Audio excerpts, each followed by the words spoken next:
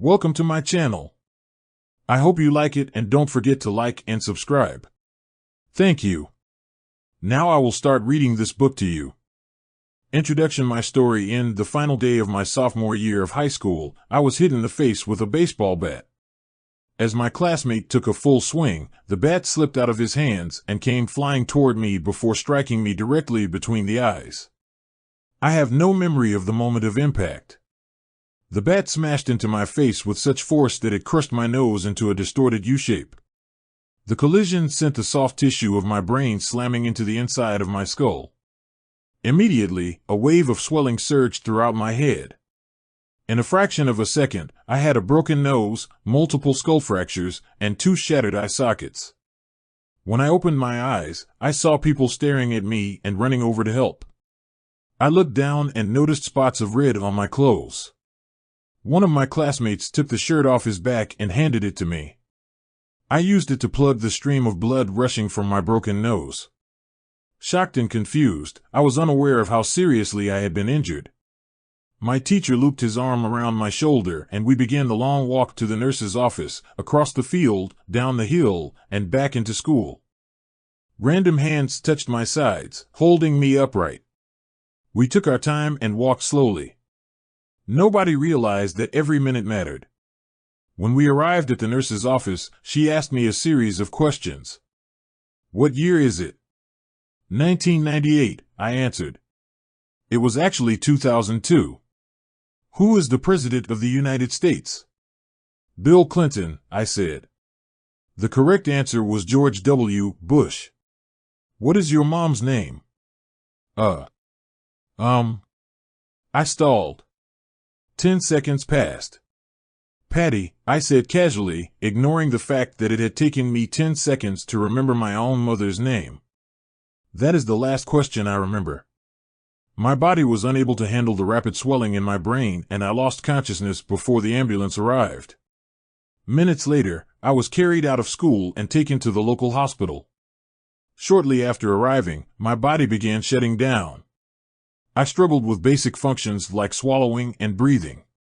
I had my first seizure of the day. Then I stopped breathing entirely. As the doctors hurried to supply me with oxygen, they also decided the local hospital was unequipped to handle the situation and ordered a helicopter to fly me to a larger hospital in Cincinnati. I was rolled out of the emergency room doors and toward the helipad across the street. The stretcher rattled on a bumpy sidewalk as one nurse pushed me along while another pumped each breath into me by hand. My mother, who had arrived at the hospital a few moments before, climbed into the helicopter beside me. I remained unconscious and unable to breathe on my own as she held my hand during the flight. While my mother rode with me in the helicopter, my father went home to check on my brother and sister and break the news to them. He choked back tears as he explained to my sister that he would miss her 8th grade graduation ceremony that night. After passing my siblings off to family and friends, he drove to Cincinnati to meet my mother.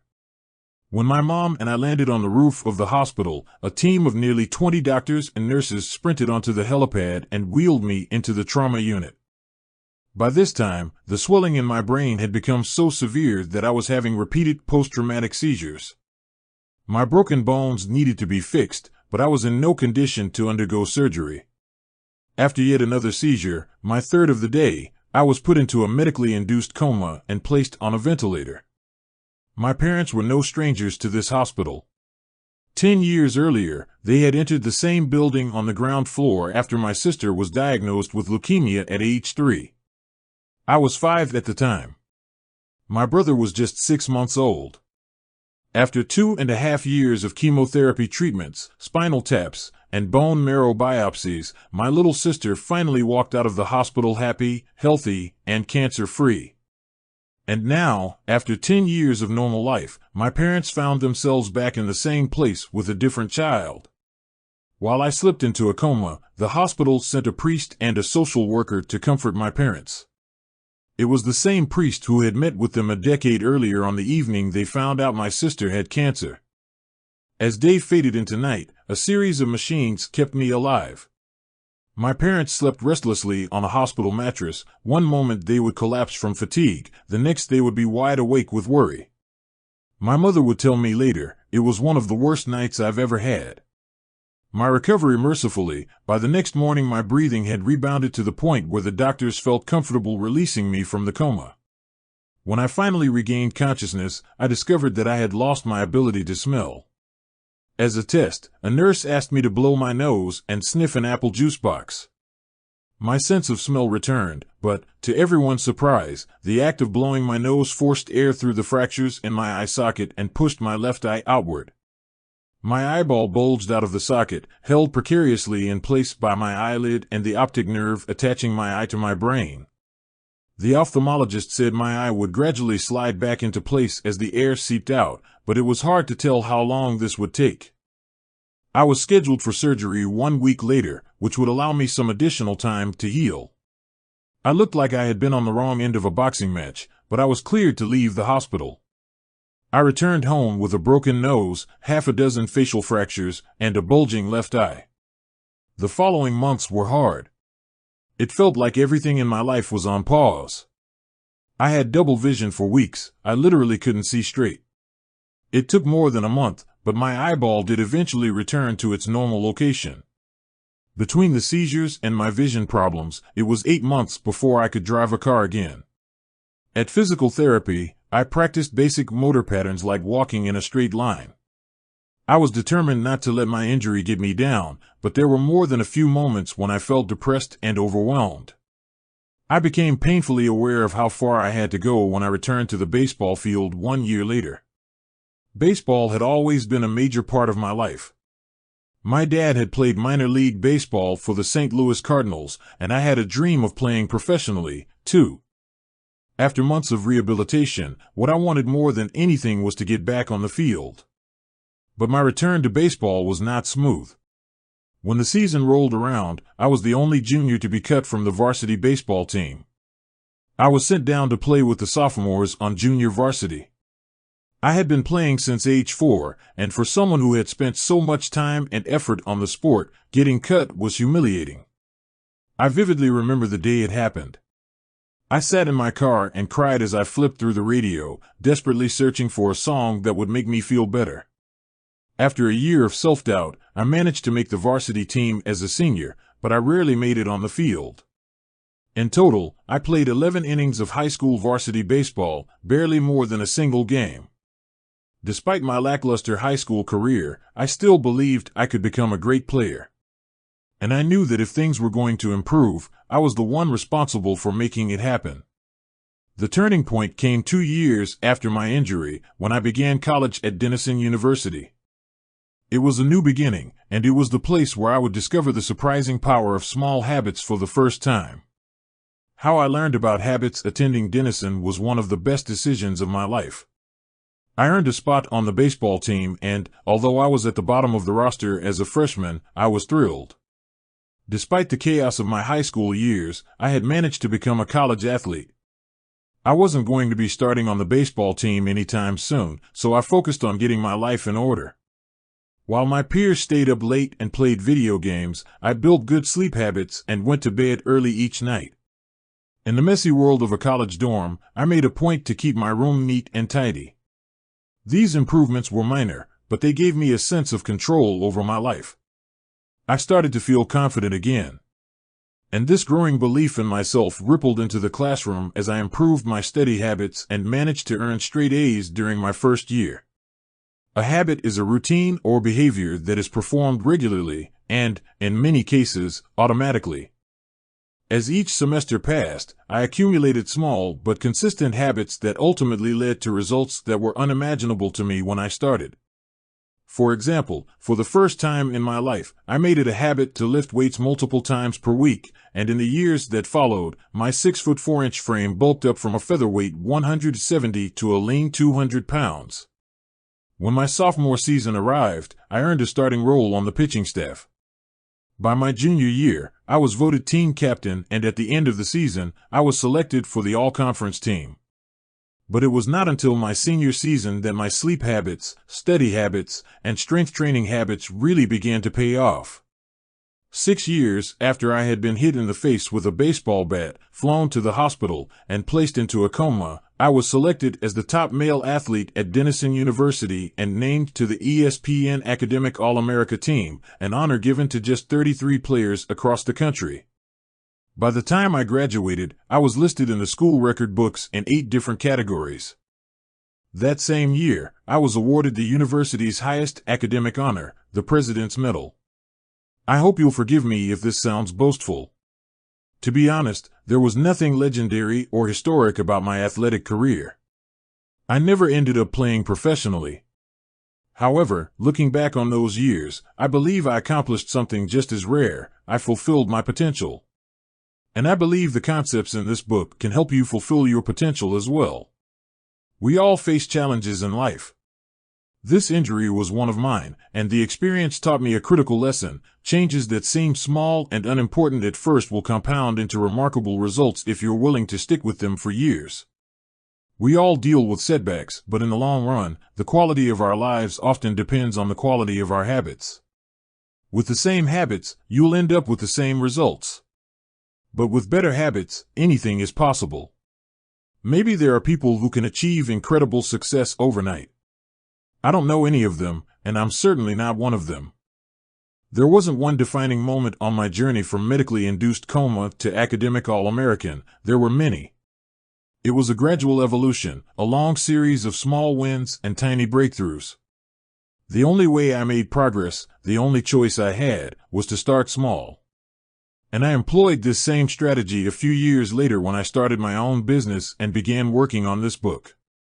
How and why I wrote this book for years. I had been keeping notes about my personal experiments with habits, and I was finally ready to share some of them publicly. I began by publishing a new article every Monday and Thursday. Within a few months, this simple writing habit led to my first 1,000 email subscribers, and by the end of 2013 that number had grown to more than 30,000 people. In 2014, my email list expanded to over 100,000 subscribers, which made it one of the fastest-growing newsletters on the internet. I had felt like an imposter when I began writing 2 years earlier, but now I was becoming known as an expert on habits, a new label that excited me but also felt uncomfortable. I had never considered myself a master of the topic, but rather someone who was experimenting alongside my readers. In 2015, I reached 200,000 email subscribers and signed a book deal with Penguin Random House to begin writing the book you are reading now. As my audience grew, so did my business opportunities. I was increasingly asked to speak at top companies about the science of habit formation, behavior change, and continuous improvement. I found myself delivering keynote speeches at conferences in the United States and Europe. In 2016, my articles began to appear regularly in major publications like Time, Entrepreneur, and Forbes. Incredibly, my writing was read by over 8 million people that year. Coaches in the NFL, NBA, and MLB began reading my work and sharing it with their teams. At the start of 2017, I launched the Habits Academy, which became the premier training platform for organizations and individuals interested in building better habits in life and work. Fortune 500 companies and growing startups began to enroll their leaders and train their staff. In total, over 10,000 leaders, managers, coaches, and teachers have graduated from the Habits Academy, and my work with them has taught me an incredible amount about what it takes to make habits work in the real world. As I put the finishing touches on this book in 2018, is receiving millions of visitors per month and nearly 500,000 people subscribe to my weekly email newsletter, a number that is so far beyond my expectations when I began that I'm not even sure what to think of it. How this book will benefit you. The entrepreneur and investor Naval Ravikant has said, to write a great book, you must first become the book. I originally learned about the ideas mentioned here because I had to live them. I had to rely on small habits to rebound from my injury, to get stronger in the gym, to perform at a high level on the field, to become a writer, to build a successful business, and simply to develop into a responsible adult. Small habits helped me fulfill my potential, and since you picked up this book, I'm guessing you'd like to fulfill yours as well. In the pages that follow, I will share a step-by-step plan for building better habits, not for days or weeks, but for a lifetime. While science supports everything I've written, this book is not an academic research paper, it's an operating manual. You'll find wisdom and practical advice front and center as I explain the science of how to create and change your habits in a way that is easy to understand and apply. The fields I draw on, biology, neuroscience, philosophy, psychology, and more, have been around for many years. What I offer you is a synthesis of the best ideas smart people figured out a long time ago, as well as the most compelling discoveries scientists have made recently. My contribution, I hope, is to find the ideas that matter most and connect them in a way that is highly actionable. Anything wise in these pages you should credit to the many experts who preceded me. Anything foolish, assume it is my error. The backbone of this book is my 4-step model of habits: cue, craving, response, and reward, and the 4 laws of behavior change that evolve out of these steps. Readers with a psychology background may recognize some of these terms from operant conditioning, which was first proposed as stimulus, response, reward by B.F. Skinner in the 1930s and has been popularized more recently as cue, routine, reward in The Power of Habit by Charles Duhigg. Behavioral scientists like Skinner realized that if you offered the right reward or punishment, you could get people to act in a certain way. But while Skinner's model did an excellent job of explaining how external stimuli influenced our habits, it lacked a good explanation for how our thoughts, feelings, and beliefs impact our behavior. Internal states, our moods and emotions, matter, too. In recent decades, scientists have begun to determine the connection between our thoughts, feelings, and behavior. This research will also be covered in these pages. In total, the framework I offer is an integrated model of the cognitive and behavioral sciences. I believe it is one of the first models of human behavior to accurately account for both the influence of external stimuli and internal emotions on our habits. While some of the language may be familiar, I am confident that the details and the applications of the 4 laws of behavior change will offer a new way to think about your habits. Human behavior is always changing, situation to situation, moment to moment, second to second. But this book is about what doesn't change. It's about the fundamentals of human behavior. The lasting principles you can rely on year after year. The ideas you can build a business around, build a family around, build a life around. There is no one right way to create better habits, but this book describes the best way I know, an approach that will be effective regardless of where you start or what you're trying to change. The strategies I cover will be relevant to anyone looking for a step-by-step system for improvement, whether your goals center on health, money, productivity, relationships, or all of the above. As long as human behavior is involved, this book will be your guide.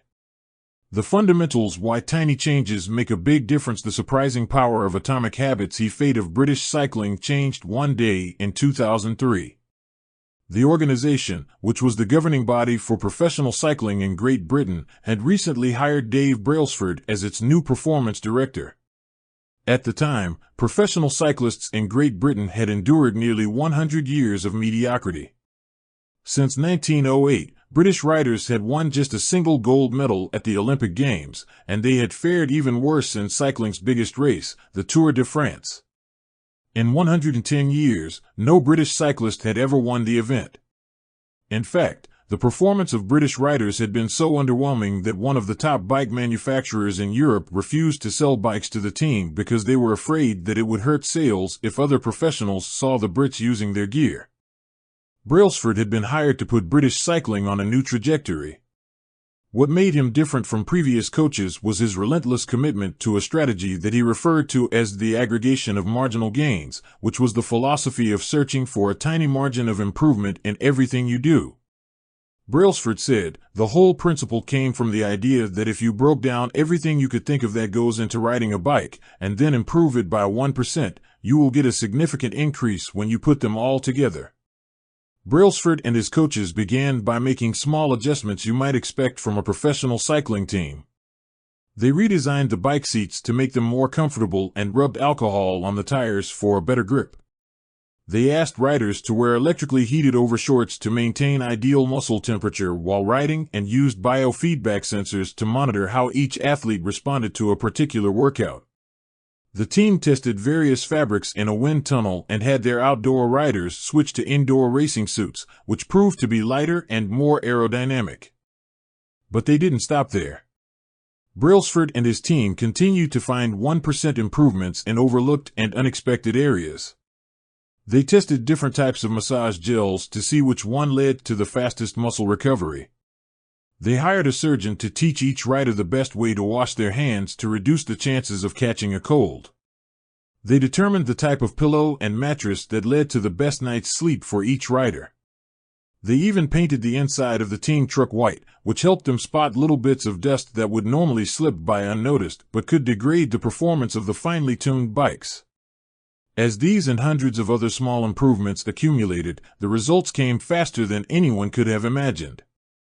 Just 5 years after Brailsford took over, the British cycling team dominated the road and track cycling events at the 2008 Olympic Games in Beijing, where they won an astounding 60% of the gold medals available. 4 years later, when the Olympic Games came to London, the Brits raised the bar as they set 9 Olympic records and 7 world records. That same year, Bradley Wiggins became the first British cyclist to win the Tour de France. The next year, his teammate Chris Froome won the race, and he would go on to win again in 2015, 2016, and 2017, giving the British team 5 Tour de France victories in 6 years. During the 10-year span from 2007 to 2017, British cyclists won 178 World Championships and 66 Olympic or Paralympic gold medals and captured 5 Tour de France victories in what is widely regarded as the most successful run in cycling history. How does this happen? How does a team of previously ordinary athletes transform into world champions with tiny changes that, at first glance, would seem to make a modest difference at best? Why do small improvements accumulate into such remarkable results, and how can you replicate this approach in your own life? Why small habits make a big difference? It is so easy to overestimate the importance of one defining moment and underestimate the value of making small improvements on a daily basis. Too often, we convince ourselves that massive success requires massive action. Whether it is losing weight, building a business, writing a book, winning a championship, or achieving any other goal, we put pressure on ourselves to make some earth-shattering improvement that everyone will talk about. Meanwhile, improving by 1% isn't particularly notable. Sometimes it isn't even noticeable, but it can be far more meaningful, especially in the long run. The difference a tiny improvement can make over time is astounding. Here's how the math works out. If you can get 1% better each day for 1 year, you'll end up 37 times better by the time you're done. Conversely, if you get 1% worse each day for 1 year, you'll decline nearly down to 0. What starts as a small win or a minor setback accumulates into something much more. 1% better every day, 1% worse every day for 1 year. 0.99365 is equal to 0.031% better every day for 1 year. 1.01365 is equal to 37.78. Figure 1. The effects of small habits compound over time. For example, if you can get just 1% better each day, you'll end up with results that are nearly 37 times better after 1 year. Habits are the compound interest of self-improvement. The same way that money multiplies through compound interest, the effects of your habits multiply as you repeat them. They seem to make little difference on any given day, and yet the impact they deliver over the months and years can be enormous. It is only when looking back 2, 5, or perhaps 10 years later that the value of good habits and the cost of bad ones become strikingly apparent. This can be a difficult concept to appreciate in daily life. We often dismiss small changes because they don't seem to matter very much in the moment. If you save a little money now, you're still not a millionaire. If you go to the gym 3 days in a row, you're still out of shape. If you study Mandarin for an hour tonight, you still haven't learned the language. We make a few changes, but the results never seem to come quickly, and so we slide back into our previous routines. Unfortunately, the slow pace of transformation also makes it easy to let a bad habit slide. If you eat an unhealthy meal today, the scale doesn't move much. If you work late tonight and ignore your family, they will forgive you. If you procrastinate and put your project off until tomorrow, there will usually be time to finish it later. A single decision is easy to dismiss. But when we repeat 1% errors day after day, by replicating poor decisions, duplicating tiny mistakes, and rationalizing little excuses, our small choices compound into toxic results. It's the accumulation of many missteps, a 1% decline here and there, that eventually leads to a problem.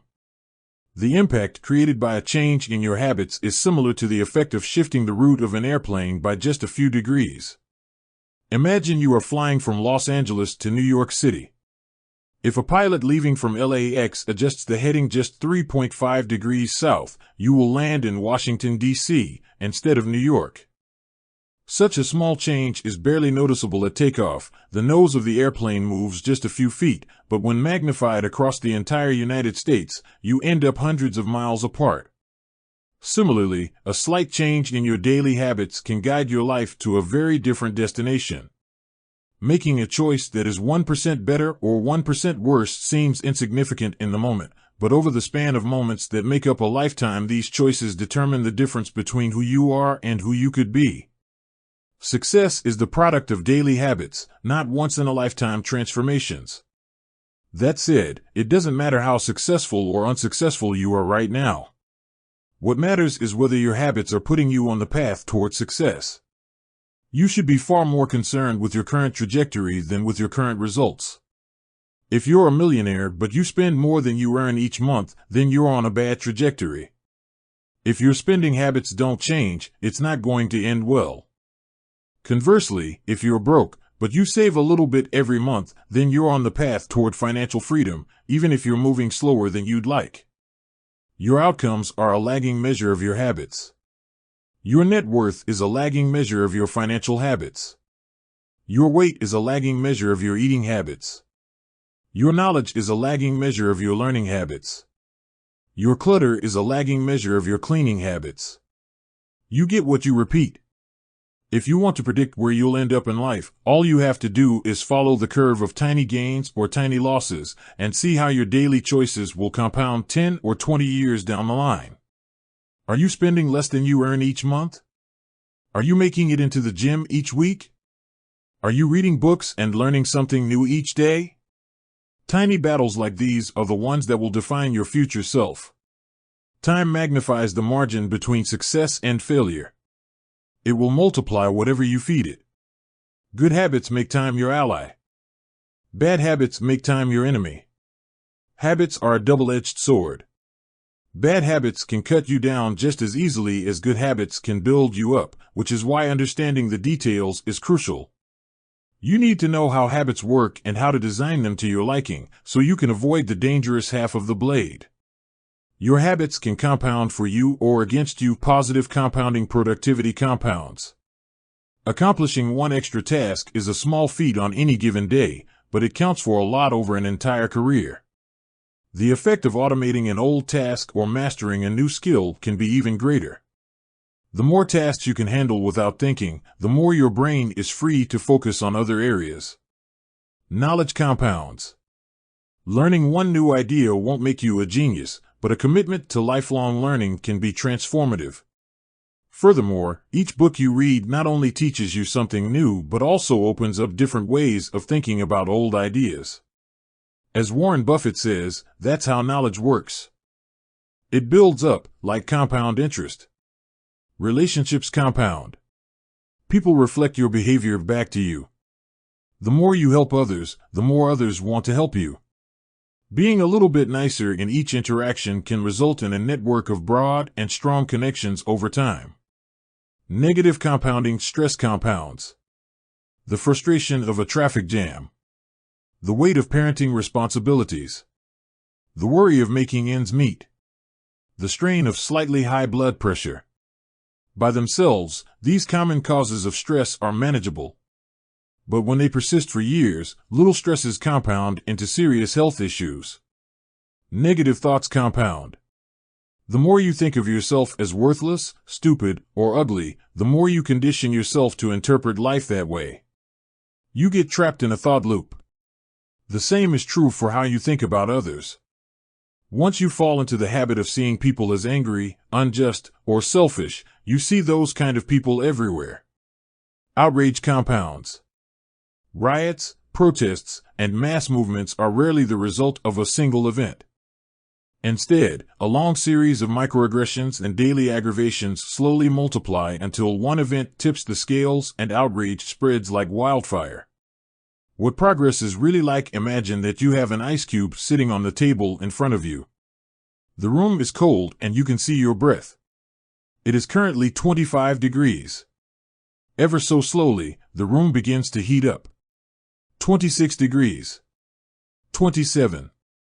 28. The ice cube is still sitting on the table in front of you. 29 degrees. 30. 31. Still, nothing has happened. Then, 32 degrees. The ice begins to melt. A 1-degree shift, seemingly no different from the temperature increases before it, has unlocked a huge change. Breakthrough moments are often the result of many previous actions, which build up the potential required to unleash a major change. This pattern shows up everywhere. Cancer spends 80% of its life undetectable, then takes over the body in months. Bamboo can barely be seen for the first 5 years as it builds extensive root systems underground before exploding 90 feet into the air within 6 weeks. Similarly, habits often appear to make no difference until you cross a critical threshold and unlock a new level of performance. In the early and middle stages of any quest, there is often a valley of disappointment. You expect to make progress in a linear fashion, and it's frustrating how ineffective changes can seem during the first days, weeks, and even months. It doesn't feel like you are going anywhere. It's a hallmark of any compounding process. The most powerful outcomes are delayed. This is one of the core reasons why it is so hard to build habits that last. People make a few small changes, fail to see a tangible result, and decide to stop. You think, I've been running every day for a month, so why can't I see any change in my body? Once this kind of thinking takes over, it's easy to let good habits fall by the wayside. But in order to make a meaningful difference, habits need to persist long enough to break through this plateau, what I call the plateau of latent potential. If you find yourself struggling to build a good habit or break a bad one, it is not because you have lost your ability to improve. It is often because you have not yet crossed the plateau of latent potential. Complaining about not achieving success despite working hard is like complaining about an ice cube not melting when you heated it from 25 to 31 degrees. Your work was not wasted, it is just being stored. All the action happens at 32 degrees. When you finally break through the plateau of latent potential, people will call it an overnight success. The outside world only sees the most dramatic event rather than all that preceded it. But you know that it's the work you did long ago, when it seemed that you weren't making any progress, that makes the jump today possible.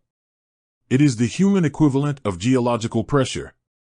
Two tectonic plates can grind against one another for millions of years, the tension slowly building all the while. Then, one day, they rub each other once again, in the same fashion they have for ages, but this time the tension is too great. An earthquake erupts. Change can take years, before it happens all at once. Mastery requires patience. The San Antonio Spurs, one of the most successful teams in NBA history, have a quote from social reformer Jacob Riis hanging in their locker room: "When nothing seems to help, I go and look at a stonecutter hammering away at his rock, perhaps 100 times without as much as a crack showing in it. Yet at the 101st blow it will split in two, and I know it was not that last blow that did it, but all that had gone before." The plateau of latent potential. Figure 2, we often expect progress to be linear. At the very least, we hope it will come quickly. In reality, the results of our efforts are often delayed.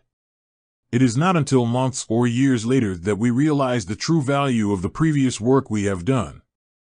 This can result in a valley of disappointment where people feel discouraged after putting in weeks or months of hard work without experiencing any results. However, this work was not wasted. It was simply being stored. It is not until much later that the full value of previous efforts is revealed. All big things come from small beginnings. The seed of every habit is a single, tiny decision. But as that decision is repeated, a habit sprouts and grows stronger. Roots entrench themselves and branches grow.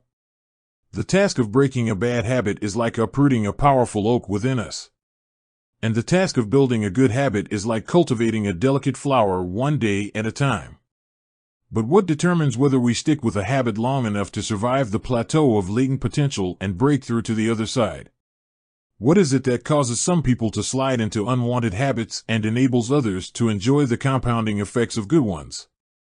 Forget about goals, focus on systems instead. Prevailing wisdom claims that the best way to achieve what we want in life, getting into better shape, building a successful business, relaxing more and worrying less, spending more time with friends and family, is to set specific, actionable goals. For many years, this was how I approached my habits, too. Each one was a goal to be reached. I set goals for the grades I wanted to get in school, for the weights I wanted to lift in the gym, for the profits I wanted to earn in business. I succeeded at a few, but I failed at a lot of them. Eventually, I began to realize that my results had very little to do with the goals I set and nearly everything to do with the systems I followed. What's the difference between systems and goals? It's a distinction I first learned from Scott Adams, the cartoonist behind the Dilbert comic. Goals are about the results you want to achieve. Systems are about the processes that lead to those results. If you're a coach, your goal might be to win a championship. Your system is the way you recruit players, manage your assistant coaches, and conduct practice. If you're an entrepreneur, your goal might be to build $1 million business. Your system is how you test product ideas, hire employees, and run marketing campaigns. If you're a musician, your goal might be to play a new piece. Your system is how often you practice, how you break down and tackle difficult measures, and your method for receiving feedback from your instructor. Now for the interesting question: if you completely ignored your goals and focused only on your system, would you still succeed? For example, if you were a basketball coach and you ignored your goal to win a championship and focused only on what your team does at practice each day, would you still get results? I think you would. The goal in any sport is to finish with the best score, but it would be ridiculous to spend the whole game staring at the scoreboard. The only way to actually win is to get better each day. In the words of three-time Super Bowl winner Bill Walsh, the score takes care of itself. The same is true for other areas of life. If you want better results, then forget about setting goals. Focus on your system instead. What do I mean by this? Are goals completely useless? Of course not. Goals are good for setting a direction, but systems are best for making progress. A handful of problems arise when you spend too much time thinking about your goals and not enough time designing your systems. Problem number 1: winners and losers have the same goals. Goal setting suffers from a serious case of survivorship bias. We concentrate on the people who end up winning, the survivors, and mistakenly assume that ambitious goals led to their success while overlooking all of the people who had the same objective but didn't succeed. Every Olympian wants to win a gold medal. Every candidate wants to get the job. And if successful and unsuccessful people share the same goals, then the goal cannot be what differentiates the winners from the losers. It wasn't the goal of winning the Tour de France that propelled the British cyclists to the top of the sport. Presumably, they had wanted to win the race every year before, just like every other professional team. The goal had always been there. It was only when they implemented a system of continuous small improvements that they achieved a different outcome. Problem number 2: achieving a goal is only a momentary change. Imagine you have a messy room and you set a goal to clean it. If you summon the energy to tidy up, then you will have a clean room, for now. But if you maintain the same sloppy, pack-rat habits that led to a messy room in the first place, soon you'll be looking at a new pile of clutter and hoping for another burst of motivation. You're left chasing the same outcome because you never changed the system behind it. You treated a symptom without addressing the cause. Achieving a goal only changes your life for the moment. That's the counterintuitive thing about improvement.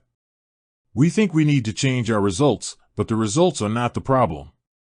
What we really need to change are the systems that cause those results. When you solve problems at the results level, you only solve them temporarily. In order to improve for good, you need to solve problems at the systems level. Fix the inputs and the outputs will fix themselves. Problem number 3, goals restrict your happiness. The implicit assumption behind any goal is this: once I reach my goal, then I'll be happy. The problem with a goals-first mentality is that you're continually putting happiness off until the next milestone. I've slipped into this trap so many times I've lost count. For years, happiness was always something for my future self to enjoy. I promised myself that once I gained 20 pounds of muscle or after my business was featured in the New York Times, then I could finally relax. Furthermore, goals create an either-or conflict. Either you achieve your goal and are successful, or you fail and you are a disappointment. You mentally box yourself into a narrow version of happiness. This is misguided. It is unlikely that your actual path through life will match the exact journey you had in mind when you set out. It makes no sense to restrict your satisfaction to one scenario when there are many paths to success. A systems-first mentality provides the antidote. When you fall in love with the process rather than the product, you don't have to wait to give yourself permission to be happy. You can be satisfied anytime your system is running. And a system can be successful in many different forms, not just the one you first envision. Problem number 4, goals are at odds with long-term progress. Finally, a goal-oriented mindset can create a yo-yo effect. Many runners work hard for months, but as soon as they cross the finish line, they stop training. The race is no longer there to motivate them. When all of your hard work is focused on a particular goal, what is left to push you forward after you achieve it?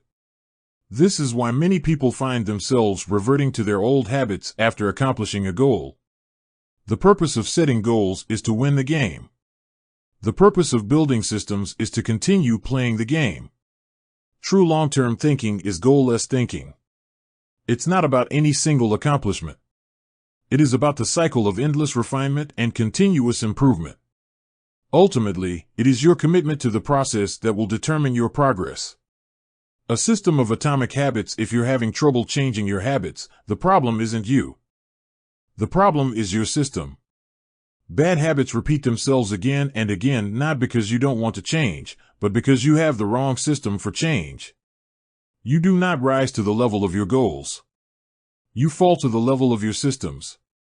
Focusing on the overall system, rather than a single goal, is one of the core themes of this book. It is also one of the deeper meanings behind the word atomic. By now, you've probably realized that an atomic habit refers to a tiny change, a marginal gain, a 1% improvement. But atomic habits are not just any old habits, however small. They are little habits that are part of a larger system. Just as atoms are the building blocks of molecules, atomic habits are the building blocks of remarkable results. Habits are like the atoms of our lives. Each one is a fundamental unit that contributes to your overall improvement. At first, these tiny routines seem insignificant, but soon they build on each other and fuel bigger wins that multiply to a degree that far outweighs the cost of their initial investment. They are both small and mighty. This is the meaning of the phrase atomic habits, a regular practice or routine that is not only small and easy to do, but also the source of incredible power, a component of the system of compound growth. Chapter summary: habits are the compound interest of self-improvement. Getting 1% better every day counts for a lot in the long run. Habits are a double-edged sword. They can work for you or against you, which is why understanding the details is essential. Small changes often appear to make no difference until you cross a critical threshold. The most powerful outcomes of any compounding process are delayed. You need to be patient. An atomic habit is a little habit that is part of a larger system. Just as atoms are the building blocks of molecules, atomic habits are the building blocks of remarkable results. If you want better results, then forget about setting goals. Focus on your system instead. You do not rise to the level of your goals. You fall to the level of your systems. How your habits shape your identity. Why is it so easy to repeat bad habits and so hard to form good ones? Few things can have a more powerful impact on your life than improving your daily habits. And yet it is likely that this time next year you'll be doing the same thing rather than something better. It often feels difficult to keep good habits going for more than a few days, even with sincere effort and the occasional burst of motivation. Habits like exercise, meditation, journaling, and cooking are reasonable for a day or two and then become a hassle. However, once your habits are established, they seem to stick around forever, especially the unwanted ones. Despite our best intentions, unhealthy habits like eating junk food, watching too much television, procrastinating, and smoking can feel impossible to break. Changing our habits is challenging for two reasons. We try to change the wrong thing, and we try to change our habits in the wrong way. In this chapter, I'll address the first point. In the chapters that follow, I'll answer the second. Our first mistake is that we try to change the wrong thing. To understand what I mean, consider that there are 3 levels at which change can occur. You can imagine them like the layers of an onion. 3 layers of behavior change. Figure 3. There are 3 layers of behavior change: a change in your outcomes, a change in your processes, or a change in your identity. The first layer is changing your outcomes. This level is concerned with changing your results, losing weight, publishing a book, winning a championship. Most of the goals you set are associated with this level of change. The second layer is changing your process. This level is concerned with changing your habits and systems, implementing a new routine at the gym, decluttering your desk for better workflow, developing a meditation practice. Most of the habits you build are associated with this level. The third and deepest layer is changing your identity. This level is concerned with changing your beliefs, your worldview, your self-image, your judgments about yourself and others. Most of the beliefs, assumptions, and biases you hold are associated with this level. Outcomes are about what you get. Processes are about what you do. Identity is about what you believe. When it comes to building habits that last, when it comes to building a system of 1% improvements, the problem is not that one level is better or worse than another. All levels of change are useful in their own way. The problem is the direction of change. Many people begin the process of changing their habits by focusing on what they want to achieve. This leads us to outcome-based habits. The alternative is to build identity-based habits. With this approach, we start by focusing on who we wish to become. Outcome-based habits, identity-based habits. Figure 4. With outcome-based habits, the focus is on what you want to achieve. With identity-based habits, the focus is on who you wish to become. Imagine 2 people resisting a cigarette. When offered a smoke, the first person says, "No thanks. I'm trying to quit." It sounds like a reasonable response, but this person still believes they are a smoker who is trying to be something else. They are hoping their behavior will change while carrying around the same beliefs. The second person declines by saying, "No thanks. I'm not a smoker." It's a small difference, but this statement signals a shift in identity. Smoking was part of their former life, not their current one. They no longer identify as someone who smokes. Most people don't even consider identity change when they set out to improve. They just think, "I want to be skinny, and if I stick to this diet, then I'll be skinny." They set goals and determine the actions they should take to achieve those goals without considering the beliefs that drive their actions. They never shift the way they look at themselves, and they don't realize that their old identity can sabotage their new plans for change. Behind every system of actions are a system of beliefs. The system of a democracy is founded on beliefs like freedom, majority rule, and social equality. The system of a dictatorship has a very different set of beliefs like absolute authority and strict obedience. You can imagine many ways to try to get more people to vote in a democracy, but such behavior change would never get off the ground in a dictatorship. That's not the identity of the system. Voting is a behavior that is impossible under a certain set of beliefs. A similar pattern exists whether we are discussing individuals, organizations, or societies. There are a set of beliefs and assumptions that shape the system, an identity behind the habits. Behavior that is incongruent with the self will not last. You may want more money, but if your identity is someone who consumes rather than creates, then you will continue to be pulled toward spending rather than earning. You may want better health, but if you continue to prioritize comfort over accomplishment, you'll be drawn to relaxing rather than training. It's hard to change your habits if you never change the underlying beliefs that led to your past behavior. You have a new goal and a new plan, but you haven't changed who you are. The story of Brian Clark, an entrepreneur from Boulder, Colorado, provides a good example. For as long as I can remember, I've chewed my fingernails, Clark told me. It started as a nervous habit when I was young, and then morphed into an undesirable grooming ritual. One day, I resolved to stop chewing my nails until they grew out a bit. Through mindful willpower alone, I managed to do it. Then, Clark did something surprising. I asked my wife to schedule my first ever manicure, he said. My thought was that if I started paying to maintain my nails, I wouldn't chew them. And it worked, but not for the monetary reason. What happened was the manicure made my fingers look really nice for the first time. The manicurist even said that, other than the chewing, I had really healthy, attractive nails. Suddenly, I was proud of my fingernails. And even though that's something I had never aspired to, it made all the difference. I've never chewed my nails since, not even a single close call. And it's because I now take pride in properly caring for them. The ultimate form of intrinsic motivation is when a habit becomes part of your identity. It's one thing to say I'm the type of person who wants this. It's something very different to say I'm the type of person who is this.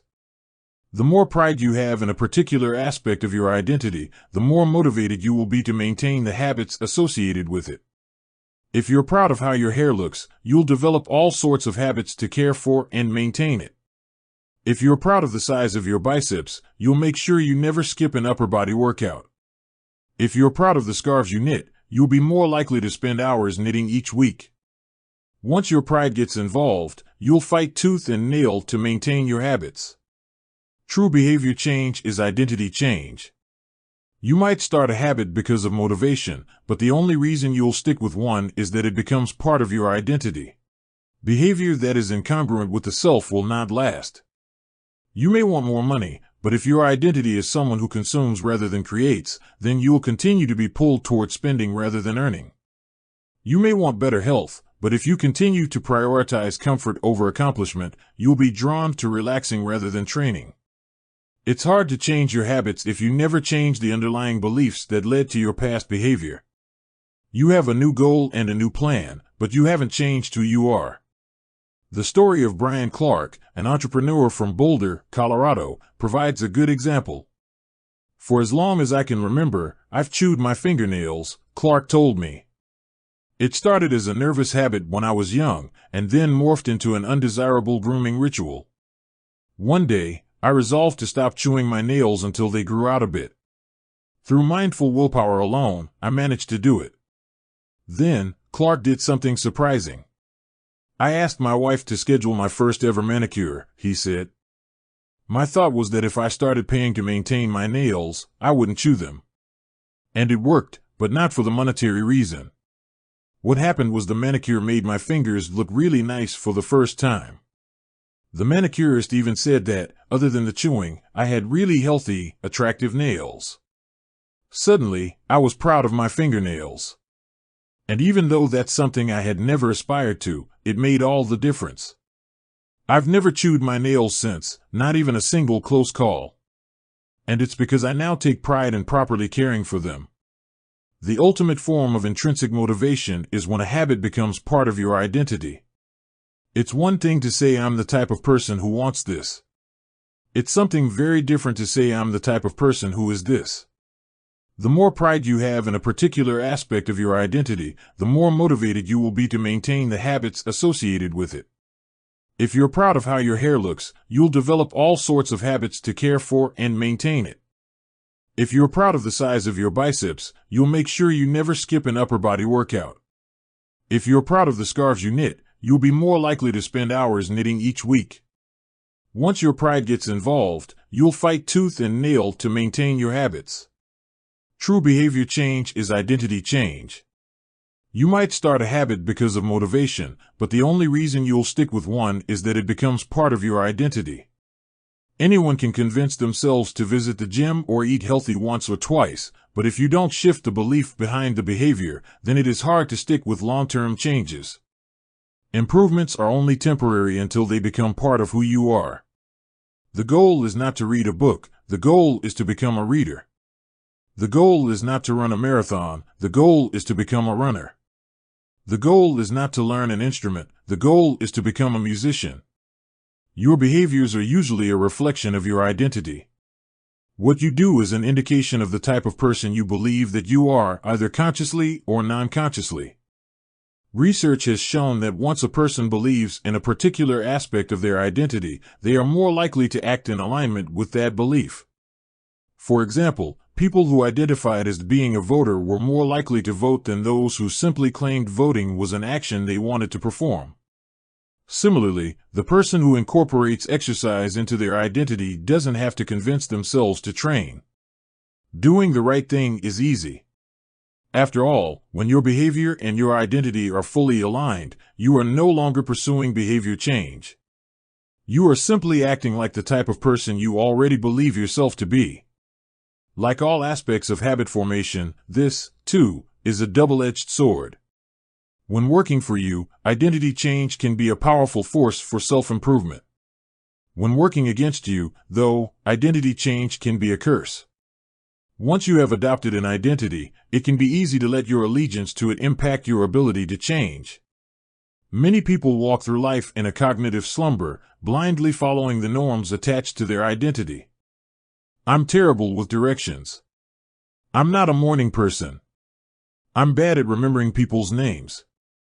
I'm always late. I'm not good with technology.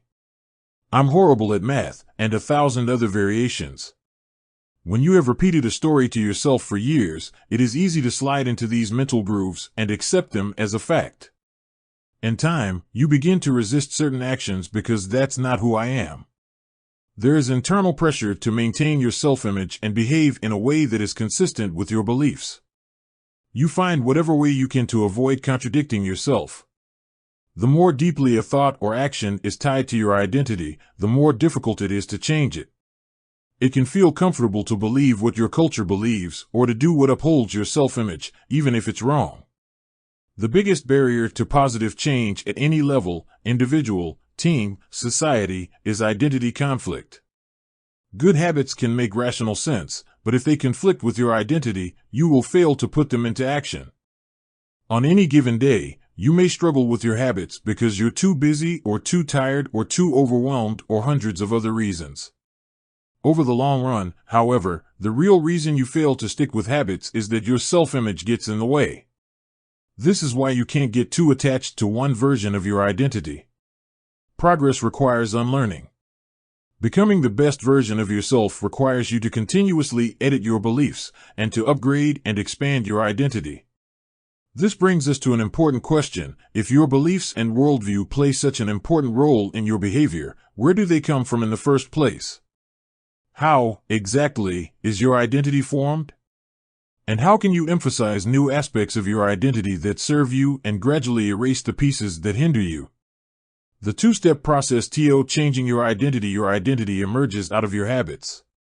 You are not born with preset beliefs. Every belief, including those about yourself, is learned and conditioned through experience. More precisely, your habits are how you embody your identity. When you make your bed each day, you embody the identity of an organized person. When you write each day, you embody the identity of a creative person. When you train each day, you embody the identity of an athletic person. The more you repeat a behavior, the more you reinforce the identity associated with that behavior. In fact, the word identity was originally derived from the Latin words esse entitas, which means being, and identitum, which means repeatedly. Your identity is literally your repeated beingness. Whatever your identity is right now, you only believe it because you have proof of it. If you go to church every Sunday for 20 years, you have evidence that you are religious. If you study biology for 1 hour every night, you have evidence that you are studious. If you go to the gym even when it's snowing, you have evidence that you are committed to fitness. The more evidence you have for a belief, the more strongly you will believe it. For most of my early life, I didn't consider myself a writer. If you were to ask any of my high school teachers or college professors, they would tell you I was an average writer at best, certainly not a standout. When I began my writing career, I published a new article every Monday and Thursday for the first few years. As the evidence grew, so did my identity as a writer. I didn't start out as a writer. I became one through my habits. Of course, your habits are not the only actions that influence your identity, but by virtue of their frequency, they are usually the most important ones. Each experience in life modifies your self-image, but it's unlikely you would consider yourself a soccer player because you kicked a ball once or an artist because you scribbled a picture. As you repeat these actions, however, the evidence accumulates and your self-image begins to change. The effect of one-off experiences tends to fade away while the effect of habits gets reinforced with time, which means your habits contribute most of the evidence that shapes your identity. In this way, the process of building habits is actually the process of becoming yourself.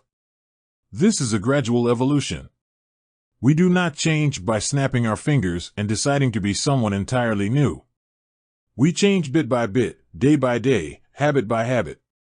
We are continually undergoing microevolutions of the self. Each habit is like a suggestion, hey, maybe this is who I am. If you finish a book, then perhaps you are the type of person who likes reading. If you go to the gym, then perhaps you are the type of person who likes exercise.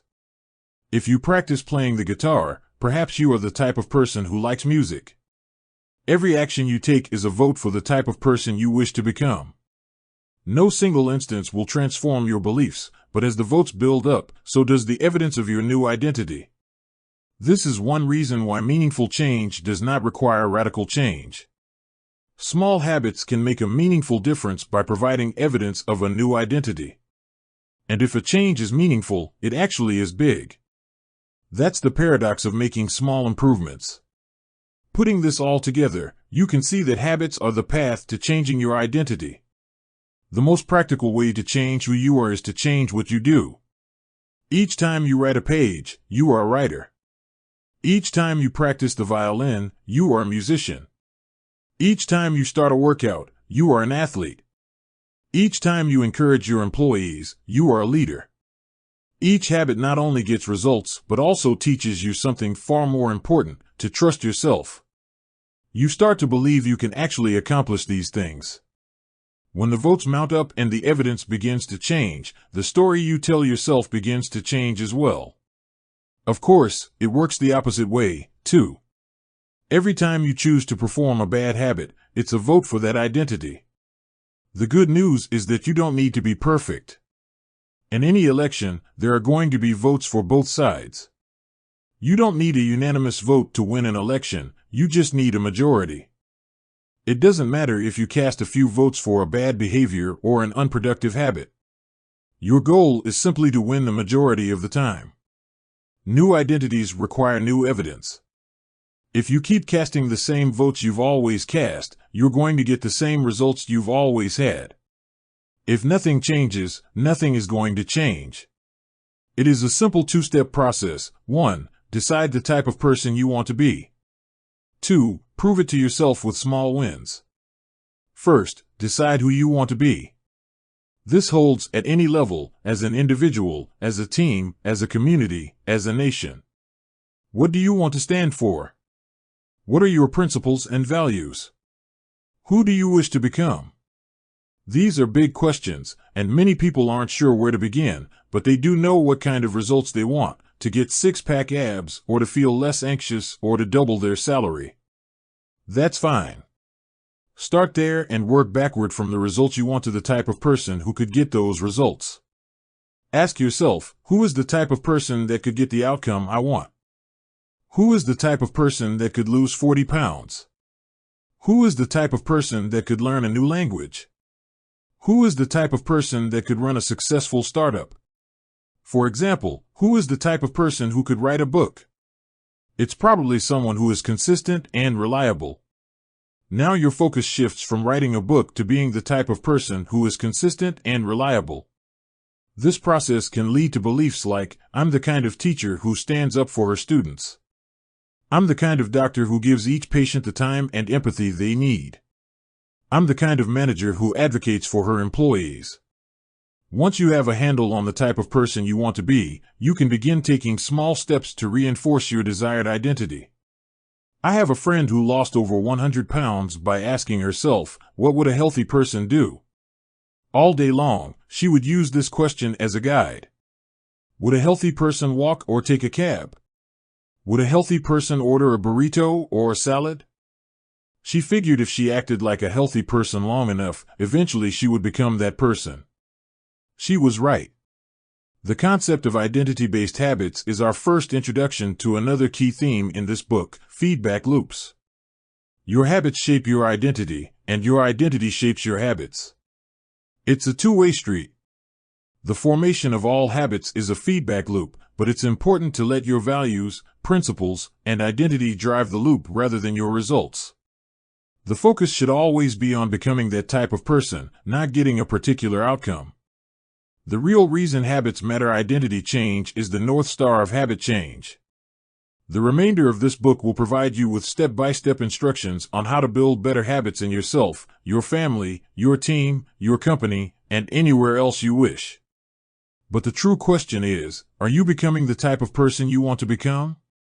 The first step is not what or how, but who. You need to know who you want to be. Otherwise, your quest for change is like a boat without a rudder. And that's why we are starting here. You have the power to change your beliefs about yourself. Your identity is not set in stone. You have a choice in every moment. You can choose the identity you want to reinforce today with the habits you choose today. And this brings us to the deeper purpose of this book and the real reason habits matter. Building better habits isn't about littering your day with life hacks. It's not about flossing one tooth each night or taking a cold shower each morning or wearing the same outfit each day. It's not about achieving external measures of success like earning more money, losing weight, or reducing stress. Habits can help you achieve all of these things, but fundamentally they are not about having something. They are about becoming someone. Ultimately, your habits matter because they help you become the type of person you wish to be. They are the channel through which you develop your deepest beliefs about yourself. Quite literally, you become your habits. Chapter summary: there are 3 levels of change: outcome change, process change, and identity change. The most effective way to change your habits is to focus not on what you want to achieve, but on who you wish to become. Your identity emerges out of your habits. Every action is a vote for the type of person you wish to become. Becoming the best version of yourself requires you to continuously edit your beliefs and to upgrade and expand your identity. The real reason habits matter is not because they can get you better results, but because they can change your beliefs about yourself. How to Build Better Habits in 4 Simple Steps. In 1898, a psychologist named Edward Thorndike conducted an experiment that would lay the foundation for our understanding of how habits form and the rules that guide our behavior. Thorndike was interested in studying the behavior of animals, and he started by working with cats. He would place each cat inside a device known as a puzzle box. The box was designed so that the cat could escape through a door by some simple act, such as pulling at a loop of cord, pressing a lever, or stepping on a platform. For example, one box contained a lever that, when pressed, would open a door on the side of the box. Once the door had been opened, the cat could dart out and run over to a bowl of food. Most cats wanted to escape as soon as they were placed inside the box. They would poke their nose into the corners, stick their paws through openings, and claw at loose objects. After a few minutes of exploration, the cats would happen to press the magical lever, the door would open, and they would escape. Thorndike tracked the behavior of each cat across many trials. In the beginning, the animals moved around the box at random. But as soon as the lever had been pressed and the door opened, the process of learning began. Gradually, each cat learned to associate the action of pressing the lever with the reward of escaping the box and getting to the food. After 20 to 30 trials, this behavior became so automatic and habitual that the cat could escape within a few seconds.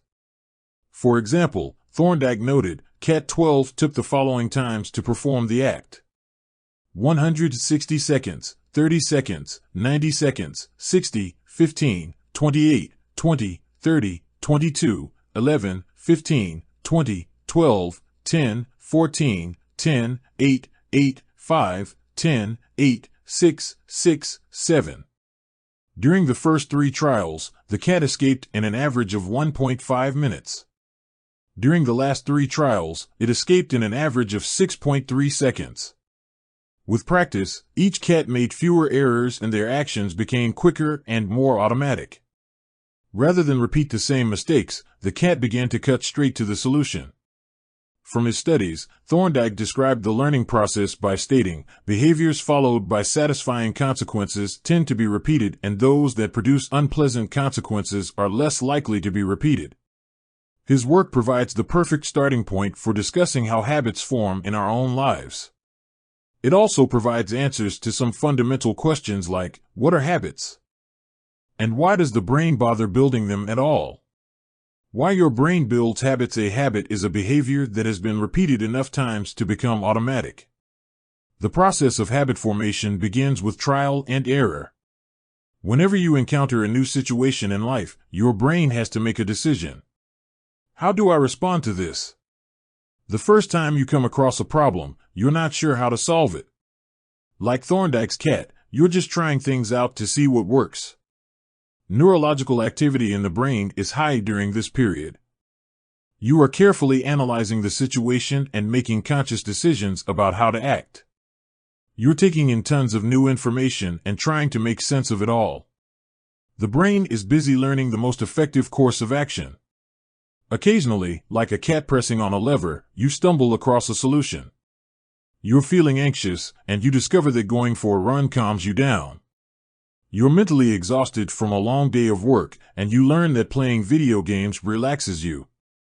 You're exploring, and then, bam, a reward. After you stumble upon an unexpected reward, you alter your strategy for next time. Your brain immediately begins to catalog the events that preceded the reward. Wait a minute, that felt good. What did I do right before that? This is the feedback loop behind all human behavior. Try, fail, learn, try differently. With practice, the useless movements fade away and the useful actions get reinforced. That's a habit forming. Whenever you face a problem repeatedly, your brain begins to automate the process of solving it. Your habits are just a series of automatic solutions that solve the problems and stresses you face regularly.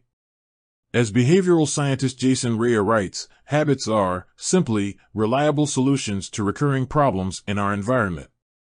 As habits are created, the level of activity in the brain decreases. You learn to lock in on the cues that predict success and tune out everything else. When a similar situation arises in the future, you know exactly what to look for. There is no longer a need to analyze every angle of a situation. Your brain skips the process of trial and error and creates a mental rule: if this, then that. These cognitive scripts can be followed automatically whenever the situation is appropriate. Now, whenever you feel stressed, you get the itch to run. As soon as you walk in the door from work, you grab the video game controller. A choice that once required effort is now automatic. A habit has been created. Habits are mental shortcuts learned from experience. In a sense, a habit is just a memory of the steps you previously followed to solve a problem in the past. Whenever the conditions are right, you can draw on this memory and automatically apply the same solution. The primary reason the brain remembers the past is to better predict what will work in the future. Habit formation is incredibly useful because the conscious mind is the bottleneck of the brain. It can only pay attention to one problem at a time. As a result, your brain is always working to preserve your conscious attention for whatever task is most essential. Whenever possible, the conscious mind likes to pawn off tasks to the non-conscious mind to do automatically. This is precisely what happens when a habit is formed. Habits reduce cognitive load and free up mental capacity so you can allocate your attention to other tasks. Despite their efficiency, some people still wonder about the benefits of habits. The argument goes like this: will habits make my life dull? I don't want to pigeonhole myself into a lifestyle I don't enjoy. Doesn't so much routine take away the vibrancy and spontaneity of life? Hardly. Such questions set up a false dichotomy. They make you think that you have to choose between building habits and attaining freedom. In reality, the two complement each other. Habits do not restrict freedom. They create it. In fact, the people who don't have their habits handled are often the ones with the least amount of freedom. Without good financial habits, you will always be struggling for the next dollar. Without good health habits, you will always seem to be short on energy. Without good learning habits, you will always feel like you're behind the curve. If you're always being forced to make decisions about simple tasks, when should I work out, where do I go to write, when do I pay the bills, then you have less time for freedom. It's only by making the fundamentals of life easier that you can create the mental space needed for free thinking and creativity. Conversely, when you have your habits dialed in and the basics of life are handled and done, your mind is free to focus on new challenges and master the next set of problems. Building habits in the present allows you to do more of what you want in the future. The science of how habits work. The process of building a habit can be divided into 4 simple steps: cue, craving, response, and reward. Breaking it down into these fundamental parts can help us understand what a habit is, how it works, and how to improve it. Figure 5. All habits proceed through 4 stages in the same order: cue, craving, response, and reward. This 4-step pattern is the backbone of every habit, and your brain runs through these steps in the same order each time. First, there is the cue. The cue triggers your brain to initiate a behavior. It is a bit of information that predicts a reward. Our prehistoric ancestors were paying attention to cues that signaled the location of primary rewards like food, water, and sex. Today, we spend most of our time learning cues that predict secondary rewards like money and fame, power and status, praise and approval, love and friendship, or a sense of personal satisfaction.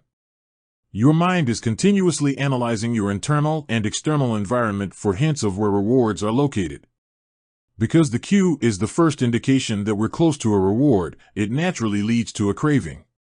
Cravings are the second step, and they are the motivational force behind every habit. Without some level of motivation or desire, without craving a change, we have no reason to act. What you crave is not the habit itself, but the change instead it delivers. You do not crave smoking a cigarette, you crave the feeling of relief it provides. You are not motivated by brushing your teeth, but rather by the feeling of a clean mouth. You do not want to turn on the television, you want to be entertained. Every craving is linked to a desire to change your internal state. This is an important point that we will discuss in detail later. Cravings differ from person to person. In theory, any piece of information could trigger a craving, but in practice, people are not motivated by the same cues. For a gambler, the sound of slot machines can be a potent trigger that sparks an intense wave of desire. For someone who rarely gambles, the jingles and chimes of the casino are just background noise. Cues are meaningless until they are interpreted. The thoughts, feelings, and emotions of the observer are what transform a cue into a craving. The third step is the response. The response is the actual habit you perform, which can take the form of a thought or an action. Whether a response occurs depends on how motivated you are and how much friction is associated with the behavior. If a particular action requires more physical or mental effort than you are willing to expend, then you won't do it. Your response also depends on your ability. It sounds simple, but a habit can occur only if you are capable of doing it. If you want to dunk a basketball but can't jump high enough to reach the hoop, well, you're out of luck. Finally, the response delivers a reward. Rewards are the end goal of every habit. The cue is about noticing the reward. The craving is about wanting the reward. The response is about obtaining the reward. We chase rewards because they serve 2 purposes: they satisfy us and they teach us. The first purpose of rewards is to satisfy your craving. Yes, rewards provide benefits on their own. Food and water deliver the energy you need to survive. Getting a promotion brings more money and respect.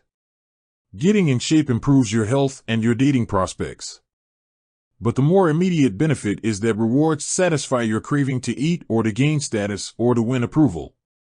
At least for a moment, rewards deliver contentment and relief from craving. Second, rewards teach us which actions are worth remembering in the future. Your brain is a reward detector. As you go about your life, your sensory nervous system is continuously monitoring which actions satisfy your desires and deliver pleasure. Feelings of pleasure and disappointment are part of the feedback mechanism that helps your brain distinguish useful actions from useless ones. Rewards close the feedback loop and complete the habit cycle. If a behavior is insufficient in any of the 4 stages, it will not become a habit.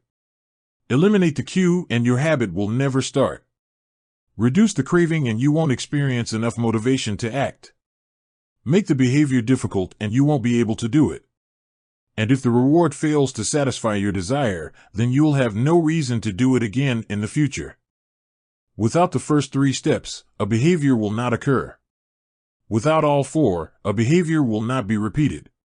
The habit loop figure 6, the 4 stages of habit are best described as a feedback loop.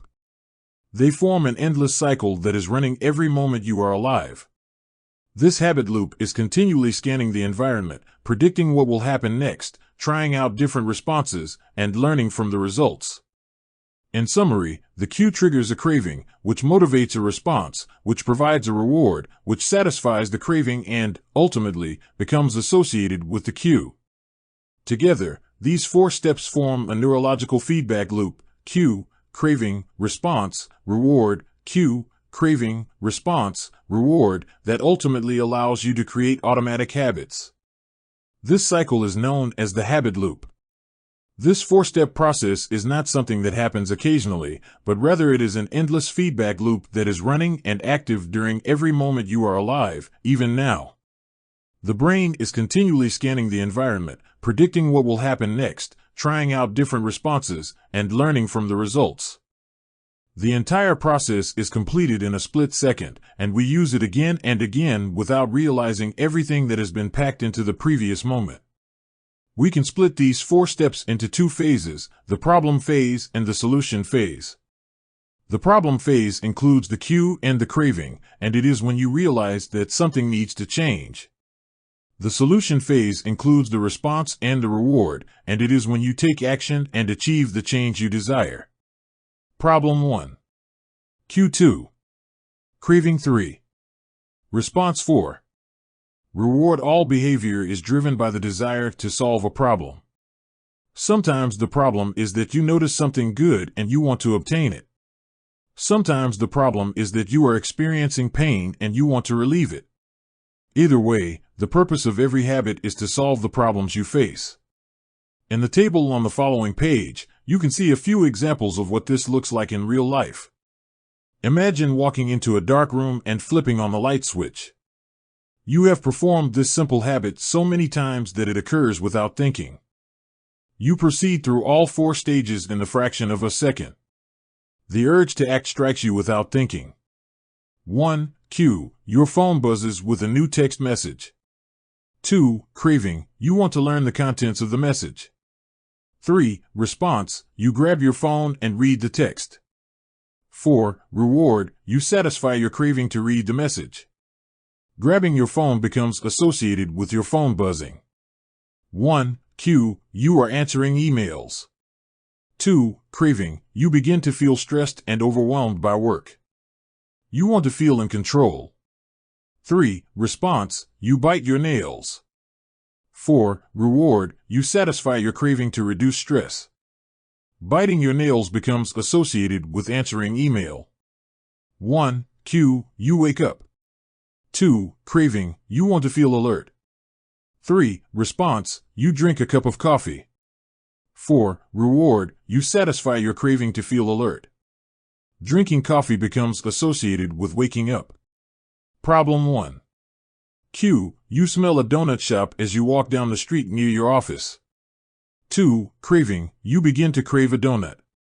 3. Response, you buy a donut and eat it.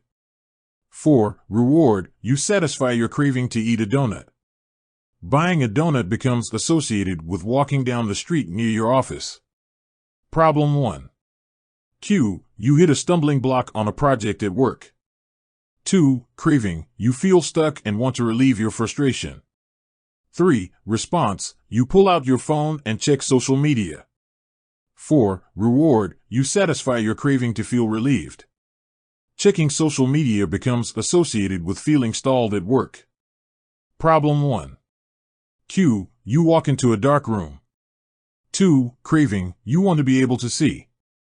3. Response, you flip the light switch. 4. Reward, you satisfy your craving to see. Turning on the light switch becomes associated with being in a dark room. By the time we become adults, we rarely notice the habits that are running our lives. Most of us never give a second thought to the fact that we tie the same shoe first each morning, or unplug the toaster after each use, or always change into comfortable clothes after getting home from work. After decades of mental programming, we automatically slip into these patterns of thinking and acting. The 4 laws of behavior change in the following chapters. We will see time and again how the 4 stages of Q, craving, response, and reward influence nearly everything we do each day. But before we do that, we need to transform these 4 steps into a practical framework that we can use to design good habits and eliminate bad ones. I refer to this framework as the 4 laws of behavior change, and it provides a simple set of rules for creating good habits and breaking bad ones. You can think of each law as a lever that influences human behavior. When the levers are in the right positions, creating good habits is effortless. When they are in the wrong positions, it is nearly impossible. Create the first law, make it obvious. The second law, make it attractive. The third law, make it easy. The fourth law, make it satisfying. We can invert these laws to learn how to break a bad habit. Break an inversion of the first law, make it invisible. Inversion of the second law, make it unattractive. Inversion of the third law, make it difficult. Inversion of the fourth law, make it unsatisfying. It would be irresponsible for me to claim that these 4 laws are an exhaustive framework for changing any human behavior, but I think they're close. As you will soon see, the 4 laws of behavior change apply to nearly every field, from sports to politics, art to medicine, comedy to management. These laws can be used no matter what challenge you are facing. There is no need for completely different strategies for each habit. Whenever you want to change your behavior, you can simply ask yourself, 1. How can I make it obvious? 2. How can I make it attractive? 3. How can I make it easy? 4. How can I make it satisfying? If you have ever wondered, why don't I do what I say I'm going to do? Why don't I lose the weight or stop smoking or save for retirement or start that side business? Why do I say something is important but never seem to make time for it? The answers to those questions can be found somewhere in these 4 laws. The key to creating good habits and breaking bad ones is to understand these fundamental laws and how to alter them to your specifications. Every goal is doomed to fail if it goes against the grain of human nature. Your habits are shaped by the systems in your life. In the chapters that follow, we will discuss these laws one by one and show how you can use them to create a system in which good habits emerge naturally and bad habits wither away. Chapter summary: A habit is a behavior that has been repeated enough times to become automatic. The ultimate purpose of habits is to solve the problems of life with as little energy and effort as possible. Any habit can be broken down into a feedback loop that involves 4 steps: Q, craving, response, and reward.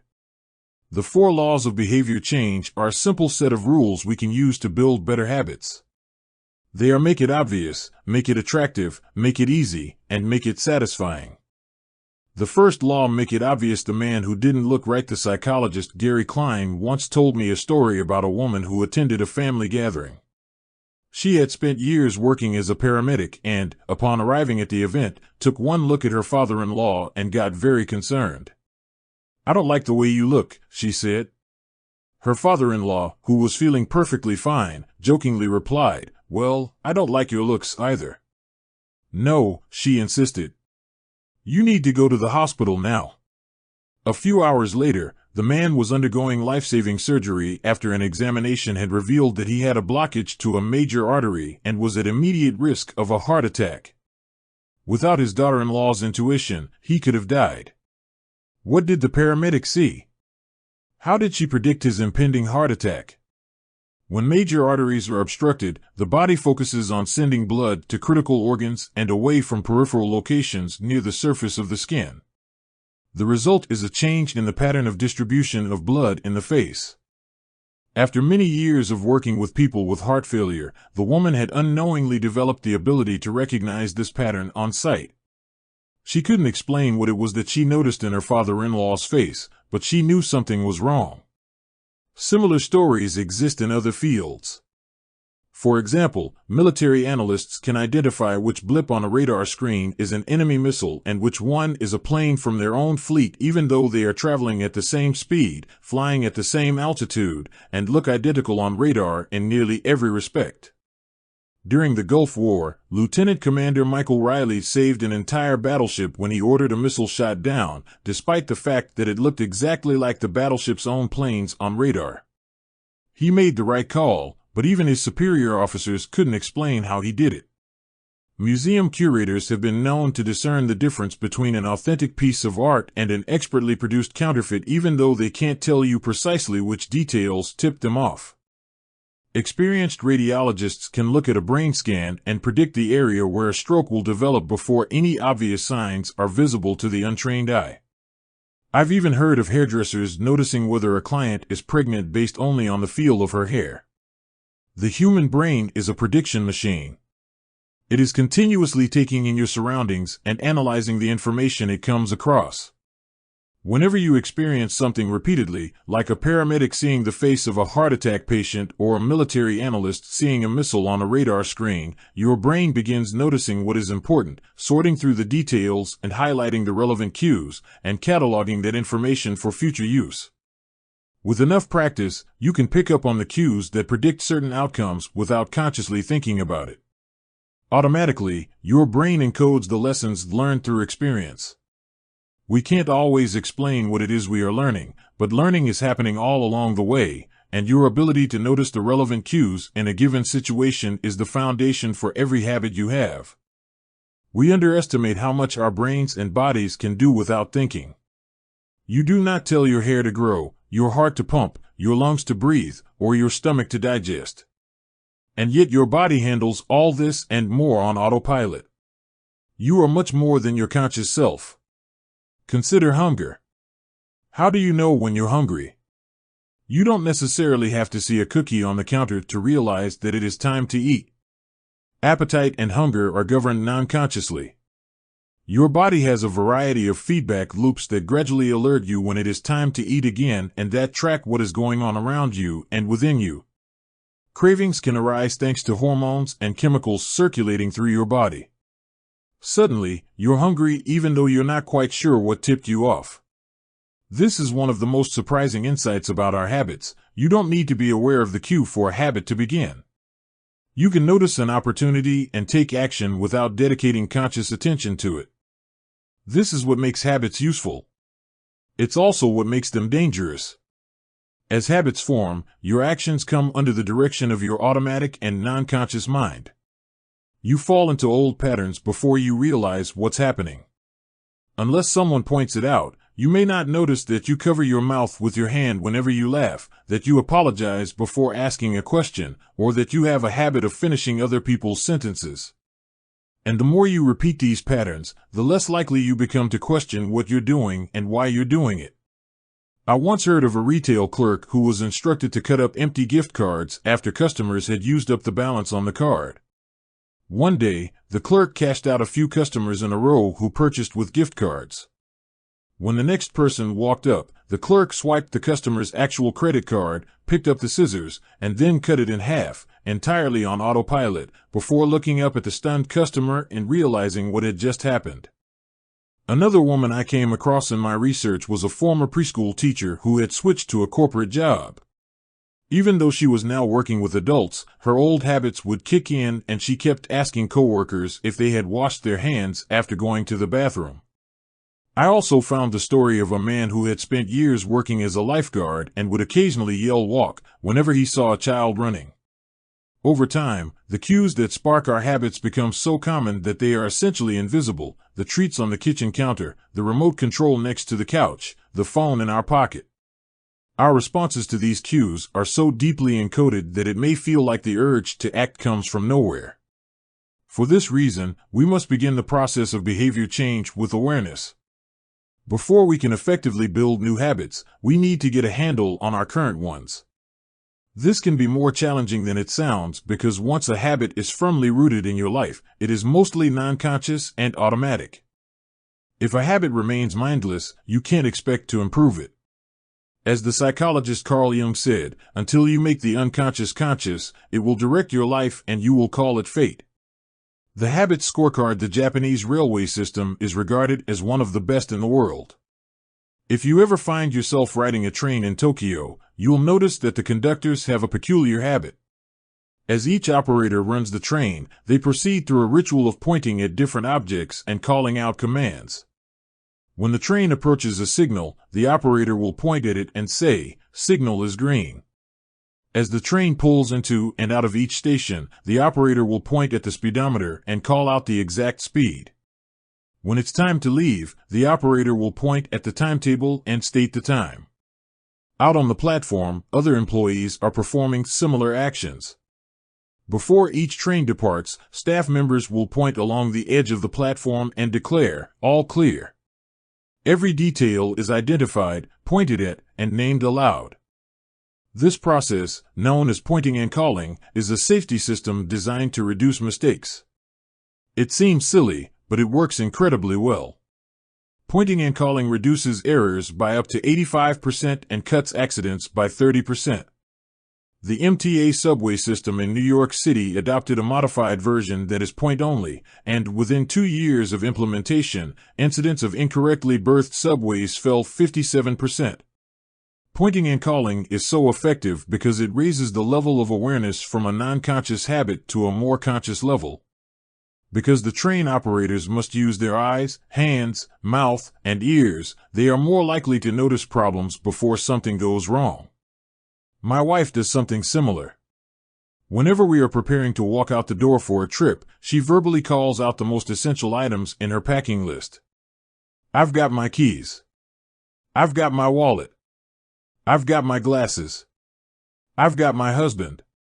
The more automatic a behavior becomes, the less likely we are to consciously think about it. And when we've done something 1,000 times before, we begin to overlook things. We assume that the next time will be just like the last.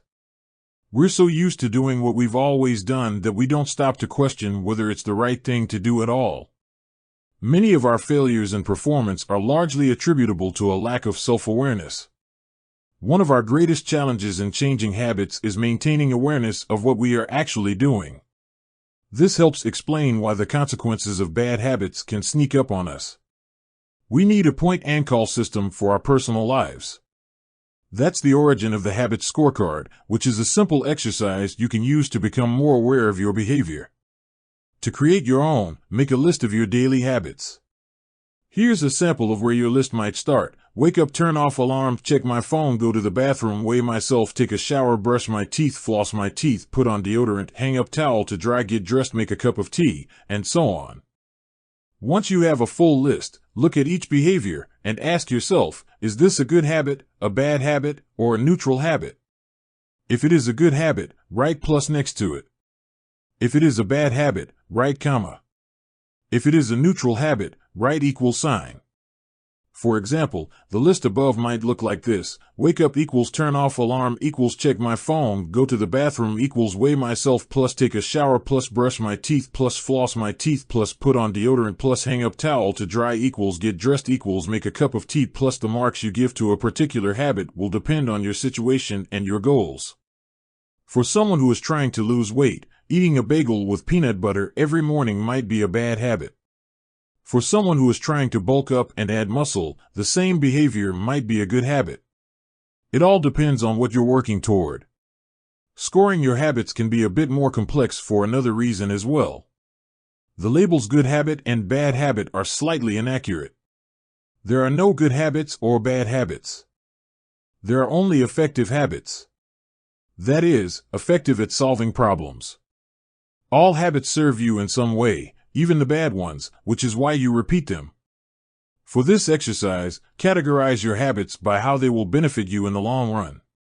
Generally speaking, good habits will have net positive outcomes. Bad habits have net negative outcomes.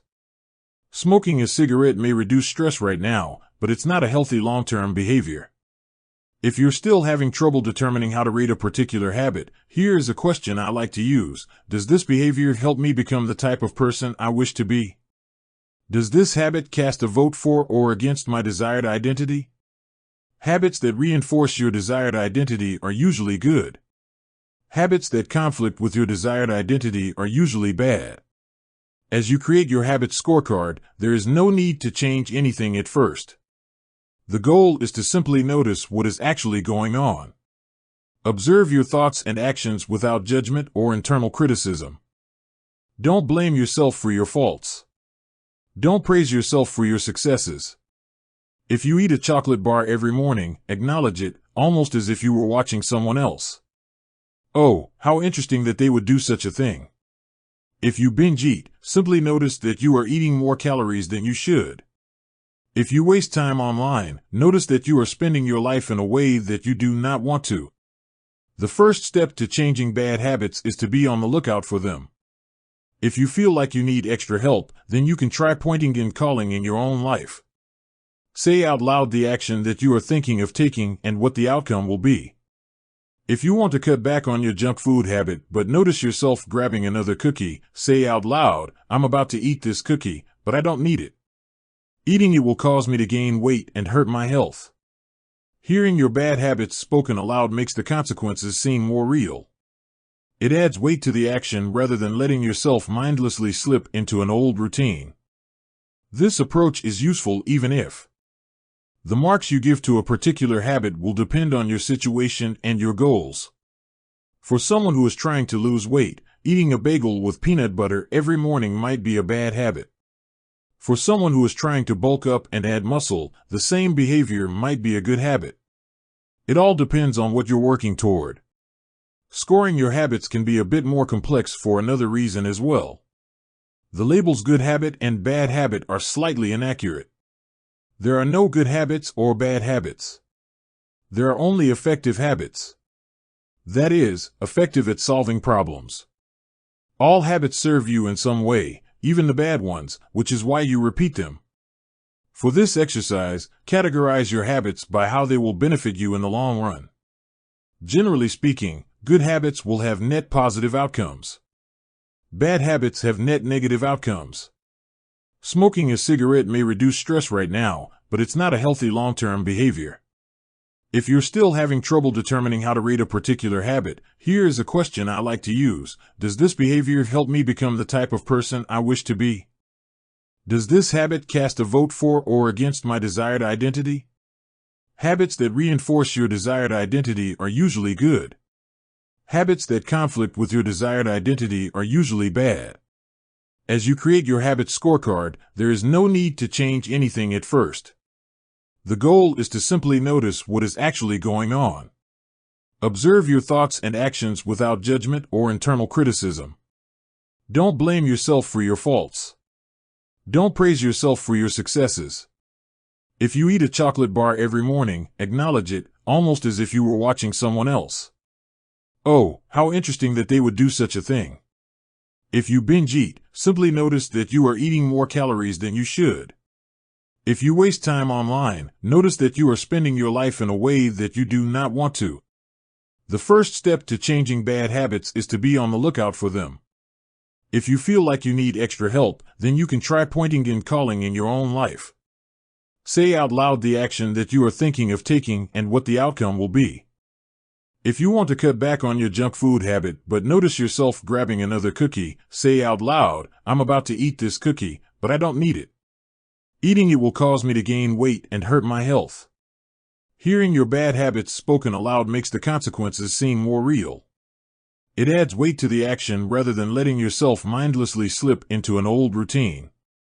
This approach is useful even if you're simply trying to remember a task on your to-do list. Just saying out loud, "Tomorrow, I need to go to the post office after lunch," increases the odds that you'll actually do it. You're getting yourself to acknowledge the need for action, and that can make all the difference. The process of behavior change always starts with awareness. Strategies like pointing and calling and the habit scorecard are focused on getting you to recognize your habits and acknowledge the cues that trigger them, which makes it possible to respond in a way that benefits you.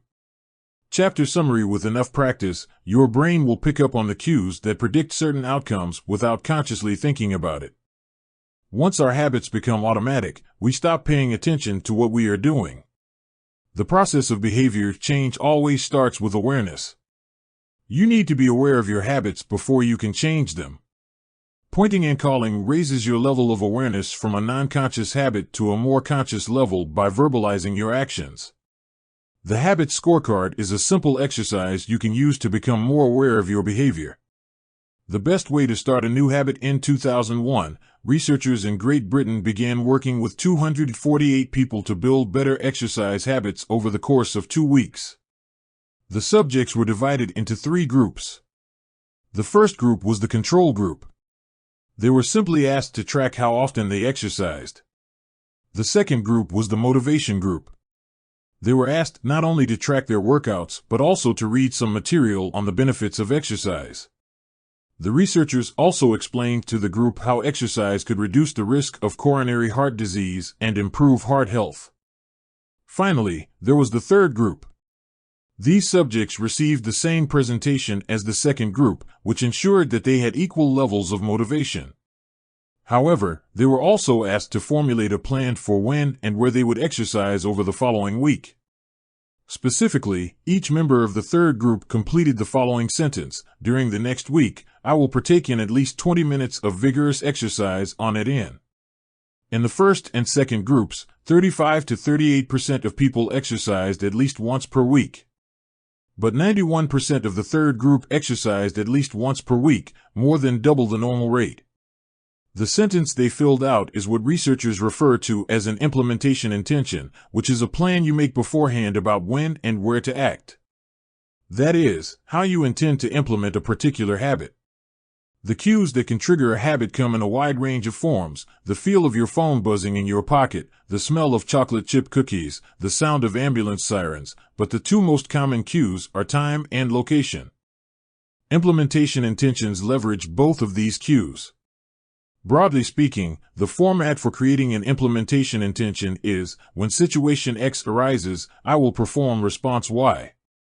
Hundreds of studies have shown that implementation intentions are effective for sticking to our goals, whether it's writing down the exact time and date of when you will get a flu shot or recording the time of your colonoscopy appointment. They increase the odds that people will stick with habits like recycling, studying, going to sleep early, and stopping smoking. Researchers have even found that voter turnout increases when people are forced to create implementation intentions by answering questions like, "What route are you taking to the polling station? At what time are you planning to go? What bus will get you there?"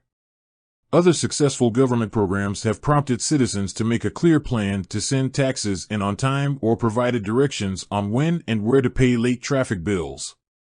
The punchline is clear: people who make a specific plan for when and where they will perform a new habit are more likely to follow through. Too many people try to change their habits without these basic details figured out.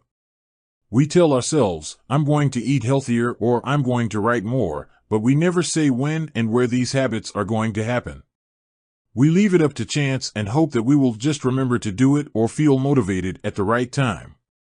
An implementation intention sweeps away foggy notions like "I want to work out more" or "I want to be more productive" or "I should vote," and transforms them into a concrete plan of action. Many people think they lack motivation when what they really lack is clarity. It is not always obvious when and where to take action. Some people spend their entire lives waiting for the time to be right to make an improvement. Once an implementation intention has been set, you don't have to wait for inspiration to strike. Do I write a chapter today or not? Do I meditate this morning or at lunch? When the moment of action occurs, there is no need to make a decision. Simply follow your predetermined plan. The simple way to apply this strategy to your habits is to fill out this sentence: I will let in. Meditation. I will meditate for 1 minute at 7 a.m. in my kitchen. Studying. I will study Spanish for 20 minutes at 6 p.m. in my bedroom. Exercise. I will exercise for 1 hour at 5 p.m. in my local gym. Marriage. I will make my partner a cup of tea at 8 a.m. in the kitchen. If you aren't sure when to start your habit, try the first day of the week, month, or year. People are more likely to take action at those times because hope is usually higher. If we have hope, we have a reason to take action. A fresh start feels motivating. There is another benefit to implementation intentions. Being specific about what you want and how you will achieve it helps you say no to things that derail progress, distract your attention, and pull you off course. We often say yes to little requests because we are not clear enough about what we need to be doing instead. When your dreams are vague, it's easy to rationalize little exceptions all day long and never get around to the specific things you need to do to succeed. Give your habits a time and a space to live in the world. The goal is to make the time and location so obvious that, with enough repetition, you get an urge to do the right thing at the right time, even if you can't say why. As the writer Jason Zweig noted, obviously you're never going to just work out without conscious thought. But like a dog salivating at a bell, maybe you start to get antsy around the time of day you normally work out. There are many ways to use implementation intentions in your life and work. My favorite approach is one I learned from Stanford professor B.J. Fogg, and it is a strategy one referred to as habit stacking. Habit stacking, a simple plan to overhaul your habits. The French philosopher Denis Diderot lived nearly his entire life in poverty, but that all changed one day in 1765. Diderot's daughter was about to be married and he could not afford to pay for the wedding. Despite his lack of wealth, Diderot was well known for his role as the co-founder and writer of Encyclopédie, one of the most comprehensive encyclopedias of the time. When Catherine the Great, the Empress of Russia, heard of Diderot's financial troubles, her heart went out to him. She was a book lover and greatly enjoyed his encyclopedia. She offered to buy Diderot's personal library for £1,000, more than $150,000 today. Suddenly, Diderot had money to spare. With his new wealth, he not only paid for the wedding but also acquired a scarlet robe for himself. Diderot's scarlet robe was beautiful. So beautiful, in fact, that he immediately noticed how out of place it seemed when surrounded by his more common possessions. He wrote that there was no more coordination, no more unity, no more beauty between his elegant robe and the rest of his stuff.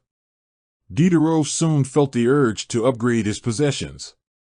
He replaced his rug with one from Damascus. He decorated his home with expensive sculptures. He bought a mirror to place above the mantel and a better kitchen table. He tossed aside his old straw chair for a leather one.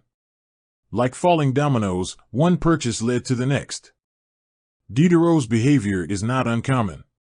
In fact, the tendency for one purchase to lead to another one has a name: the Diderot effect.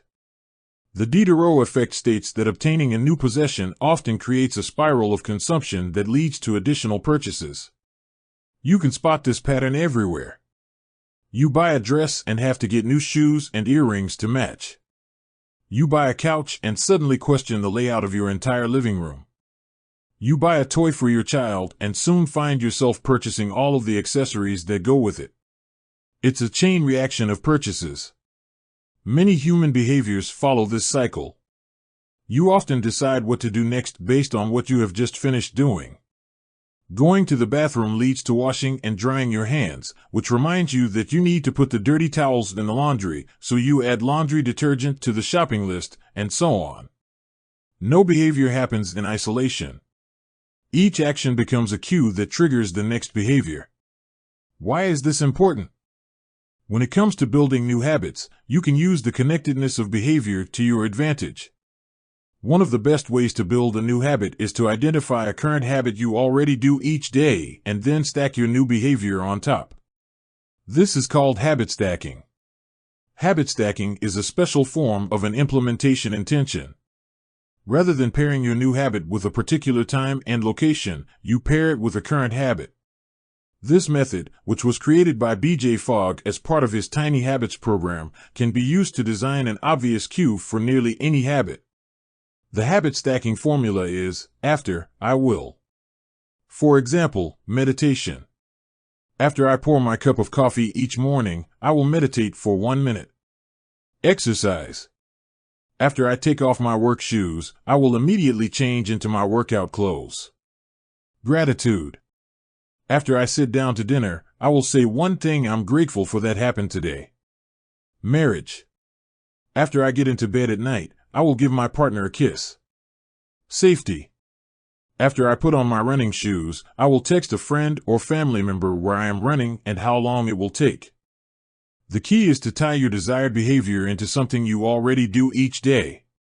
Once you have mastered this basic structure, you can begin to create larger stacks by chaining small habits together.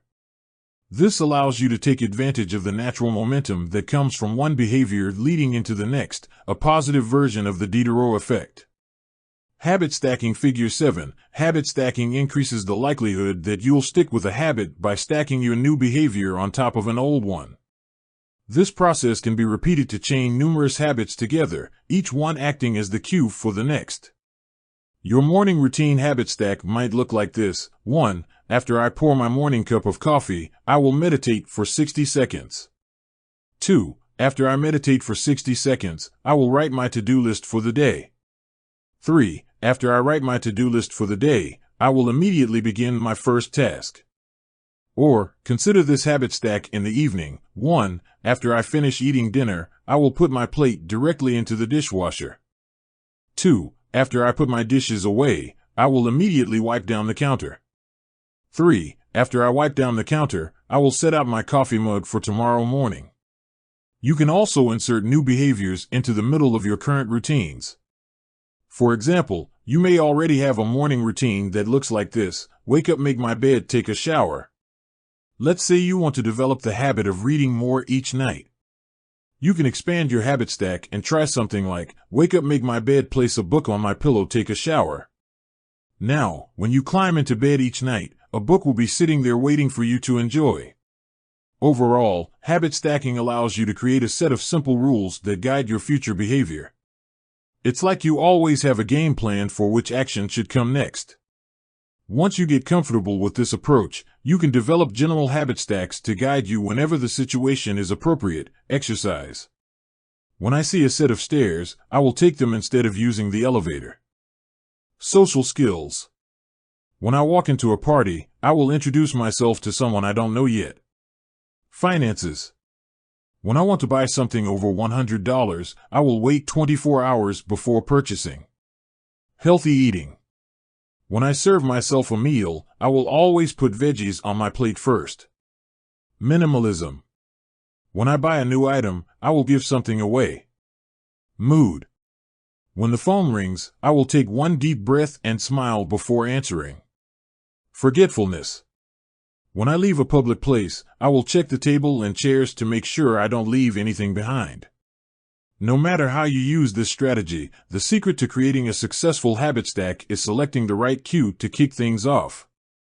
Unlike an implementation intention, which specifically states the time and location for a given behavior, habit stacking implicitly has the time and location built into it. When and where you choose to insert a habit into your daily routine can make a big difference. If you're trying to add meditation into your morning routine but mornings are chaotic and your kids keep running into the room, then that may be the wrong place and time. Consider when you are most likely to be successful. Don't ask yourself to do a habit when you're likely to be occupied with something else.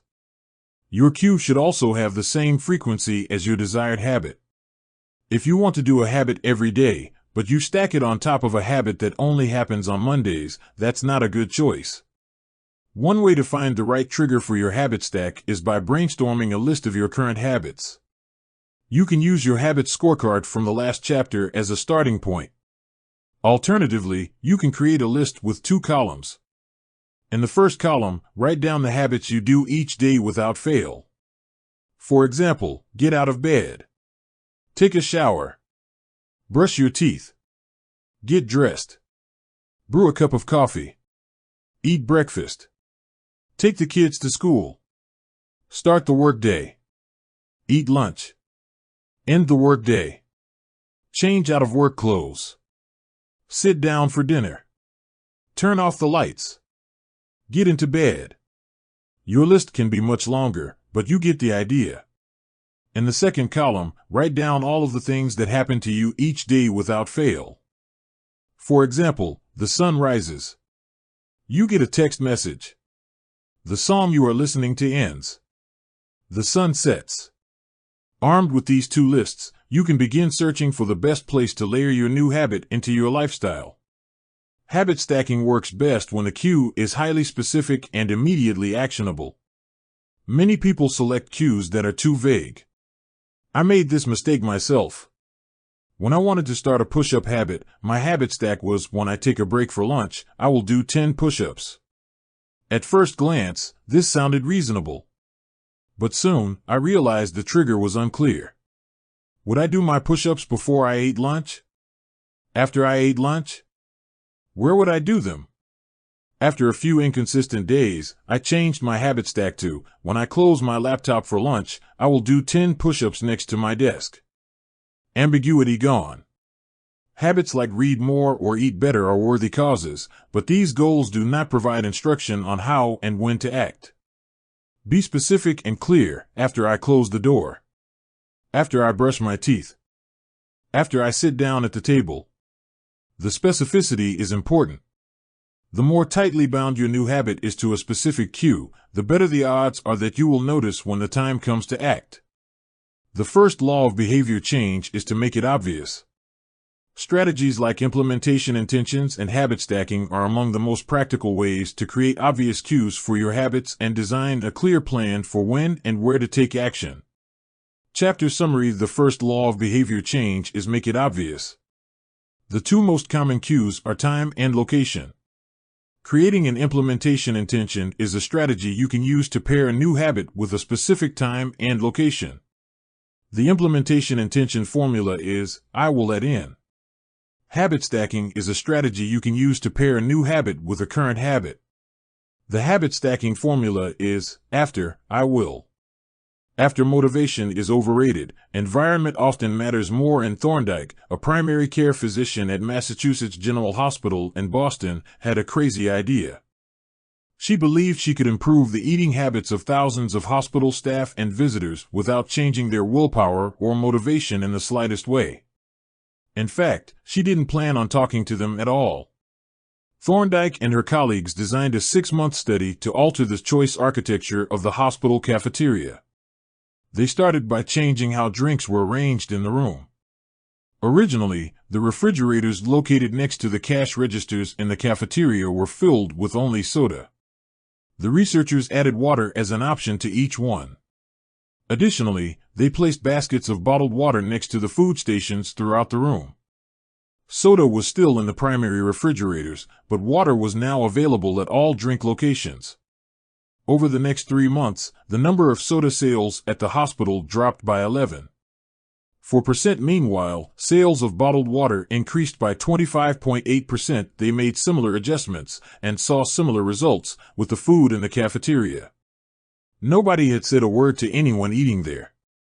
Before Figure 8, here is a representation of what the cafeteria looked like before the environment design changes were made and after. The shaded boxes indicate areas where bottled water was available in each instance. Because the amount of water in the environment was increased, behavior shifted naturally and without additional motivation. People often choose products not because of what they are, but because of where they are. If I walk into the kitchen and see a plate of cookies on the counter, I'll pick up half a dozen and start eating, even if I hadn't been thinking about them beforehand and didn't necessarily feel hungry. If the communal table at the office is always filled with donuts and bagels, it's going to be hard not to grab one every now and then.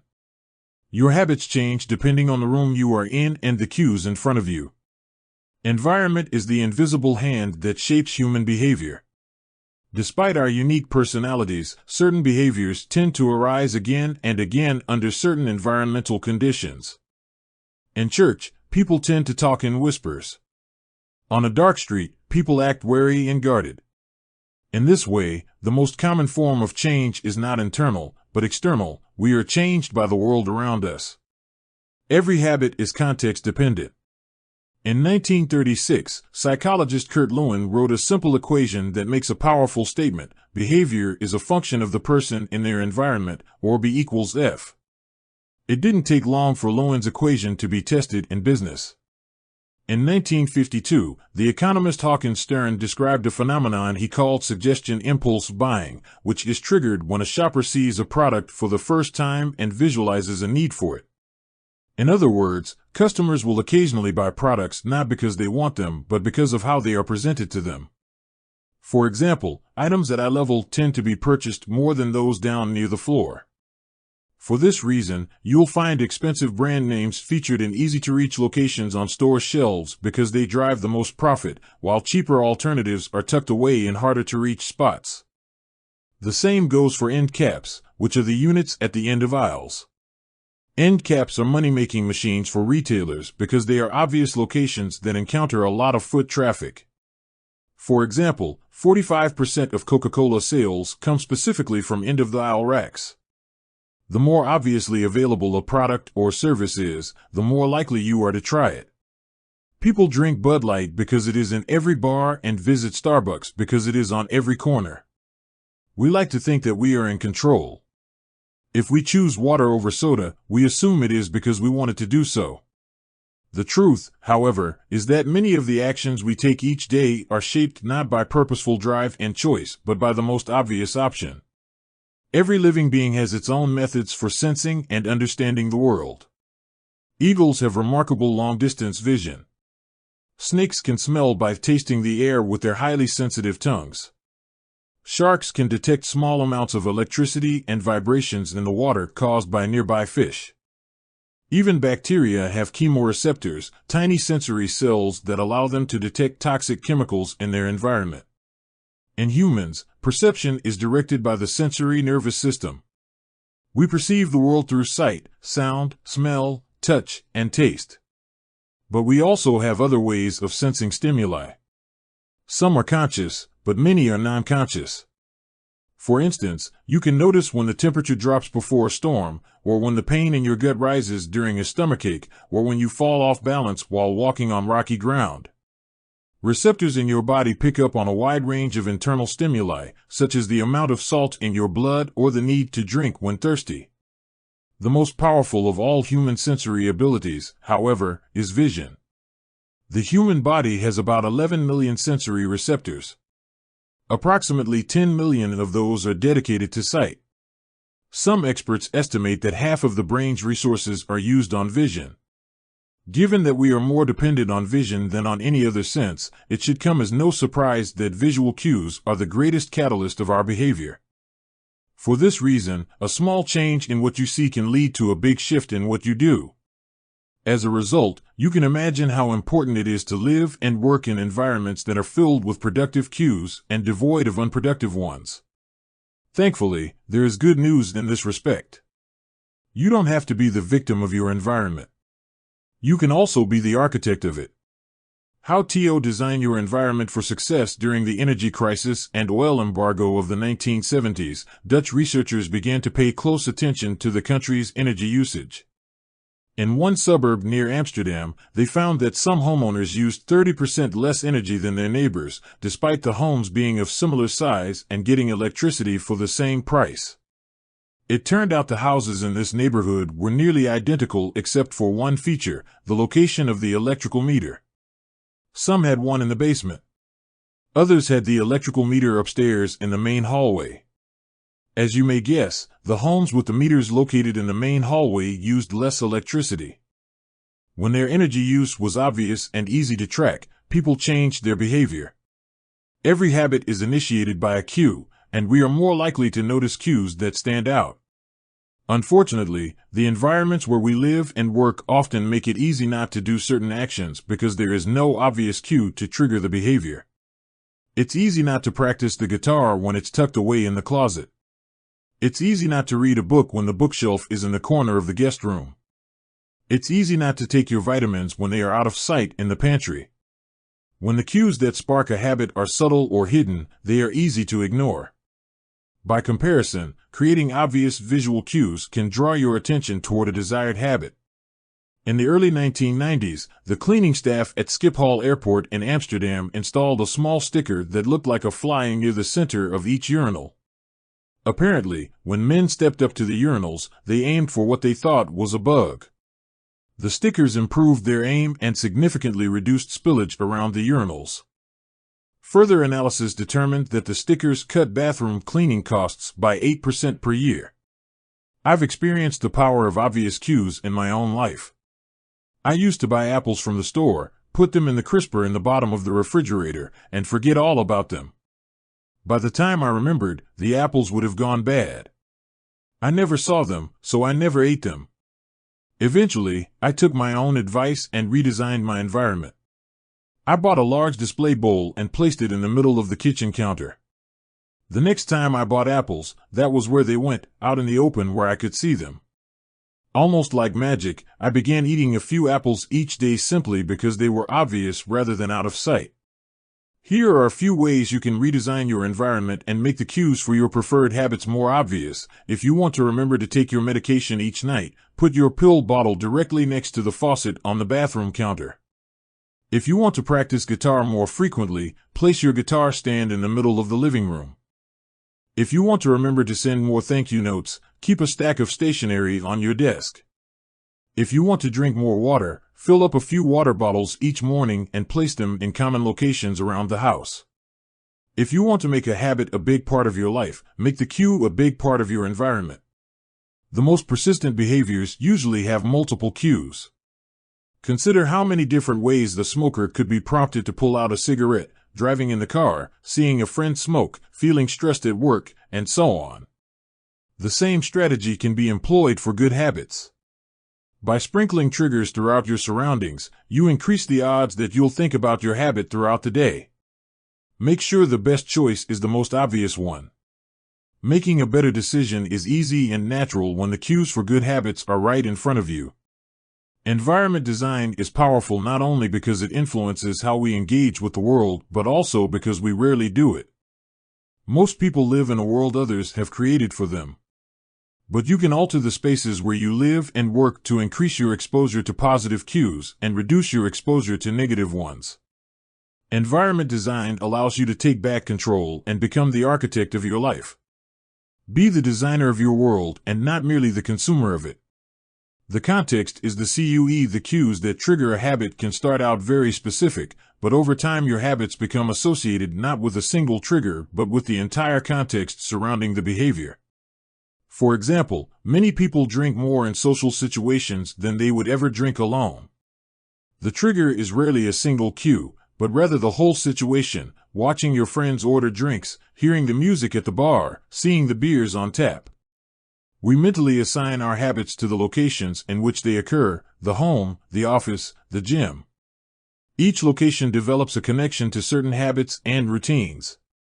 You establish a particular relationship with the objects on your desk, the items on your kitchen counter, the things in your bedroom. Our behavior is not defined by the objects in the environment, but by our relationship to them. In fact, this is a useful way to think about the influence of the environment on your behavior. Stop thinking about your environment as filled with objects. Start thinking about it as filled with relationships. Think in terms of how you interact with the spaces around you. For one person, her couch is the place where she reads for an hour each night. For someone else, the couch is where he watches television and eats a bowl of ice cream after work. Different people can have different memories, and thus different habits, associated with the same place. The good news? You can train yourself to link a particular habit with a particular context. In one study, scientists instructed insomniacs to get into bed only when they were tired. If they couldn't fall asleep, they were told to sit in a different room until they became sleepy. Over time, subjects began to associate the context of their bed with the action of sleeping, and it became easier to quickly fall asleep when they climbed in bed. Their brains learned that sleeping, not browsing on their phones, not watching television, not staring at the clock, was the only action that happened in that room.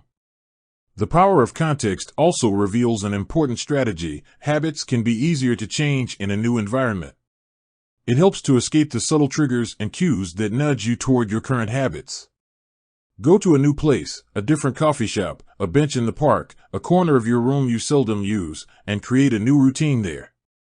It is easier to associate a new habit with a new context than to build a new habit in the face of competing cues. It can be difficult to go to bed early if you watch television in your bedroom each night. It can be hard to study in the living room without getting distracted if that's where you always play video games. But when you step outside your normal environment, you leave your behavioral biases behind. You aren't battling old environmental cues, which allows new habits to form without interruption. Want to think more creatively? Move to a bigger room, a rooftop patio, or a building with expansive architecture. Take a break from the space where you do your daily work, which is also linked to your current thought patterns. Trying to eat healthier? It is likely that you shop on autopilot at your regular supermarket. Try a new grocery store. You may find it easier to avoid unhealthy food when your brain doesn't automatically know where it is located in the store. When you can't manage to get to an entirely new environment, redefine or rearrange your current one. Create a separate space for work, study, exercise, entertainment, and cooking. The mantra I find useful is one space, one use. When I started my career as an entrepreneur, I would often work from my couch or at the kitchen table. In the evenings, I found it very difficult to stop working. There was no clear division between the end of work time and the beginning of personal time. Was the kitchen table my office or the space where I ate meals? Was the couch where I relaxed or where I sent emails? Everything happened in the same place. A few years later, I could finally afford to move to a home with a separate room for my office. Suddenly, work was something that happened in here and personal life was something that happened out there. It was easier for me to turn off the professional side of my brain when there was a clear dividing line between work life and home life. Each room had one primary use. The kitchen was for cooking. The office was for working. Whenever possible, avoid mixing the context of one habit with another. When you start mixing contexts, you'll start mixing habits, and the easier ones will usually win out. This is one reason why the versatility of modern technology is both a strength and a weakness. You can use your phone for all sorts of tasks, which makes it a powerful device. But when you can use your phone to do nearly anything, it becomes hard to associate it with one task. You want to be productive, but you're also conditioned to browse social media, check email, and play video games whenever you open your phone. It's a mishmash of cues. You may be thinking, you don't understand. I live in New York City. My apartment is the size of a smartphone. I need each room to play multiple roles. Fair enough. If your space is limited, divide your room into activity zones, a chair for reading, a desk for writing, a table for eating. You can do the same with your digital spaces. I know a writer who uses his computer only for writing, his tablet only for reading, and his phone only for social media and texting. Every habit should have a home. If you can manage to stick with this strategy, each context will become associated with a particular habit and mode of thought. Habits thrive under predictable circumstances like these. Focus comes automatically when you are sitting at your work desk. Relaxation is easier when you are in a space designed for that purpose. Sleep comes quickly when it is the only thing that happens in your bedroom. If you want behaviors that are stable and predictable, you need an environment that is stable and predictable. A stable environment where everything has a place and a purpose is an environment where habits can easily form. Chapter summary: small changes in context can lead to large changes in behavior over time. Every habit is initiated by a cue. We are more likely to notice cues that stand out. Make the cues of good habits obvious in your environment. Gradually, your habits become associated not with a single trigger but with the entire context surrounding the behavior. The context becomes the cue. It is easier to build new habits in a new environment because you are not fighting against old cues.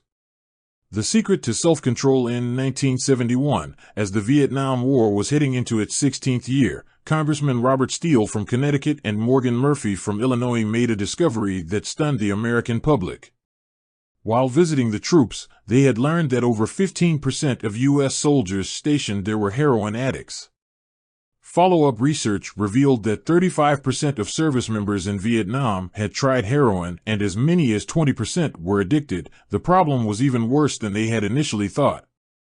The discovery led to a flurry of activity in Washington, including the creation of the Special Action Office of Drug Abuse Prevention under President Nixon to promote prevention and rehabilitation and to track addicted service members when they returned home. Lee Robbins was one of the researchers in charge. In a finding that completely upended the accepted beliefs about addiction, Robbins found that when soldiers who had been heroin users returned home, only 5% of them became re-addicted within a year, and just 12% relapsed within 3 years. In other words, approximately 9 out of 10 soldiers who used heroin in Vietnam eliminated their addiction nearly overnight. This finding contradicted the prevailing view at the time, which considered heroin addiction to be a permanent and irreversible condition.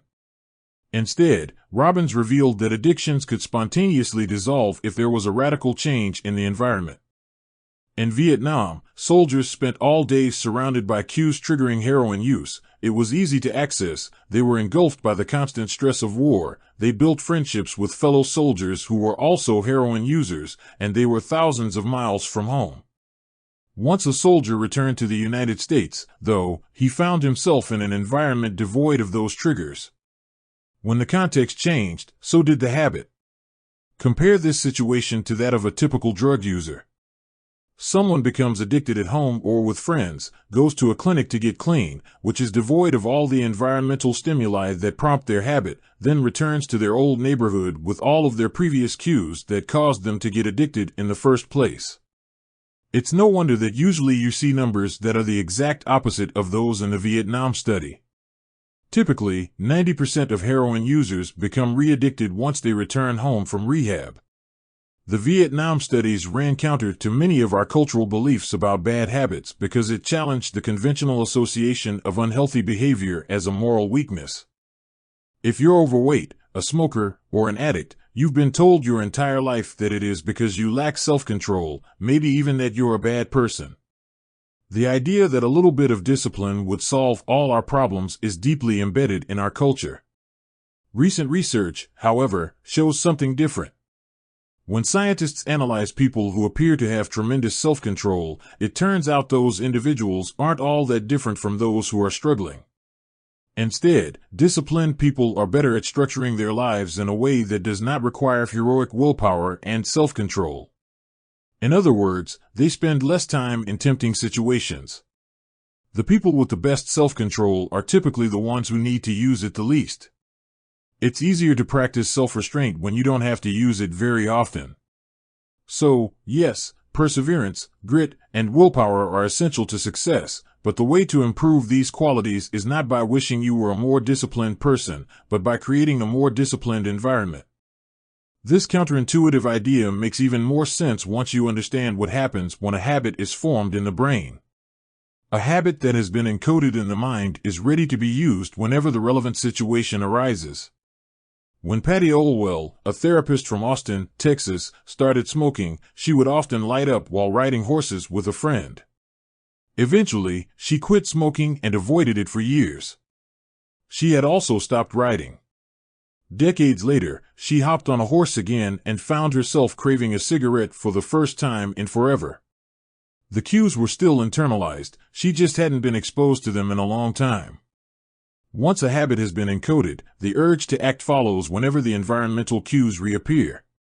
This is one reason behavior change techniques can backfire.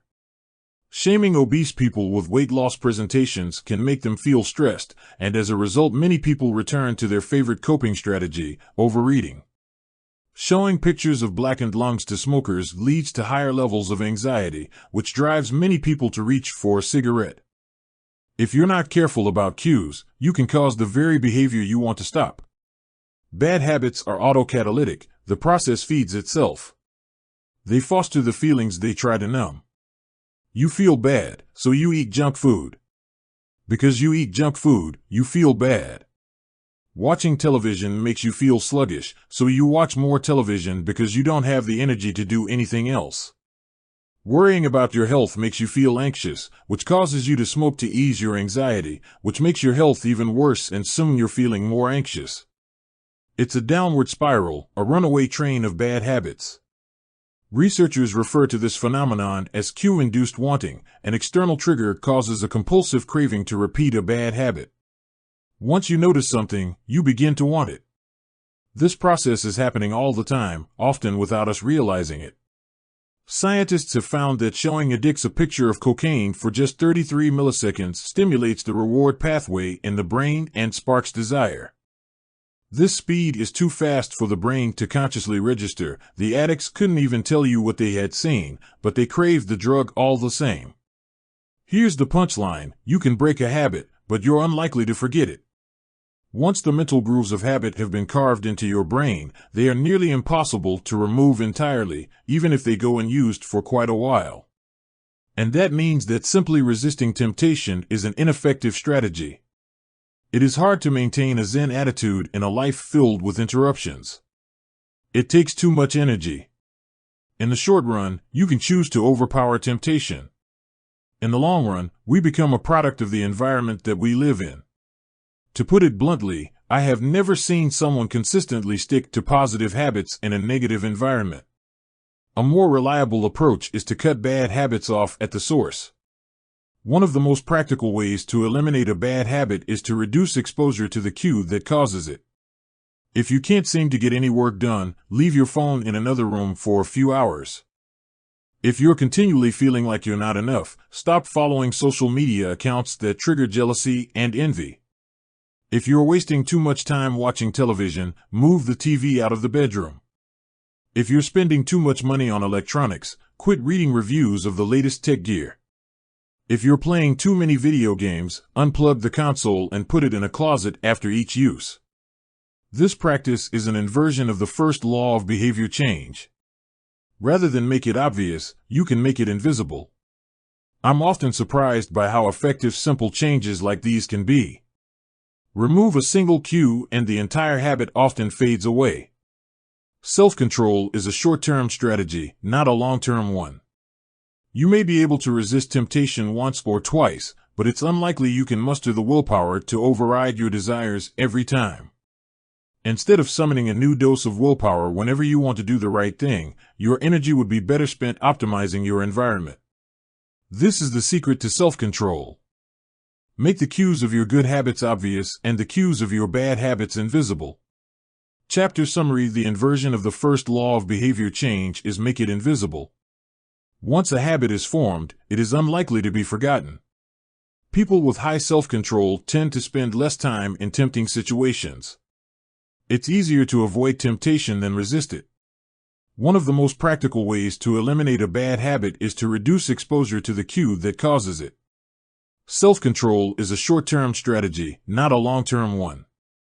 How to create a good habit: the first law. 1.1. Fill out the habit scorecard. Write down your current habits to become aware of them. 1.2. Use implementation intentions. I will let in.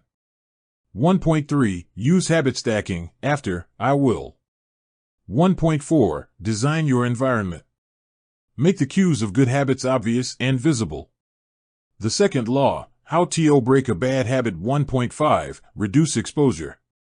Remove the cues of your bad habits from your environment. Second law. The second law: make it attractive. How to make a habit irresistible. In the 1940s, a Dutch scientist named Nico Tinbergen performed a series of experiments that transformed our understanding of what motivates us. Tinbergen, who eventually won a Nobel Prize for his work, was investigating herring gulls, the gray and white birds often seen flying along the seashores of North America. Adult herring gulls have a small red on their beak, and Tinbergen noticed that newly hatched chicks would peck this spot whenever they wanted food. To begin one experiment, he created a collection of fake cardboard beaks, just a head without a body. When the parents had flown away, he went over to the nest and offered these dummy beaks to the chicks. The beaks were obvious fakes, and he assumed the baby birds would reject them altogether. However, when the tiny gulls saw the red spot on the cardboard beak, they pecked away just as if it were attached to their own mother. They had a clear preference for those red spots, as if they had been genetically programmed at birth. Soon Tinbergen discovered that the bigger the red spot, the faster the chicks pecked. Eventually, he created a beak with 3 large red dots on it. When he placed it over the nest, the baby birds went crazy with delight. They pecked at the little red patches as if it was the greatest beak they had ever seen. Tinbergen and his colleagues discovered similar behavior in other animals. For example, the gray-lag goose is a ground-nesting bird. Occasionally, as the mother moves around on the nest, one of the eggs will roll out and settle on the grass nearby. Whenever this happens, the goose will waddle over to the egg and use its beak and neck to pull it back into the nest. Tinbergen discovered that the goose will pull any nearby round object, such as a billiard ball or a light bulb, back into the nest. The bigger the object, the greater their response. One goose even made a tremendous effort to roll a volleyball back and sit on top. Like the baby gulls automatically pecking at red dots, the gray-lag goose was following an instinctive rule: when I see a round object nearby, I must roll it back into the nest. The bigger the round object, the harder I should try to get it. It's like the brain of each animal is preloaded with certain rules for behavior, and when it comes across an exaggerated version of that rule, it lights up like a Christmas tree. Scientists refer to these exaggerated cues as supernormal stimuli. A supernormal stimulus is a heightened version of reality, like a beak with 3 red dots or an egg the size of a volleyball, and it elicits a stronger response than usual. Humans are also prone to fall for exaggerated versions of reality. Junk food, for example, drives our reward systems into a frenzy. After spending hundreds of thousands of years hunting and foraging for food in the wild, the human brain has evolved to place a high value on salt, sugar, and fat. Such foods are often calorie-dense, and they were quite rare when our ancient ancestors were roaming the savannah. When you don't know where your next meal is coming from, eating as much as possible is an excellent strategy for survival. Today, however, we live in a calorie-rich environment. Food is abundant, but your brain continues to crave it like it is scarce. Placing a high value on salt, sugar, and fat is no longer advantageous to our health, but the craving persists because the brain's reward centers have not changed for approximately 50,000 years. The modern food industry relies on stretching our Paleolithic instincts beyond their evolutionary purpose. A primary goal of food science is to create products that are more attractive to consumers. Nearly every food in a bag, box, or jar has been enhanced in some way, if only with additional flavoring. Companies spend millions of dollars to discover the most satisfying level of crunch in a potato chip or the perfect amount of fizz in a soda. Entire departments are dedicated to optimizing how a product feels in your mouth, a quality known as oral sensation. French fries, for example, are a potent combination, golden brown and crunchy on the outside, light and smooth on the inside. Other processed foods enhance dynamic contrast, which refers to items with a combination of sensations, like crunchy and creamy. Imagine the gooiness of melted cheese on top of a crispy pizza crust, or the crunch of an Oreo cookie combined with its smooth center. With natural, unprocessed foods, you tend to experience the same sensations over and over. How's that 17th bite of kale taste? Object, the greater their response. One goose even made a tremendous effort to roll a volleyball back and sit on top. Like the baby gulls automatically pecking at red dots, the gray-lag goose was following an instinctive rule: when I see a round object nearby, I must roll it back into the nest. The bigger the round object, the harder I should try to get it. It's like the brain of each animal is preloaded with certain rules for behavior, and when it comes across an exaggerated version of that rule, it lights up like a Christmas tree. Scientists refer to these exaggerated cues as supernormal stimuli. A supernormal stimulus is a heightened version of reality, like a beak with 3 red dots or an egg the size of a volleyball, and it elicits a stronger response than usual. Humans are also prone to fall for exaggerated versions of reality.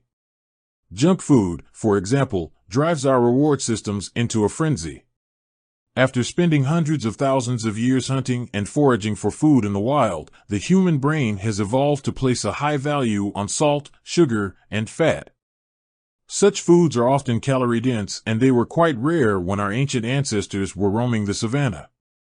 When you don't know where your next meal is coming from, eating as much as possible is an excellent strategy for survival. Today, however, we live in a calorie-rich environment. Food is abundant, but your brain continues to crave it like it is scarce. Placing a high value on salt, sugar, and fat is no longer advantageous to our health, but the craving persists because the brain's reward centers have not changed for approximately 50,000 years.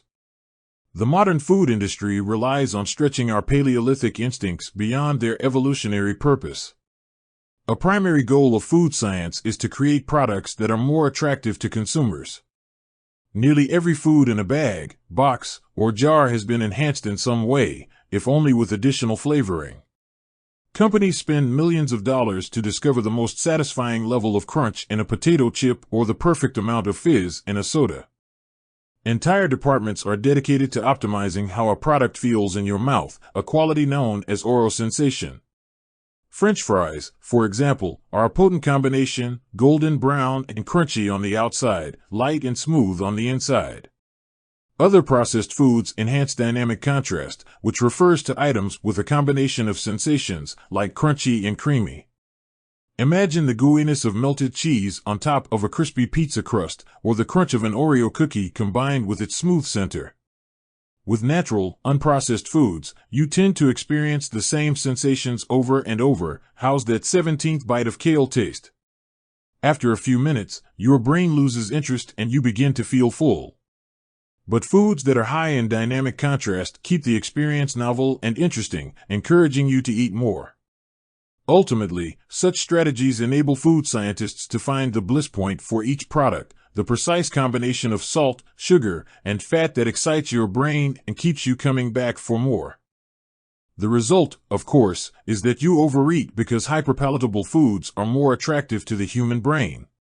As Stephen Guyenet, a neuroscientist who specializes in eating behavior and obesity, says, we've gotten too good at pushing our own buttons. The modern food industry, and the overeating habits it has spawned, is just one example of the second law of behavior change: make it attractive. The more attractive an opportunity is, the more likely it is to become habit-forming. Look around. Society is filled with highly engineered versions of reality that are more attractive than the world our ancestors evolved in. Stores feature mannequins with exaggerated hips and breasts to sell clothes. Social media delivers more likes and praise in a few minutes than we could ever get in the office or at home. Online porn splices together stimulating scenes at a rate that would be impossible to replicate in real life. Advertisements are created with a combination of ideal lighting, professional makeup, and photoshopped edits. Even the model doesn't look like the person in the final image. These are the supernormal stimuli of our modern world.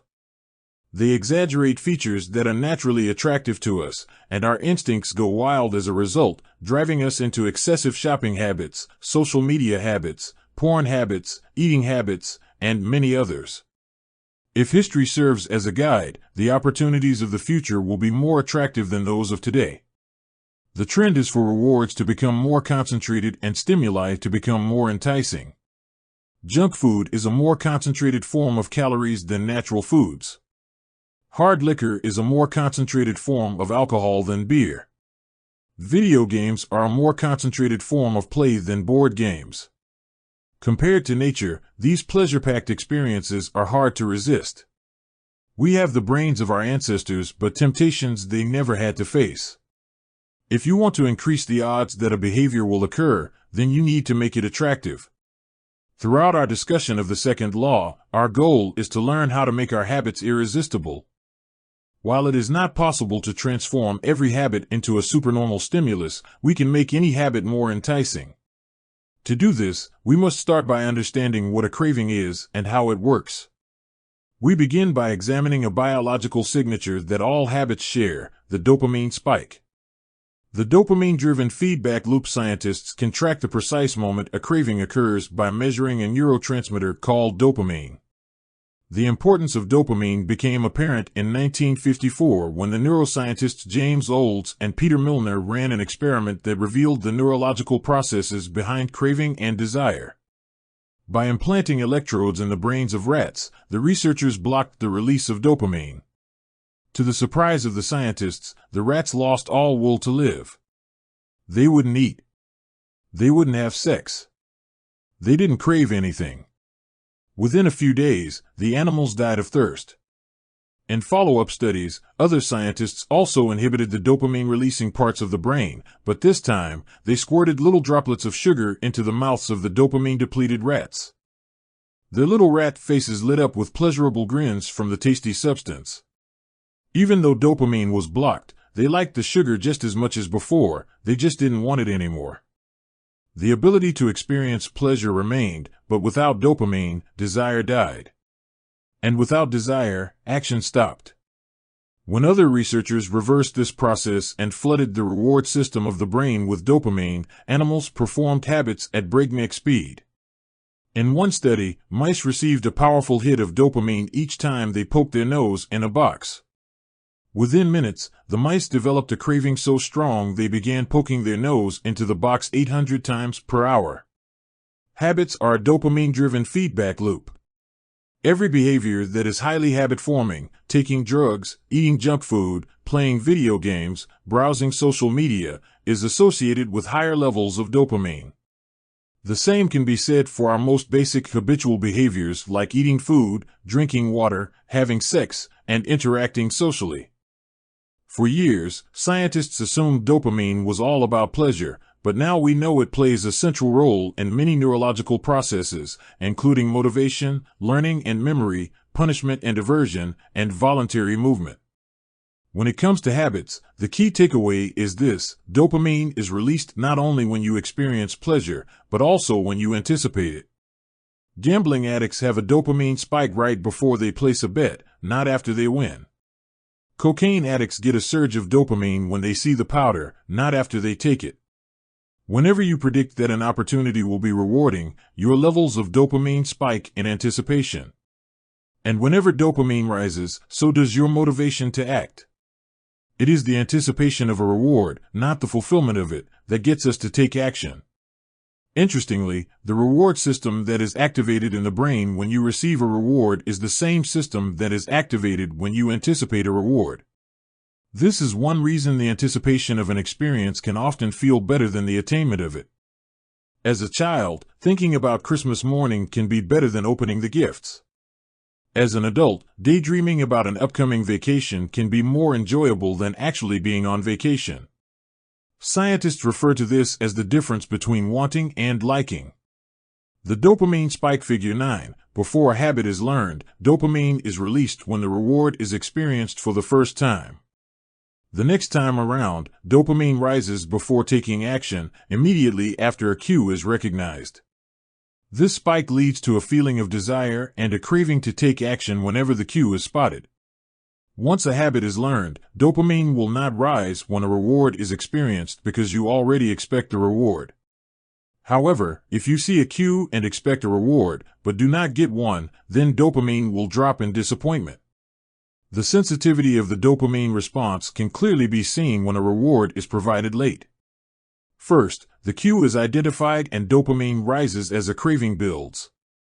Next, a response is taken, but the reward does not come as quickly as expected and dopamine begins to drop. Finally, when the reward comes a little later than you had hoped, dopamine spikes again. It is as if the brain is saying, "See, I knew I was right. Don't forget to repeat this action next time." Your brain has far more neural circuitry allocated for wanting rewards than for liking them. The wanting centers in the brain are large: the brain stem, the nucleus accumbens, the ventral tegmental area, the dorsal striatum, the amygdala, and portions of the prefrontal cortex. By comparison, the liking centers of the brain are much smaller. They are often referred to as hedonic hotspots and are distributed like tiny islands throughout the brain. For instance, researchers have found that 100% of the nucleus accumbens is activated during wanting. Meanwhile, only 10% of the structure is activated during liking. The fact that the brain allocates so much precious space to the regions responsible for craving and desire provides further evidence of the crucial role these processes play. Desire is the engine that drives behavior. Every action is taken because of the anticipation that precedes it. It is the craving that leads to the response. These insights reveal the importance of the second law of behavior change. We need to make our habits attractive because it is the expectation of a rewarding experience that motivates us to act in the first place. This is where a strategy known as temptation bundling comes into play. How to use temptation bundling to make your habits more attractive. Ronan Byrne, an electrical engineering student in Dublin, Ireland, enjoyed watching Netflix, but he also knew that he should exercise more often than he did. Putting his engineering skills to use, Byrne hacked his stationary bike and connected it to his laptop and television. Then he wrote a computer program that would allow Netflix to run only if he was cycling at a certain speed. If he slowed down for too long, whatever show he was watching would pause until he started pedaling again. He was, in the words of one fan, eliminating obesity one Netflix binge at a time. He was also employing temptation bundling to make his exercise habit more attractive. Temptation bundling works by linking an action you want to do with an action you need to do. In Byrne's case, he bundled watching Netflix with riding his stationary bike. Businesses are masters at temptation bundling. For instance, when the American Broadcasting Company, more commonly known as ABC, launched its Thursday night television lineup for the 2014-2015 season, they promoted temptation bundling on a massive scale. Every Thursday, the company would air 3 shows created by screenwriter Shonda Rhimes: Grey's Anatomy, Scandal, and How to Get Away with Murder.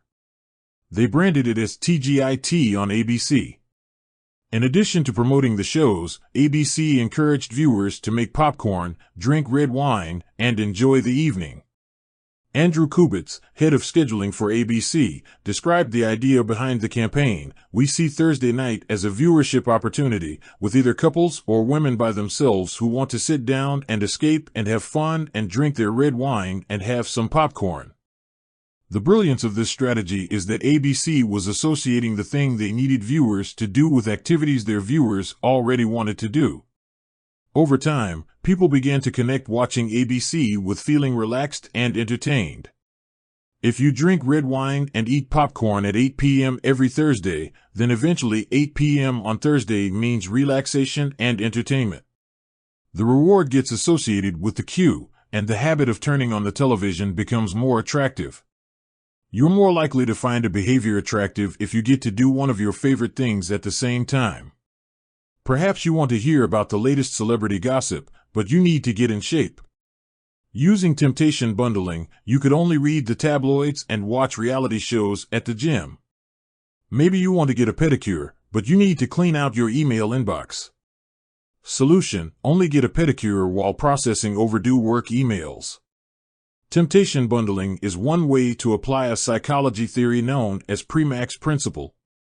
Named after the work of Professor David Premack, the principle states that more probable behaviors will reinforce less probable behaviors. In other words, even if you don't really want to process overdue work emails, you'll become conditioned to do it if it means you get to do something you really want to do along the way. You can even combine temptation bundling with the habit stacking strategy we discussed in Chapter 5 to create a set of rules to guide your behavior. The habit stacking plus temptation bundling formula is 1. After, I will. 2. After, I will. If you want to read the news, but you need to express more gratitude, 1. After I get my morning coffee, I will say one thing I'm grateful for that happened yesterday. 2. After I say one thing I'm grateful for, I will read the news. If you want to watch sports, but you need to make sales calls, 1. After I get back from my lunch break, I will call 3 potential clients. 2. After I call 3 potential clients, I will check ESPN. If you want to check Facebook, but you need to exercise more, 1. After I pull out my phone, I will do 10 burpees. 2. After I do 10 burpees, I will check Facebook. The hope is that eventually you'll look forward to calling 3 clients or doing 10 burpees because it means you get to read the latest sports news or check Facebook. Doing the thing you need to do means you get to do the thing you want to do. We began this chapter by discussing supernormal stimuli, which are heightened versions of reality that increase our desire to take action. Temptation bundling is one way to create a heightened version of any habit by connecting it with something you already want. Engineering a truly irresistible habit is a hard task, but this simple strategy can be employed to make nearly any habit more attractive than it would be otherwise. Chapter summary: the second law of behavior change is make it attractive. The more attractive an opportunity is, the more likely it is to become habit-forming. Habits are a dopamine-driven feedback loop. When dopamine rises, so does our motivation to act. It is the anticipation of a reward, not the fulfillment of it, that gets us to take action. The greater the anticipation, the greater the dopamine spike. Temptation bundling is one way to make your habits more attractive. The strategy is to pair an action you want to do with an action you need to do. The role of family and friends in shaping your habits. In 1965, a Hungarian man named Laszlo Polgar wrote a series of strange letters to a woman named Clara. Laszlo was a firm believer in hard work. In fact, it was all he believed in. He completely rejected the idea of innate talent. He claimed that with deliberate practice and the development of good habits, a child could become a genius in any field. His mantra was the genius is not born, but is educated and trained.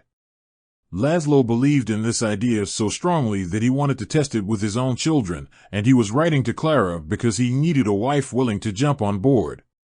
Clara was a teacher and, although she may not have been as adamant as Laszlo, she also believed that with proper instruction, anyone could advance their skills.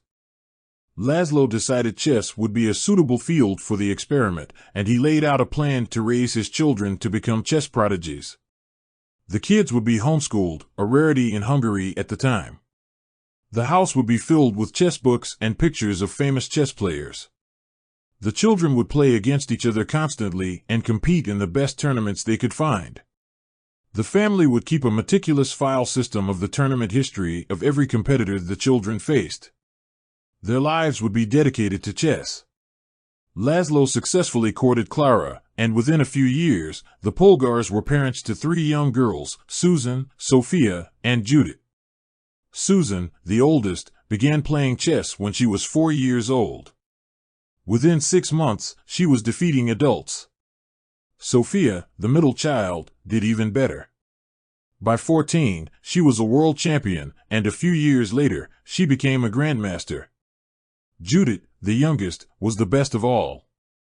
By age 5, she could beat her father. At 12, she was the youngest player ever listed among the top 100 chess players in the world. At 15 years and 4 months old, she became the youngest grandmaster of all time, younger than Bobby Fischer, the previous record holder. For 27 years, she was the #1 ranked female chess player in the world. The childhood of the Polgar sisters was atypical, to say the least.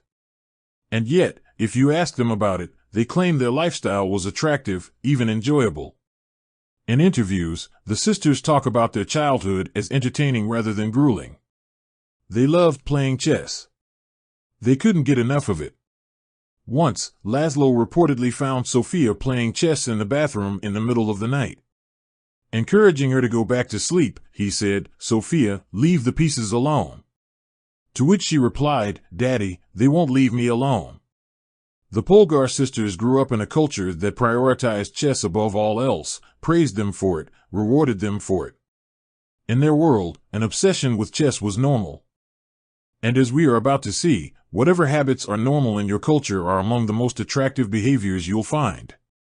The seductive pull of social norms. Humans are herd animals.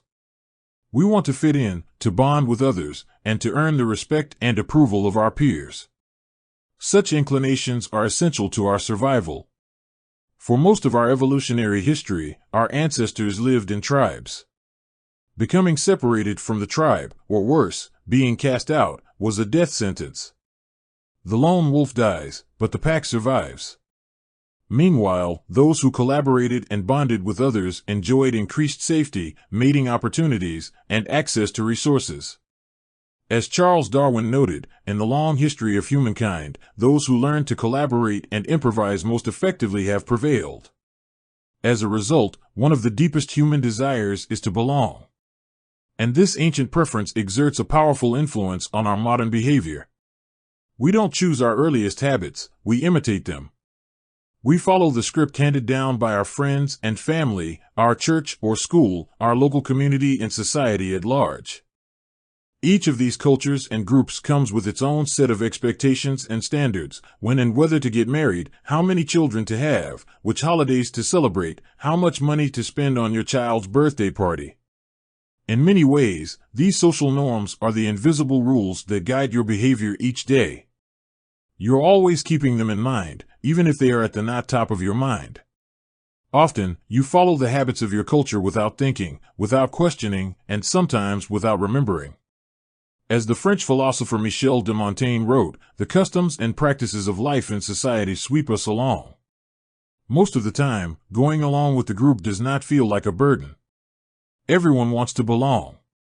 If you grow up in a family that rewards you for your chess skills, playing chess will seem like a very attractive thing to do. If you work in a job where everyone wears expensive suits, then you'll be inclined to splurge on one as well. If all of your friends are sharing an inside joke or using a new phrase, you'll want to do it, too, so they know that you get it. Behaviors are attractive when they help us fit in. We imitate the habits of three groups in particular: 1. The close. 2. The many. 3. The powerful. Each group offers an opportunity to leverage the second law of behavior change and make our habits more attractive. 1. Imitating the close proximity has a powerful effect on our behavior. This is true of the physical environment, as we discussed in Chapter 6, but it is also true of the social environment. We pick up habits from the people around us. We copy the way our parents handle arguments, the way our peers flirt with one another, the way our coworkers get results. When your friends smoke pot, you give it a try, too. When your wife has a habit of double-checking that the door is locked before going to bed, you pick it up as well. I find that I often imitate the behavior of those around me without realizing it. In conversation, I'll automatically assume the body posture of the other person. In college, I began to talk like my roommates. When traveling to other countries, I unconsciously imitate the local accent despite reminding myself to stop. As a general rule, the closer we are to someone, the more likely we are to imitate some of their habits. One groundbreaking study tracked 12,000 people for 32 years and found that a person's chances of becoming obese increased by 57% if he or she had a friend who became obese. It works the other way, too. Another study found that if one person in a relationship lost weight, the other partner would also slim down about 1/3 of the time. Our friends and family provide a sort of invisible peer pressure that pulls us in their direction. Of course, peer pressure is bad only if you're surrounded by bad influences. When astronaut Mike Massimino was a graduate student at MIT, he took a small robotics class. Of the 10 people in the class, 4 became astronauts. If your goal was to make it into space, then that room was about the best culture you could ask for. Similarly, one study found that the higher your best friend's IQ at age 11 or 12, the higher your IQ would be at age 15, even after controlling for natural levels of intelligence. We soak up the qualities and practices of those around us. One of the most effective things you can do to build better habits is to join a culture where your desired behavior is the normal behavior. New habits seem achievable when you see others doing them every day. If you are surrounded by fit people, you are more likely to consider working out to be a common habit. If you're surrounded by jazz lovers, you are more likely to believe it's reasonable to play jazz every day. Your culture sets your expectation for what is normal. Surround yourself with people who have the habits you want to have yourself. You'll rise together.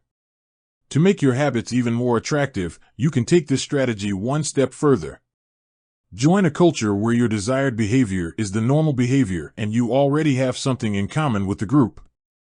Steve Kamb, an entrepreneur in New York City, runs a company called Nerd Fitness, which helps nerds, misfits, and mutants lose weight, get strong, and get healthy.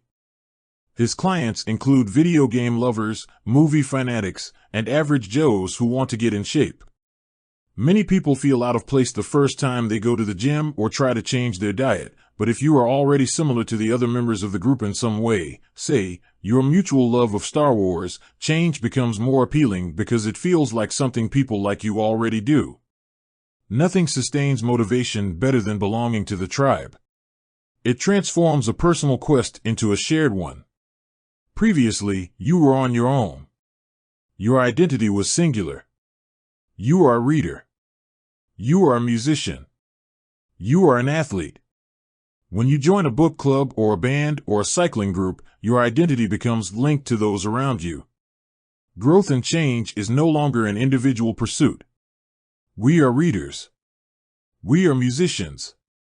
We are cyclists. The shared identity begins to reinforce your personal identity. This is why remaining part of a group after achieving a goal is crucial to maintaining your habits. It's friendship and community that embed a new identity and help behaviors last over the long run. 2. Imitating the many. In the 1950s, psychologist Solomon Asch conducted a series of experiments that are now taught to legions of undergrads each year. To begin each experiment, the subject entered the room with a group of strangers. Unbeknownst to them, the other participants were actors planted by the researcher and instructed to deliver scripted answers to certain questions.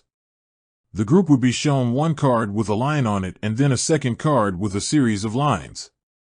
Each person was asked to select the line on the second card that was similar in length to the line on the first card. It was a very simple task. Here is an example of two cards used in the experiment, conforming to social norms. Figure 10. This is a representation of two cards used by Solomon Asch in his famous social conformity experiments. The length of the line on the first card is obviously the same as line C, but when a group of actors claimed it was a different length, the research subjects would often change their minds and go with the crowd rather than believe their own eyes. The experiment always began the same. First, there would be some easy trials where everyone agreed on the correct line. After a few rounds, the participants were shown a test that was just as obvious as the previous ones, except the actors in the room would select an intentionally incorrect answer. For example, they would respond A to the comparison shown in Figure 10. Everyone would agree that the lines were the same even though they were clearly different. The subject, who was unaware of the ruse, would immediately become bewildered. Their eyes would open wide. They would laugh nervously to themselves. They would double-check the reactions of other participants. Their agitation would grow as one person after another delivered the same incorrect response. Soon, the subject began to doubt their own eyes. Eventually, they delivered the answer they knew in their heart to be incorrect. Asch ran this experiment many times and in many different ways. What he discovered was that as the number of actors increased, so did the conformity of the subject. If it was just the subject and one actor, then there was no effect on the person's choice. They just assumed they were in the room with a dummy. When two actors were in the room with the subject, there was still little impact. But as the number of people increased to 3 actors and 4 and all the way to 8, the subject became more likely to second-guess themselves. By the end of the experiment, nearly 75% of the subjects had agreed with the group answer even though it was obviously incorrect. Whenever we are unsure how to act, we look to the group to guide our behavior. We are constantly scanning our environment and wondering, what is everyone else doing? We check reviews on Amazon or Yelp or TripAdvisor because we want to imitate the best buying, eating, and travel habits. It's usually a smart strategy. There is evidence in numbers. But there can be a downside. The normal behavior of the tribe often overpowers the desired behavior of the individual. For example, one study found that when a chimpanzee learns an effective way to crack nuts open as a member of one group and then switches to a new group that uses a less effective strategy, it will avoid using the superior nut cracking method just to blend in with the rest of the chimps. Humans are similar. There is tremendous internal pressure to comply with the norms of the group. The reward of being accepted is often greater than the reward of winning an argument, looking smart, or finding truth. Most days, we'd rather be wrong with the crowd than be right by ourselves. The human mind knows how to get along with others. It wants to get along with others. This is our natural mode. You can override it, you can choose to ignore the group or to stop caring what other people think, but it takes work. Running against the grain of your culture requires extra effort. When changing your habits means challenging the tribe, change is unattractive. When changing your habits means fitting in with the tribe, change is very attractive. 3. Imitating the powerful. Humans everywhere pursue power, prestige, and status. We want pins and medallions on our jackets. We want president or partner in our titles. We want to be acknowledged, recognized, and praised. This tendency can seem vain, but overall, it's a smart move. Historically, a person with greater power and status has access to more resources, worries less about survival, and proves to be a more attractive mate.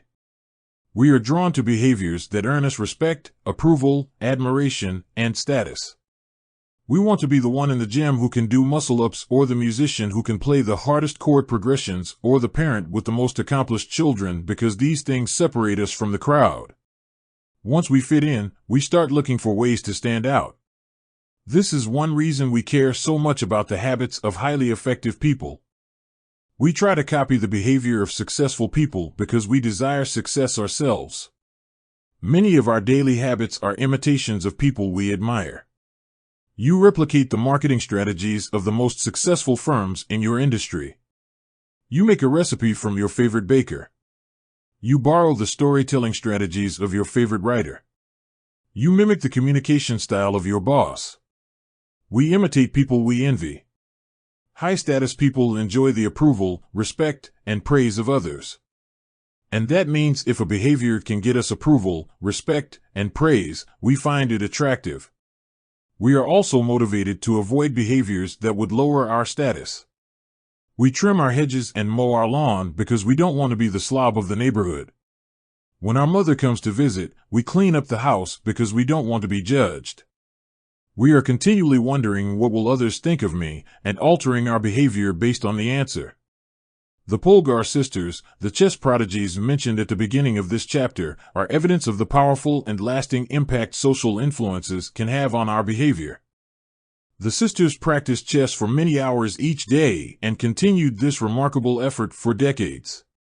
But these habits and behaviors maintained their attractiveness, in part, because they were valued by their culture.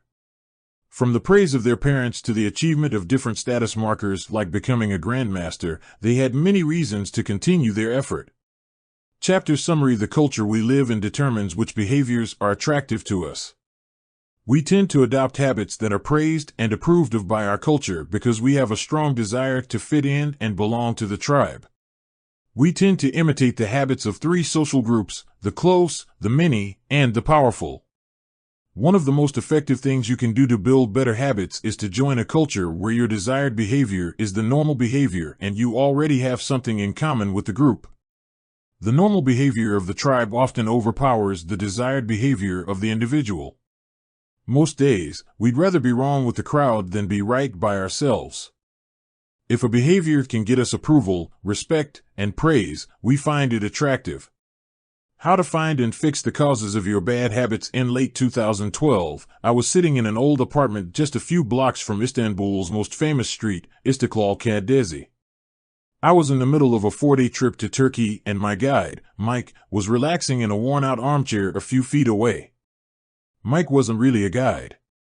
He was just a guy from Maine who had been living in Turkey for 5 years, but he offered to show me around while I was visiting the country, and I took him up on it. On this particular night, I had been invited to dinner with him and a handful of his Turkish friends. There were 7 of us, and I was the only one who hadn't, at some point, smoked at least 1 pack of cigarettes per day. I asked one of the Turks how he got started. "Friends," he said. "It always starts with your friends. One friend smokes, then you try it." What was truly fascinating was that half of the people in the room had managed to quit smoking. Mike had been smoke-free for a few years at that point, and he swore up and down that he broke the habit because of a book called Alan Carr's Easy Way to Stop Smoking. It frees you from the mental burden of smoking, he said. It tells you, stop lying to yourself. You know you don't actually want to smoke. You know you don't really enjoy this. It helps you feel like you're not the victim anymore. You start to realize that you don't need to smoke. I had never tried a cigarette, but I took a look at the book afterward out of curiosity. The author employs an interesting strategy to help smokers eliminate their cravings. He systematically reframes each cue associated with smoking and gives it a new meaning. He says things like, you think you are quitting something, but you're not quitting anything because cigarettes do nothing for you. You think smoking is something you need to do to be social, but it's not. You can be social without smoking at all. You think smoking is about relieving stress, but it's not. Smoking does not relieve your nerves, it destroys them. Over and over, he repeats these phrases and others like them. Get it clearly into your mind, he says. You are losing nothing and you are making marvelous positive gains not only in health, energy, and money but also in confidence, self-respect, freedom and, most important of all, in the length and quality of your future life. By the time you get to the end of the book, smoking seems like the most ridiculous thing in the world to do. And if you no longer expect smoking to bring you any benefits, you have no reason to smoke. It is an inversion of the second law of behavior change, make it unattractive. Now, I know this idea might sound overly simplistic. Just change your mind and you can quit smoking. But stick with me for a minute. Where cravings come from, every behavior has a surface-level craving and a deeper, underlying motive. I often have a craving that goes something like this: I want to eat tacos. If you were to ask me why I want to eat tacos, I wouldn't say, because I need food to survive. But the truth is, somewhere deep down, I am motivated to eat tacos because I have to eat to survive. The underlying motive is to obtain food and water even if my specific craving is for a taco. Some of our underlying motives include conserve energy, obtain food and water, find love and reproduce, connect and bond with others, win social acceptance and approval, reduce uncertainty, achieve status and prestige. A craving is just a specific manifestation of a deeper underlying motive. Your brain did not evolve with a desire to smoke cigarettes or to check Instagram or to play video games. At a deep level, you simply want to reduce uncertainty and relieve anxiety, to win social acceptance and approval, or to achieve status. Look at nearly any product that is habit-forming and you'll see that it does not create a new motivation, but rather latches onto the underlying motives of human nature. Find love and reproduce equals using Tinder, connect and bond with others equals browsing Facebook, win social acceptance and approval equals posting on Instagram, reduce uncertainty equals searching on Google, achieve status and prestige equals playing video games. Your habits are modern-day solutions to ancient desires. New versions of old vices. The underlying motives behind human behavior remain the same. The specific habits we perform differ based on the period of history. Here's the powerful part: there are many different ways to address the same underlying motive. One person might learn to reduce stress by smoking a cigarette. Another person learns to ease their anxiety by going for a run. Your current habits are not necessarily the best way to solve the problems you face, they are just the methods you learn to use.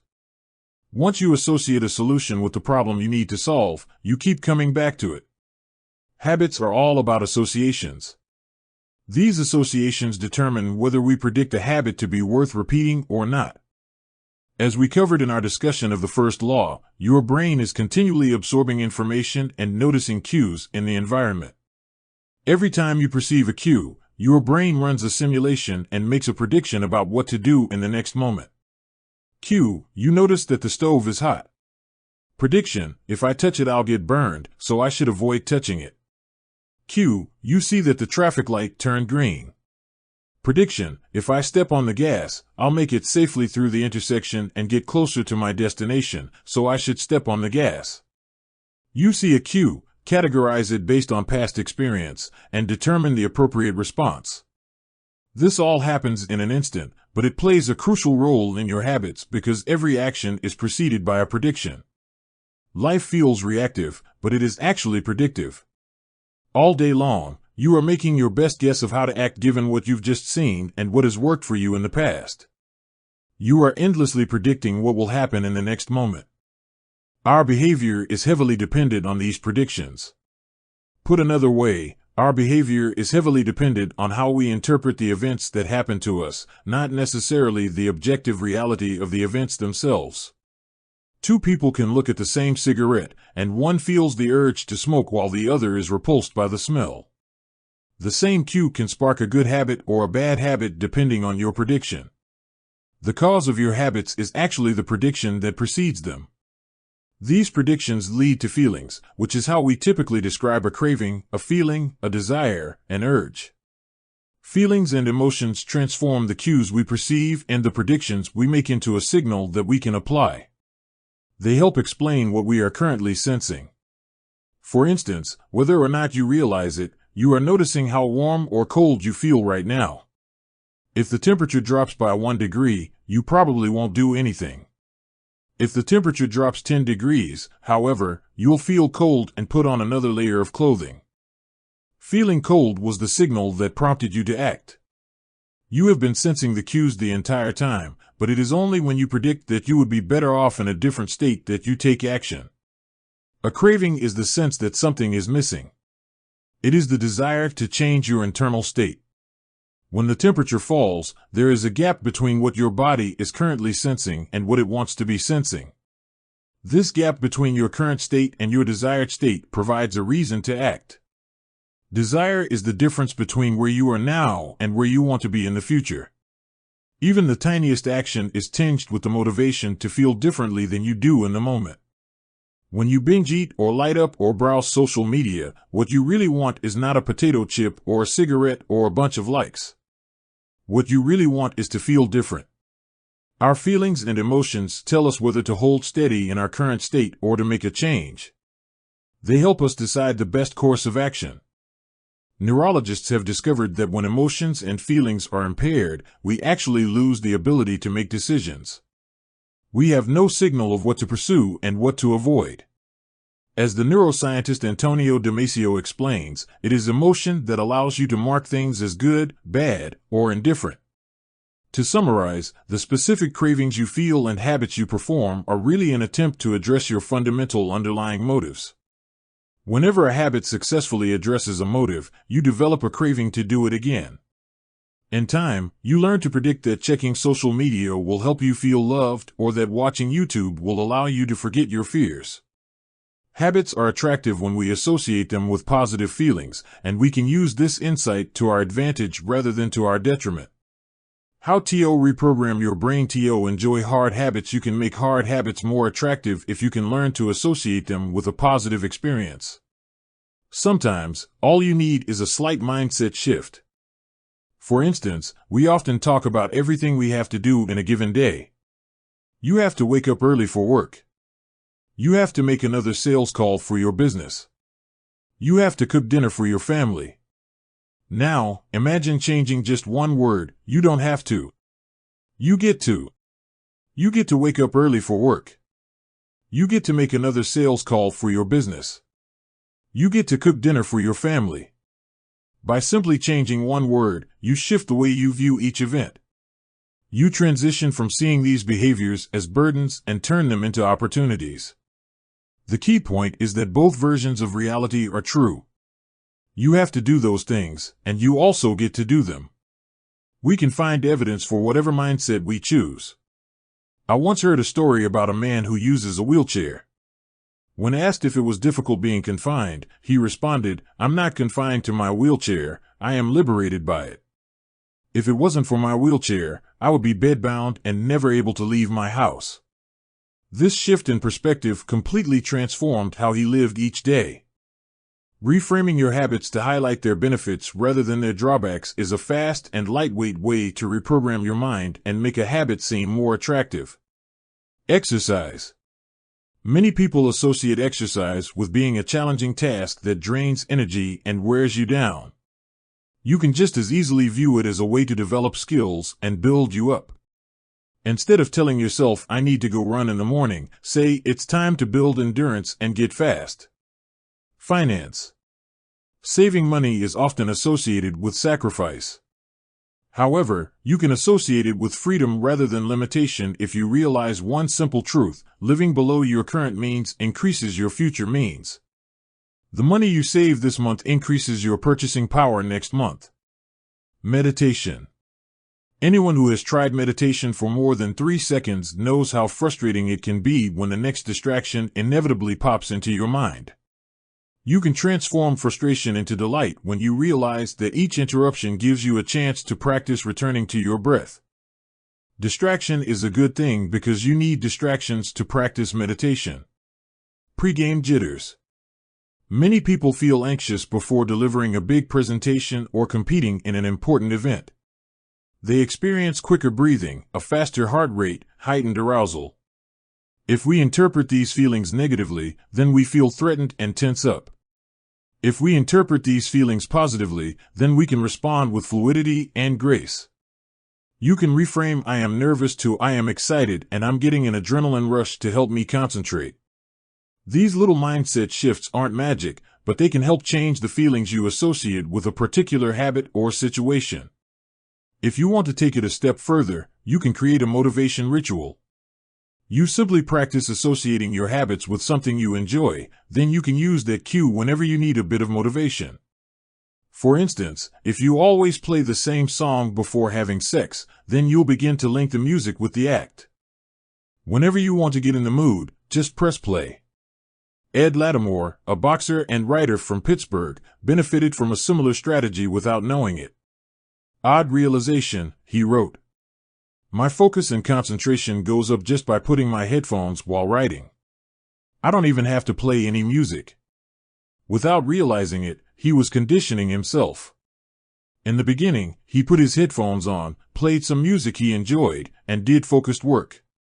After doing it 5, 10, 20 times, putting his headphones on became a cue that he automatically associated with increased focus. The craving followed naturally. Athletes use similar strategies to get themselves in the mindset to perform. During my baseball career, I developed a specific ritual of stretching and throwing before each game. The whole sequence took about 10 minutes, and I did it the same way every single time. While it physically warmed me up to play, more importantly, it put me in the right mental state. I began to associate my pregame ritual with feeling competitive and focused. Even if I wasn't motivated beforehand, by the time I was done with my ritual, I was in game mode. You can adapt this strategy for nearly any purpose. Say you want to feel happier in general.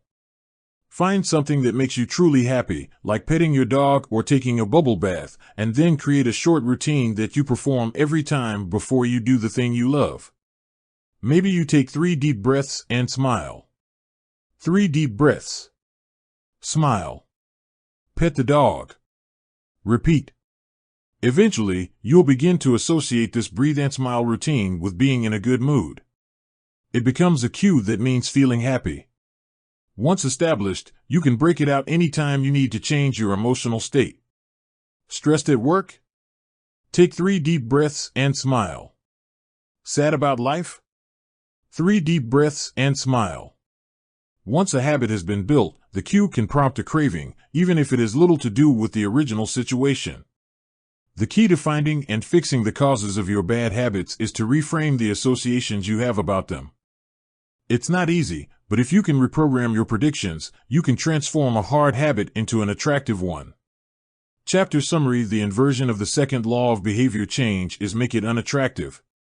Every behavior has a surface-level craving and a deeper underlying motive. Your habits are modern-day solutions to ancient desires. The cause of your habits is actually the prediction that precedes them. The prediction leads to a feeling. Highlight the benefits of avoiding a bad habit to make it seem unattractive. Habits are attractive when we associate them with positive feelings and unattractive when we associate them with negative feelings. Create a motivation ritual by doing something you enjoy immediately before a difficult habit. How to create a good habit. The first law. 1.2. Use implementation intentions. I will let in. 1.3. Use habit stacking after I will. 1.4. Design your environment. Make the cues of good habits obvious and visible. The second law. 2.1. Use temptation bundling. Pair an action you want to do with an action you need to do. 2.2. Join a culture where your desired behavior is the normal behavior. 2.3. Create a motivation ritual. Do something you enjoy immediately before a difficult habit. The third law. How to break a bad habit. 1.5. Reduce exposure. Remove the cues of your bad habits from your environment. 2.4. Reframe your mindset. Highlight the benefits of avoiding your bad habits. The third law. Make it easy. Walk slowly, but never backward. In The First Day of Class, Jerry Uelsman, a professor at the University of Florida, divided his film photography students into two groups. Everyone on the left side of the classroom, he explained, would be in the quantity group. They would be graded solely on the amount of work they produced. On the final day of class, he would tally the number of photos submitted by each student. 100 photos would rate an A, 90 photos a B, 80 photos a C, and so on. Meanwhile, everyone on the right side of the room would be in the quality group. They would be graded only on the excellence of their work. They would only need to produce one photo during the semester, but to get an A, it had to be a nearly perfect image. At the end of the term, he was surprised to find that all the best photos were produced by the quantity group. During the semester, these students were busy taking photos, experimenting with composition and lighting, testing out various methods in the darkroom, and learning from their mistakes. In the process of creating hundreds of photos, they honed their skills. Meanwhile, the quality group sat around speculating about perfection. In the end, they had little to show for their efforts other than unverified theories and one mediocre photo. It is easy to get bogged down trying to find the optimal plan for change, the fastest way to lose weight, the best program to build muscle, the perfect idea for a side hustle. We are so focused on figuring out the best approach that we never get around to taking action. As Voltaire once wrote, the best is the enemy of the good. I refer to this as the difference between being in motion and taking action. The two ideas sound similar, but they're not the same. When 1.2. Use implementation intentions, I will let in. 1.3. Use habit stacking, after, I will. 1.4. Design your environment. Make the cues of good habits obvious and visible. The second law. 2.1. Use temptation bundling. Pair an action you want to do with an action you need to do. 2.2. Join a culture where your desired behavior is the normal behavior. 2.3. Create a motivation ritual. Do something you enjoy immediately before a difficult habit. The third law. How to break a bad habit. 1.5. Reduce exposure. Remove the cues of your bad habits from your environment. 2.4. Reframe your mindset. Highlight the benefits of avoiding your bad habits. The third law. Make it easy. Walk slowly, but never backward. In The First Day of Class, Jerry Uelsman, a professor at the University of Florida, divided his film photography students into two groups. Everyone on the left side of the classroom, he explained, would be in the quantity group. They would be graded solely on the amount of work they produced. On the final day of class, he would tally the number of photos submitted by each student.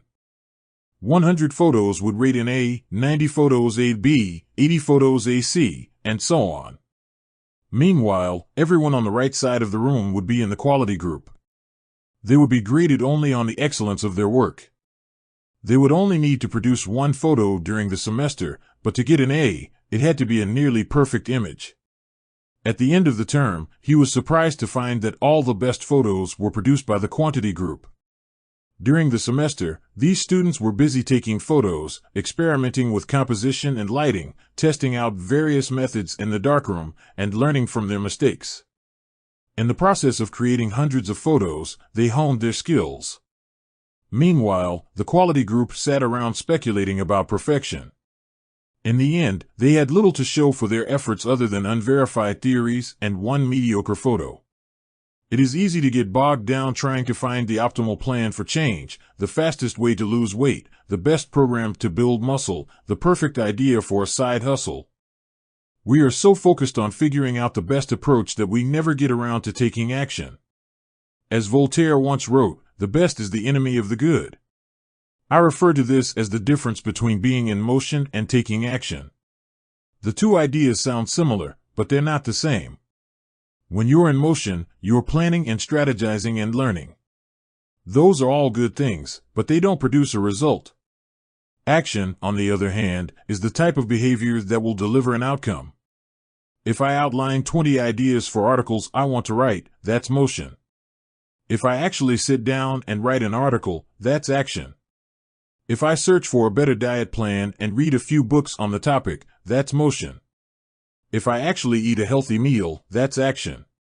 Sometimes motion is useful, but it will never produce an outcome by itself. It doesn't matter how many times you go talk to the personal trainer, that motion will never get you in shape. Only the action of working out will get the result you're looking to achieve. If motion doesn't lead to results, why do we do it? Sometimes we do it because we actually need to plan or learn more. But more often than not, we do it because motion allows us to feel like we're making progress without running the risk of failure. Most of us are experts at avoiding criticism. It doesn't feel good to fail or to be judged publicly, so we tend to avoid situations where that might happen. And that's the biggest reason why you slip into motion rather than taking action. You want to delay failure. It's easy to be in motion and convince yourself that you're still making progress. You think, I've got conversations going with 4 potential clients right now. This is good. We're moving in the right direction. Or, I brainstormed some ideas for that book I want to write. This is coming together. Motion makes you feel like you're getting things done. But really, you're just preparing to get something done. When preparation becomes a form of procrastination, you need to change something. You don't want to merely be planning. You want to be practicing.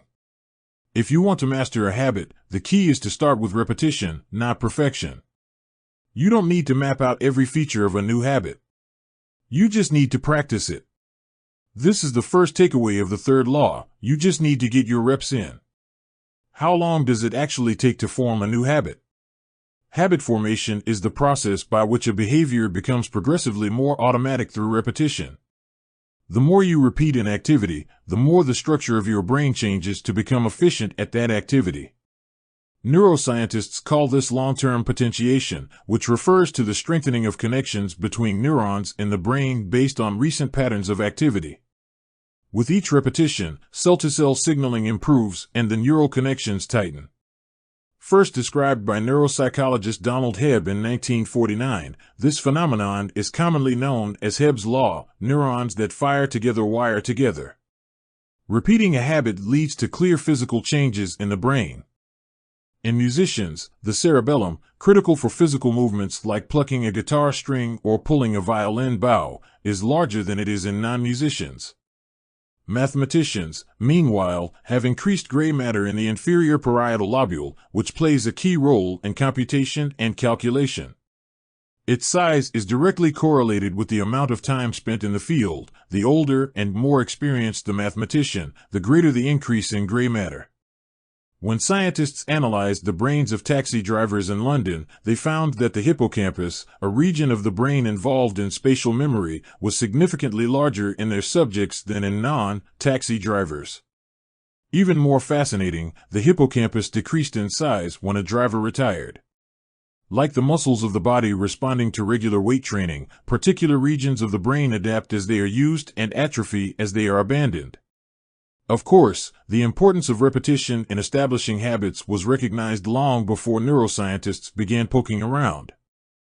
In 1860, the English philosopher George H. Lewis noted, in learning to speak a new language, to play on a musical instrument, or to perform unaccustomed movements, great difficulty is felt, because the channels through which each sensation has to pass have not become established, but no sooner has frequent repetition cut a pathway than this difficulty vanishes. The actions become so automatic that they can be performed while the mind is otherwise engaged.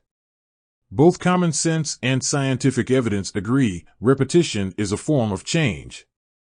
Each time you repeat an action, you are activating a particular neural circuit associated with that habit. This means that simply putting in your reps is one of the most critical steps you can take to encoding a new habit. It is why the students who took tons of photos improved their skills, while those who merely theorized about perfect photos did not. One group engaged in active practice, the other in passive learning. One in action, the other in motion. All habits follow a similar trajectory from effortful practice to automatic behavior, a process known as automaticity.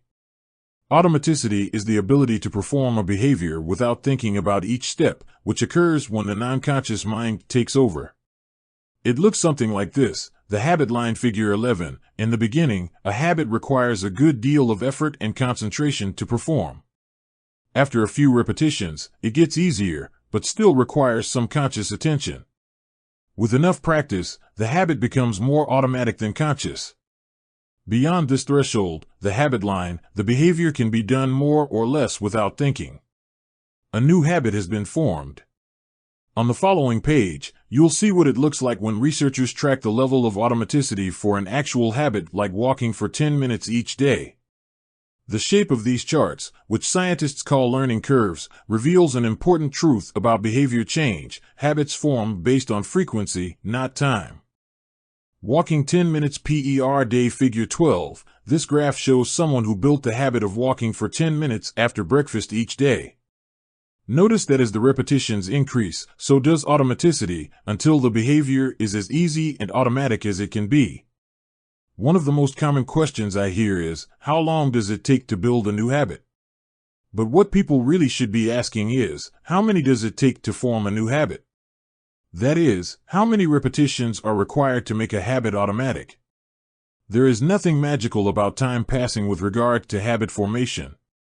It doesn't matter if it's been 21 days or 30 days or 300 days. What matters is the rate at which you perform the behavior. You could do something twice in 30 days, or 200 times. It's the frequency that makes the difference. Your current habits have been internalized over the course of hundreds, if not thousands, of repetitions. New habits require the same level of frequency. You need to string together enough successful attempts until the behavior is firmly embedded in your mind and you cross the habit line. In practice, it doesn't really matter how long it takes for a habit to become automatic. What matters is that you take the actions you need to take to make progress. Whether an action is fully automatic is of less importance. To build a habit, you need to practice it.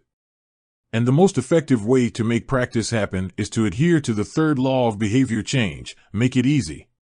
The chapters that follow will show you how to do exactly that. Chapter summary: the third law of behavior change is make it easy. The most effective form of learning is practice, not planning. Focus on taking action, not being in motion. Habit formation is the process by which a behavior becomes progressively more automatic through repetition. The amount of time you have been performing a habit is not as important as the number of times you have performed it. The Law of Least Effort. In his award-winning book, Guns, Germs, and Steel, anthropologist and biologist Jared Diamond points out a simple fact: different continents have different shapes. At first glance, this statement seems rather obvious and unimportant, but it turns out to have a profound impact on human behavior. The primary axis of the Americas runs from north to south. That is, the landmass of North and South America tends to be tall and thin rather than wide and fat. The same is generally true for Africa. Meanwhile, the landmass that makes up Europe, Asia, and the Middle East is the opposite. This massive stretch of land tends to be more east-west in shape. According to Diamond, this difference in shape played a significant role in the spread of agriculture over the centuries. When agriculture began to spread around the globe, farmers had an easier time expanding along east-west routes than along north-south ones. This is because locations along the same latitude generally share similar climates, amounts of sunlight and rainfall, and changes in season. These factors allowed farmers in Europe and Asia to domesticate a few crops and grow them along the entire stretch of land from France to China. The shape of human behavior. Figure 13. The primary axis of Europe and Asia is east-west. The primary axis of the Americas and Africa is north-south. This leads to a wider range of climates up and down the Americas than across Europe and Asia. As a result, agriculture spread nearly twice as fast across Europe and Asia than it did elsewhere. The behavior of farmers, even across hundreds of thousands of years, was constrained by the amount of friction in the environment. By comparison, the climate varies greatly when traveling from north to south. Just imagine how different the weather is in Florida compared to Canada. You can be the most talented farmer in the world, but it won't help you grow Florida oranges in the Canadian winter. Snow is a poor substitute for soil. In order to spread crops along north-south routes, farmers would need to find and domesticate new plants whenever the climate changed. As a result, agriculture spread 2 to 3 times faster across Asia and Europe than it did up and down the Americas. Over the span of centuries, this small difference had a very big impact. Increased food production allowed for more rapid population growth. With more people, these cultures were able to build stronger armies and were better equipped to develop new technologies.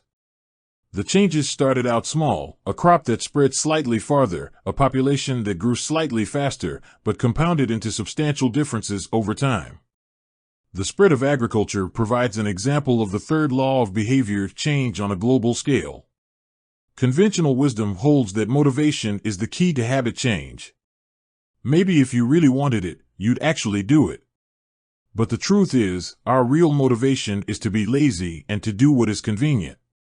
And despite what the latest productivity bestseller will tell you, this is a smart strategy, not a dumb one. Energy is precious, and the brain is wired to conserve it whenever possible. It is human nature to follow the law of least effort, which states that when deciding between two similar options, people will naturally gravitate toward the option that requires the least amount of work. For example, expanding your farm to the east where you can grow the same crops rather than heading north where the climate is different.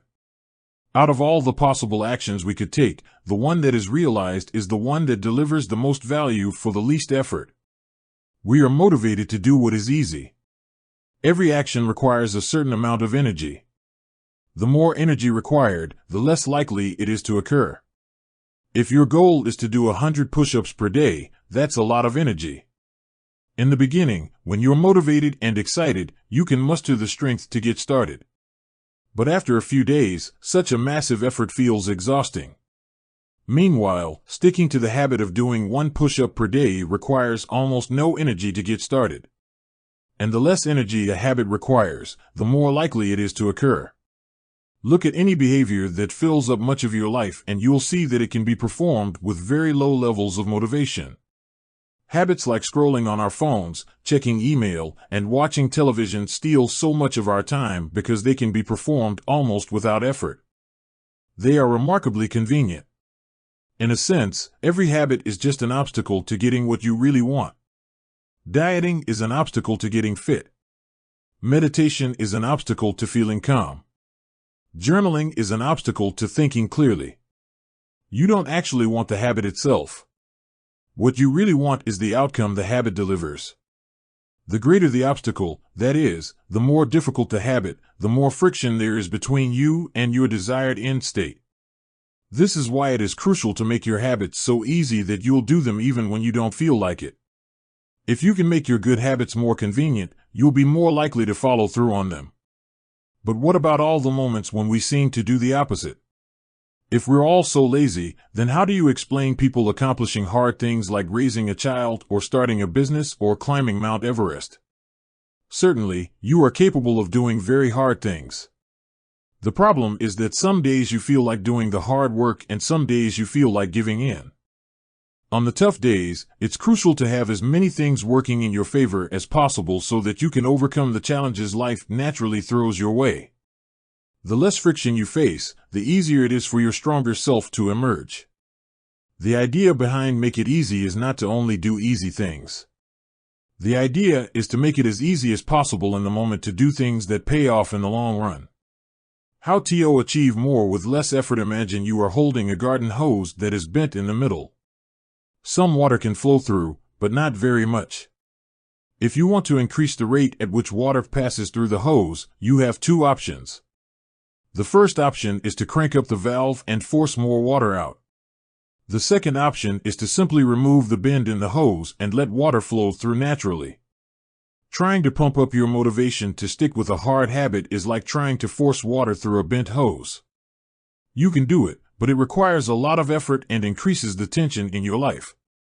Meanwhile, making your habits simple and easy is like removing the bend in the hose. Rather than trying to overcome the friction in your life, you reduce it.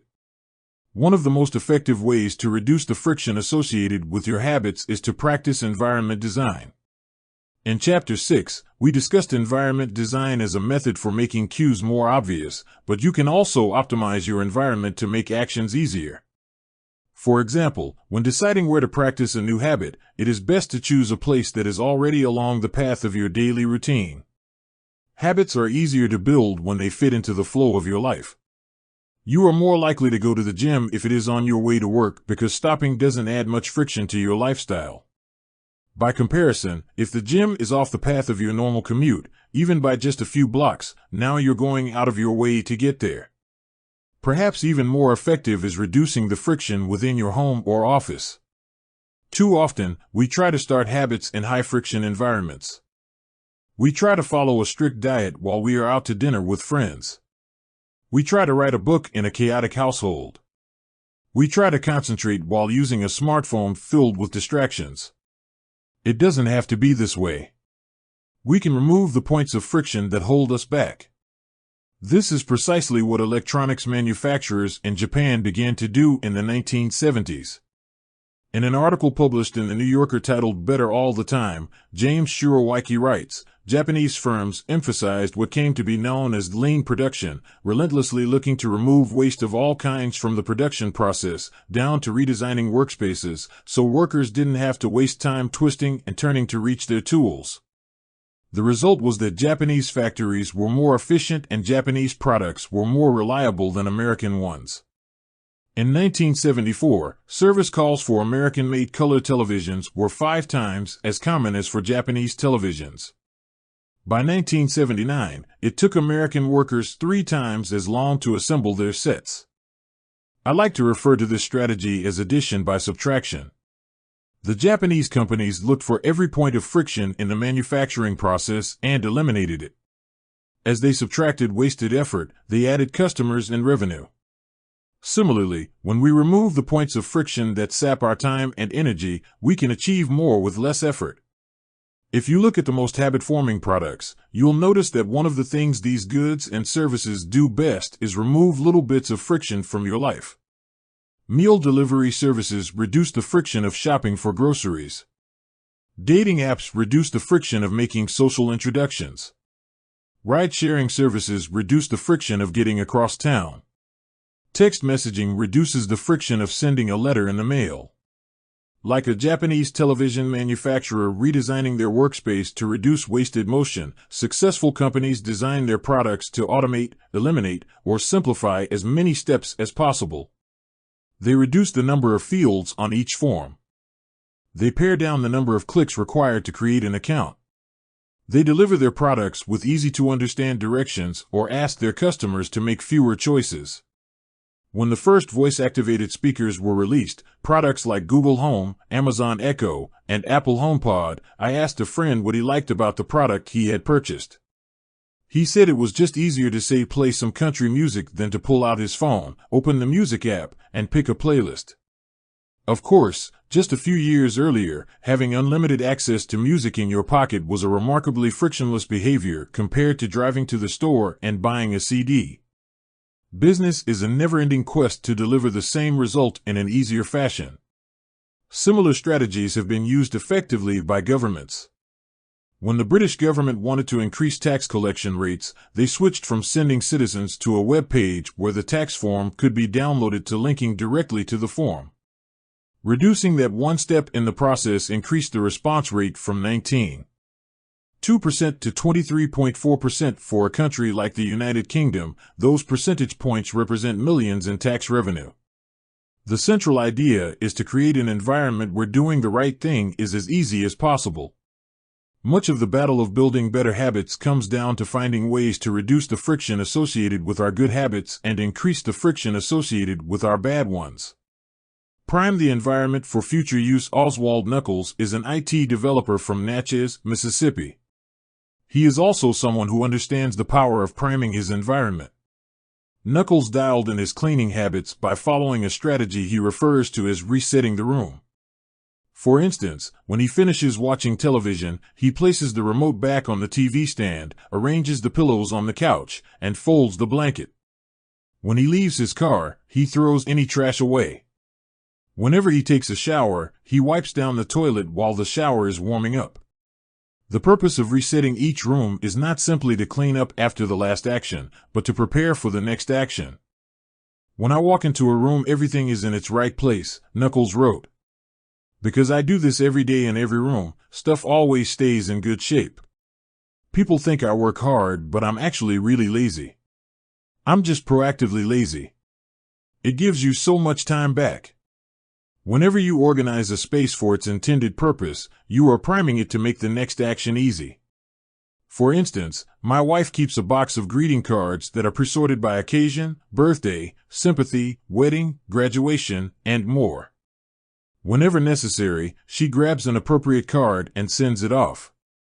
She is incredibly good at remembering to send cards because she has reduced the friction of doing so. For years, I was the opposite. Someone would have a baby and I would think I should send a card.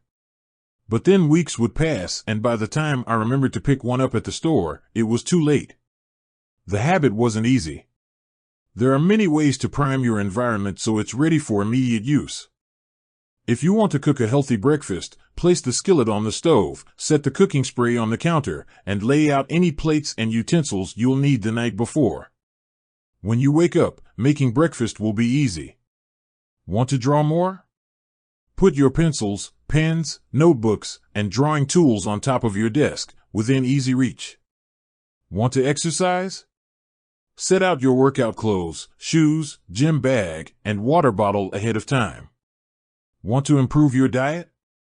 Chop up a ton of fruits and vegetables on weekends and pack them in containers so you have easy access to healthy, ready-to-eat options during the week.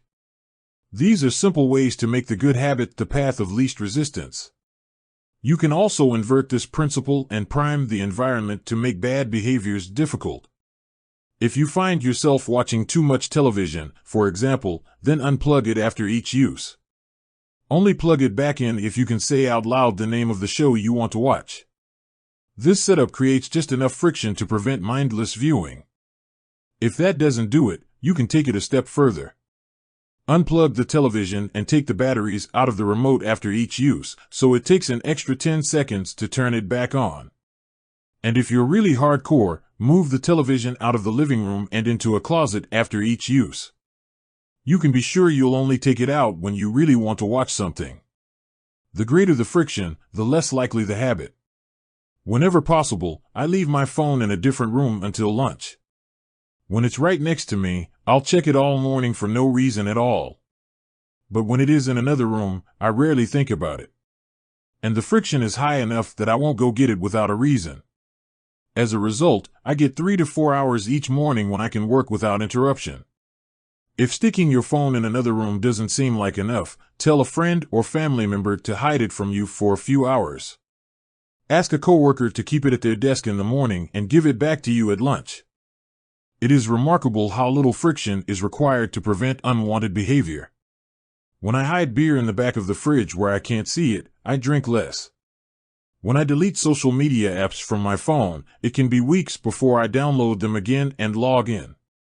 These tricks are unlikely to curb a true addiction, but for many of us, a little bit of friction can be the difference between sticking with a good habit or sliding into a bad one. Imagine the cumulative impact of making dozens of these changes and living in an environment designed to make the good behaviors easier and the bad behaviors harder. Whether we are approaching behavior change as an individual, a parent, a coach, or a leader, we should ask ourselves the same question: how can we design a world where it's easy to do what's right? Redesign your life so the actions that matter most are also the actions that are easiest to do. Chapter summary: Human behavior follows the law of least effort. We will naturally gravitate toward the option that requires the least amount of work. Create an environment where doing the right thing is as easy as possible. Reduce the friction associated with good behaviors. When friction is low, habits are easy. Increase the friction associated with bad behaviors. When friction is high, habits are difficult. Prime your environment to make future actions easier. How to stop procrastinating by using the 2-minute rule. Wyla Tharp is widely regarded as one of the greatest dancers and choreographers of the modern era. In 1992, she was awarded a MacArthur Fellowship, often referred to as the Genius Grant, and she has spent the bulk of her career touring the globe to perform her original works. She also credits much of her success to simple daily habits. I begin each day of my life with a ritual, she writes. I wake up at 5:30 a.m., put on my workout clothes, my leg warmers, my sweatshirt, and my hat. I walk outside my Manhattan home, hail a taxi, and tell the driver to take me to the Pumping Iron Gym at 91st Street and 1st Avenue, where I work out for 2 hours. The ritual is not the stretching and weight training I put my body through each morning at the gym. The ritual is the cab. The moment I tell the driver where to go, I have completed the ritual. It's a simple act, but doing it the same way each morning habitualizes it, makes it repeatable, easy to do. It reduces the chance that I would skip it or do it differently. It is one more item in my arsenal of routines, and one less thing to think about. Hailing a cab each morning may be a tiny action, but it is a splendid example of the third law of behavior change. Researchers estimate that 40 to 50% of our actions on any given day are done out of habit. This is already a substantial percentage, but the true influence of your habits is even greater than these numbers suggest. Habits are automatic choices that influence the conscious decisions that follow. Yes, a habit can be completed in just a few seconds, but it can also shape the actions that you take for minutes or hours afterward. Habits are like the entrance ramp to a highway. They lead you down a path and, before you know it, you're speeding toward the next behavior. It seems to be easier to continue what you are already doing than to start doing something different. You sit through a bad movie for 2 hours. You keep snacking even when you're already full. You check your phone for just a second and soon you have spent 20 minutes staring at the screen. In this way, the habits you follow without thinking often determine the choices you make when you are thinking. Each evening, there is a tiny moment, usually around 5:15 p.m., that shapes the rest of my night. My wife walks in the door from work and either we change into our workout clothes and head to the gym or we crash onto the couch, order Indian food, and watch The Office. Similar to Twyla Tharp hailing the cab, the ritual is changing into my workout clothes. If I change clothes, I know the workout will happen. Everything that follows, driving to the gym, deciding which exercises to do, stepping under the bar, is easy once I've taken the first step. Every day, there are a handful of moments that deliver an outsized impact. I refer to these little choices as decisive moments. The moment you decide between ordering takeout or cooking dinner. The moment you choose between driving your car or riding your bike. The moment you decide between starting your homework or grabbing the video game controller. These choices are a fork in the road. Decisive moments. Figure 14. The difference between a good day and a bad day is often a few productive and healthy choices made at decisive moments. Each one is like a fork in the road, and these choices stack up throughout the day and can ultimately lead to very different outcomes. Decisive moments set the options available to your future self. For instance, walking into a restaurant is a decisive moment because it determines what you'll be eating for lunch. Technically, you are in control of what you order, but in a larger sense, you can only order an item if it is on the menu. If you walk into a steakhouse, you can get a sirloin or a ribeye, but not sushi. Your options are constrained by what's available. They are shaped by the first choice. We are limited by where our habits lead us. This is why mastering the decisive moments throughout your day is so important. Each day is made up of many moments, but it is really a few habitual choices that determine the path you take. These little choices stack up, each one setting the trajectory for how you spend the next chunk of time. Habits are the entry point, not the end point. They are the cab, not the gym. The 2-minute rule. Even when you know you should start small, it's easy to start too big. When you dream about making a change, excitement inevitably takes over and you end up trying to do too much too soon.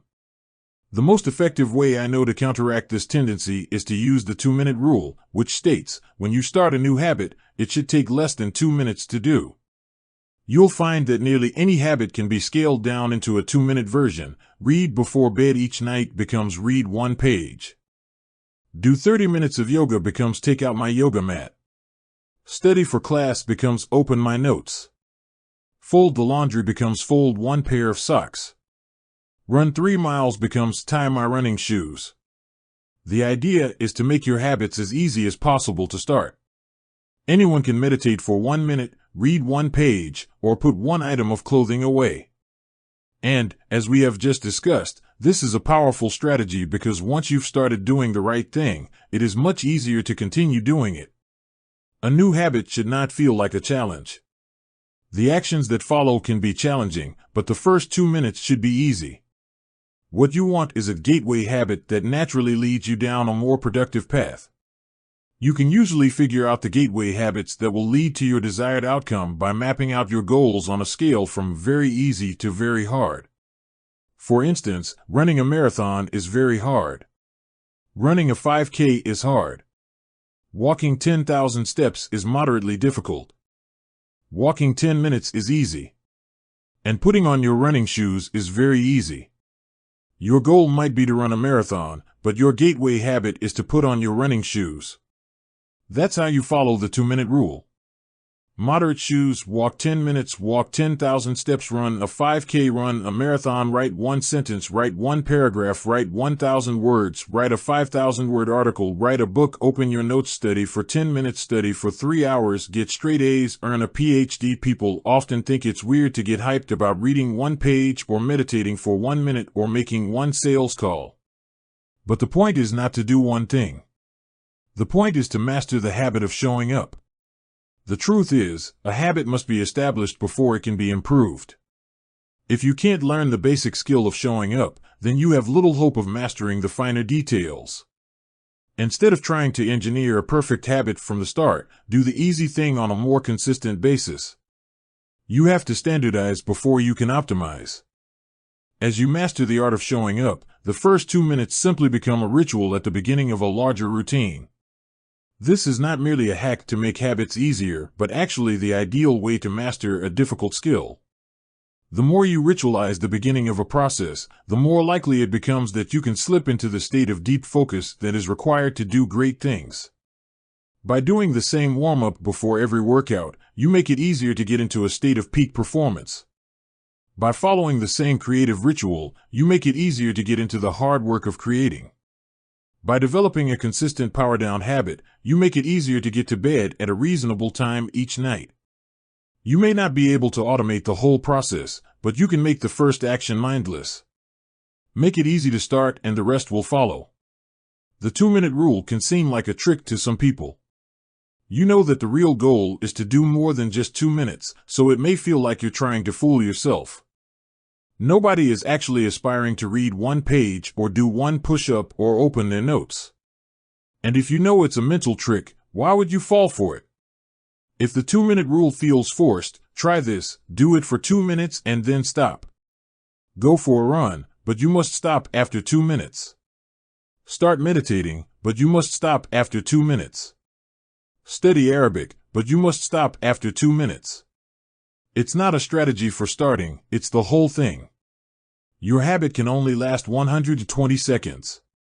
One of my readers used this strategy to lose over 100 pounds. In the beginning, he went to the gym each day, but he told himself he wasn't allowed to stay for more than 5 minutes. He would go to the gym, exercise for 5 minutes, and leave as soon as his time was up. After a few weeks, he looked around and thought, well, I'm always coming here anyway. I might as well start staying a little longer. A few years later, the weight was gone. Journaling provides another example. Nearly everyone can benefit from getting their thoughts out of their head and onto paper, but most people give up after a few days or avoid it entirely because journaling feels like a chore. The secret is to always stay below the point where it feels like work. Greg McEwen, a leadership consultant from the United Kingdom, built a daily journaling habit by specifically writing less than he felt like. He always stopped journaling before it seemed like a hassle. Ernest Hemingway believed in similar advice for any kind of writing. The best way is to always stop when you are going good, he said. Strategies like this work for another reason, too. They reinforce the identity you want to build. If you show up at the gym 5 days in a row, even if it's just for 2 minutes, you are casting votes for your new identity. You're not worried about getting in shape.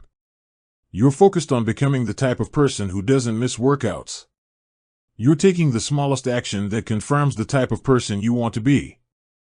We rarely think about change this way because everyone is consumed by the end goal. But one push-up is better than not exercising. 1 minute of guitar practice is better than none at all. 1 minute of reading is better than never picking up a book. It's better to do less than you hope than to do nothing at all. At some point, once you've established the habit and you're showing up each day, you can combine the 2-minute rule with a technique we call habit shaping to scale your habit back up toward your ultimate goal. Start by mastering the first 2 minutes of the smallest version of the behavior. Then, advance to an intermediate step and repeat the process, focusing on just the first 2 minutes and mastering that stage before moving on to the next level. Eventually, you'll end up with the habit you had originally hoped to build while still keeping your focus where it should be, on the first 2 minutes of the behavior. Examples of habit shaping: Phase 1, be home by 10 p.m. every night. Phase 2, have all devices turned off by 10 p.m. every night. Phase 3, be in bed by 10 p.m. every night. Phase 4, lights off by 10 p.m. every night. Phase 5, wake up at 6 a.m. every day. Phase 1, start eating vegetables at each meal. Phase 2, stop eating animals with 4 legs. Phase 3, stop eating animals with 2 legs. Phase 4, stop eating animals with no legs. Phase 5, stop eating all animal products. Phase 1, change into workout clothes. Phase 2, step out the door. Phase 3, drive to the gym, exercise for 5 minutes, and leave. Phase 4, exercise for 15 minutes at least once per week. Phase 5, exercise 3 times per week. Nearly any larger life goal can be transformed into a 2-minute behavior. I want to live a healthy and long life. I need to stay in shape. I need to exercise. I need to change into my workout clothes. I want to have a happy marriage. I need to be a good partner. I should do something each day to make my partner's life easier. I should meal plan for next week. Whenever you are struggling to stick with a habit, you can employ the 2-minute rule. It's a simple way to make your habits easy.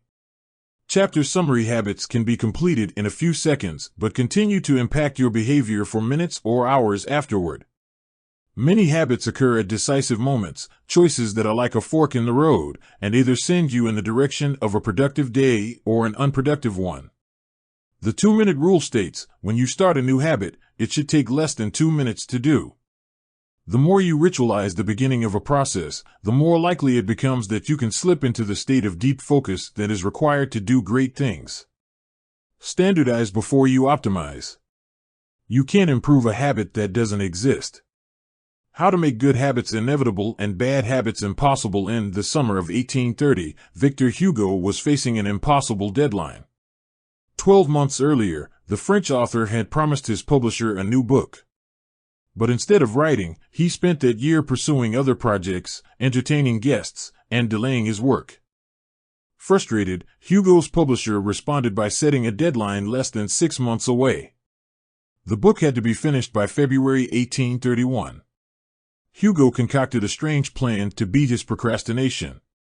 He collected all of his clothes and asked an assistant to lock them away in a large chest. He was left with nothing to wear except a large shawl. Lacking any suitable clothing to go outdoors, he remained in his study and wrote furiously during the fall and winter of 1830. The Hunchback of Notre Dame was published 2 weeks early on January 14, 1831. Sometimes success is less about making good habits easy and more about making bad habits hard. This is an inversion of the third law of behavior change: make it difficult. If you find yourself continually struggling to follow through on your plans, then you can take a page from Victor Hugo and make your bad habits more difficult by creating what psychologists call a commitment device. A commitment device is a choice you make in the present that controls your actions in the future. It is a way to lock in future behavior, bind you to good habits, and restrict you from bad ones. When Victor Hugo shut his clothes away so he could focus on writing, he was creating a commitment device. There are many ways to create a commitment device. You can reduce overeating by purchasing food in individual packages rather than in bulk size.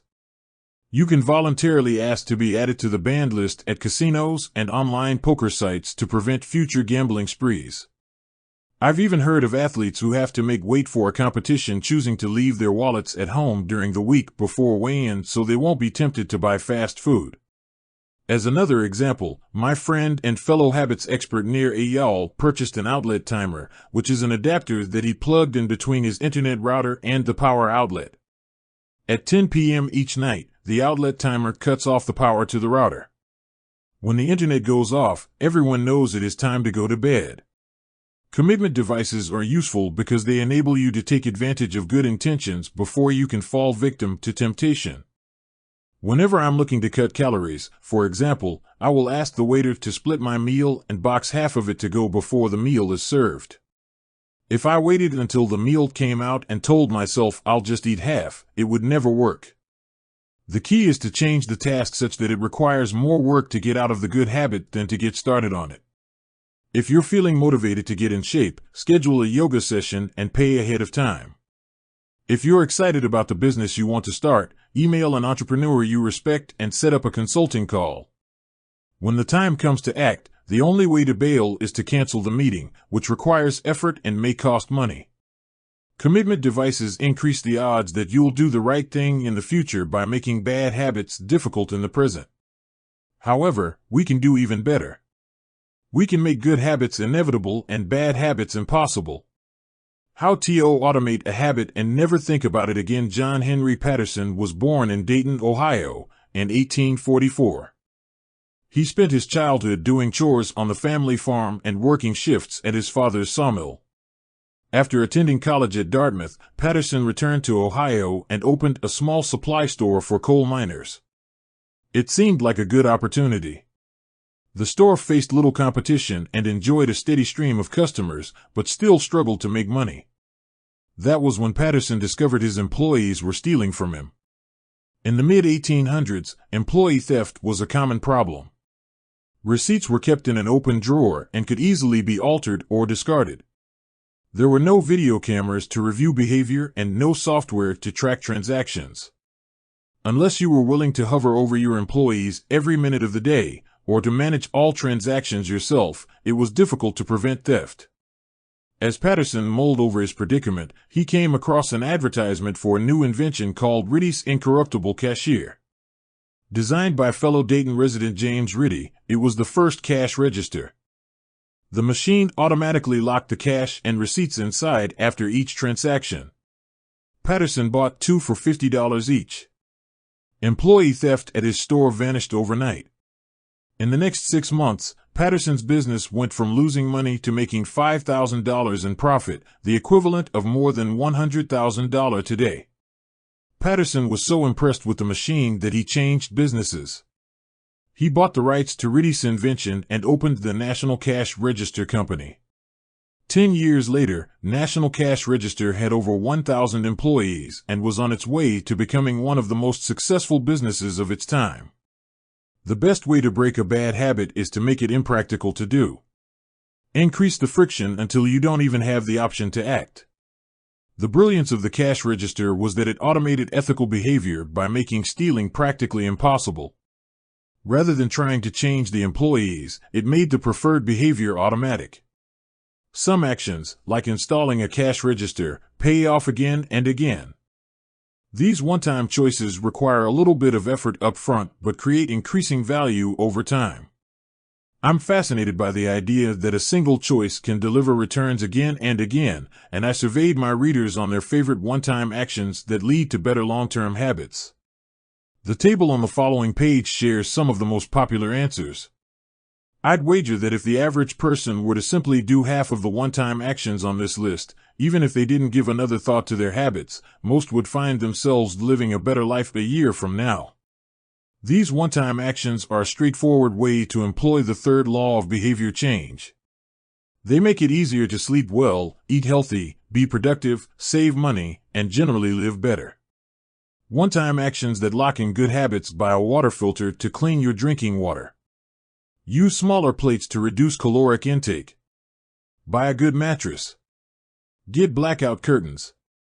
Remove your television from your bedroom. Unsubscribe from emails. Turn off notifications and mute group chats. Set your phone to silent. Use email filters to clear up your inbox.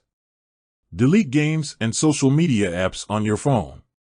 Get a dog. Move to a friendly, social neighborhood. Get vaccinated. Buy good shoes to avoid back pain. Buy a supportive chair or standing desk. Enroll in an automatic savings plan. Set up automatic bill pay. Cut cable service. Ask service providers to lower your bills. Of course, there are many ways to automate good habits and eliminate bad ones.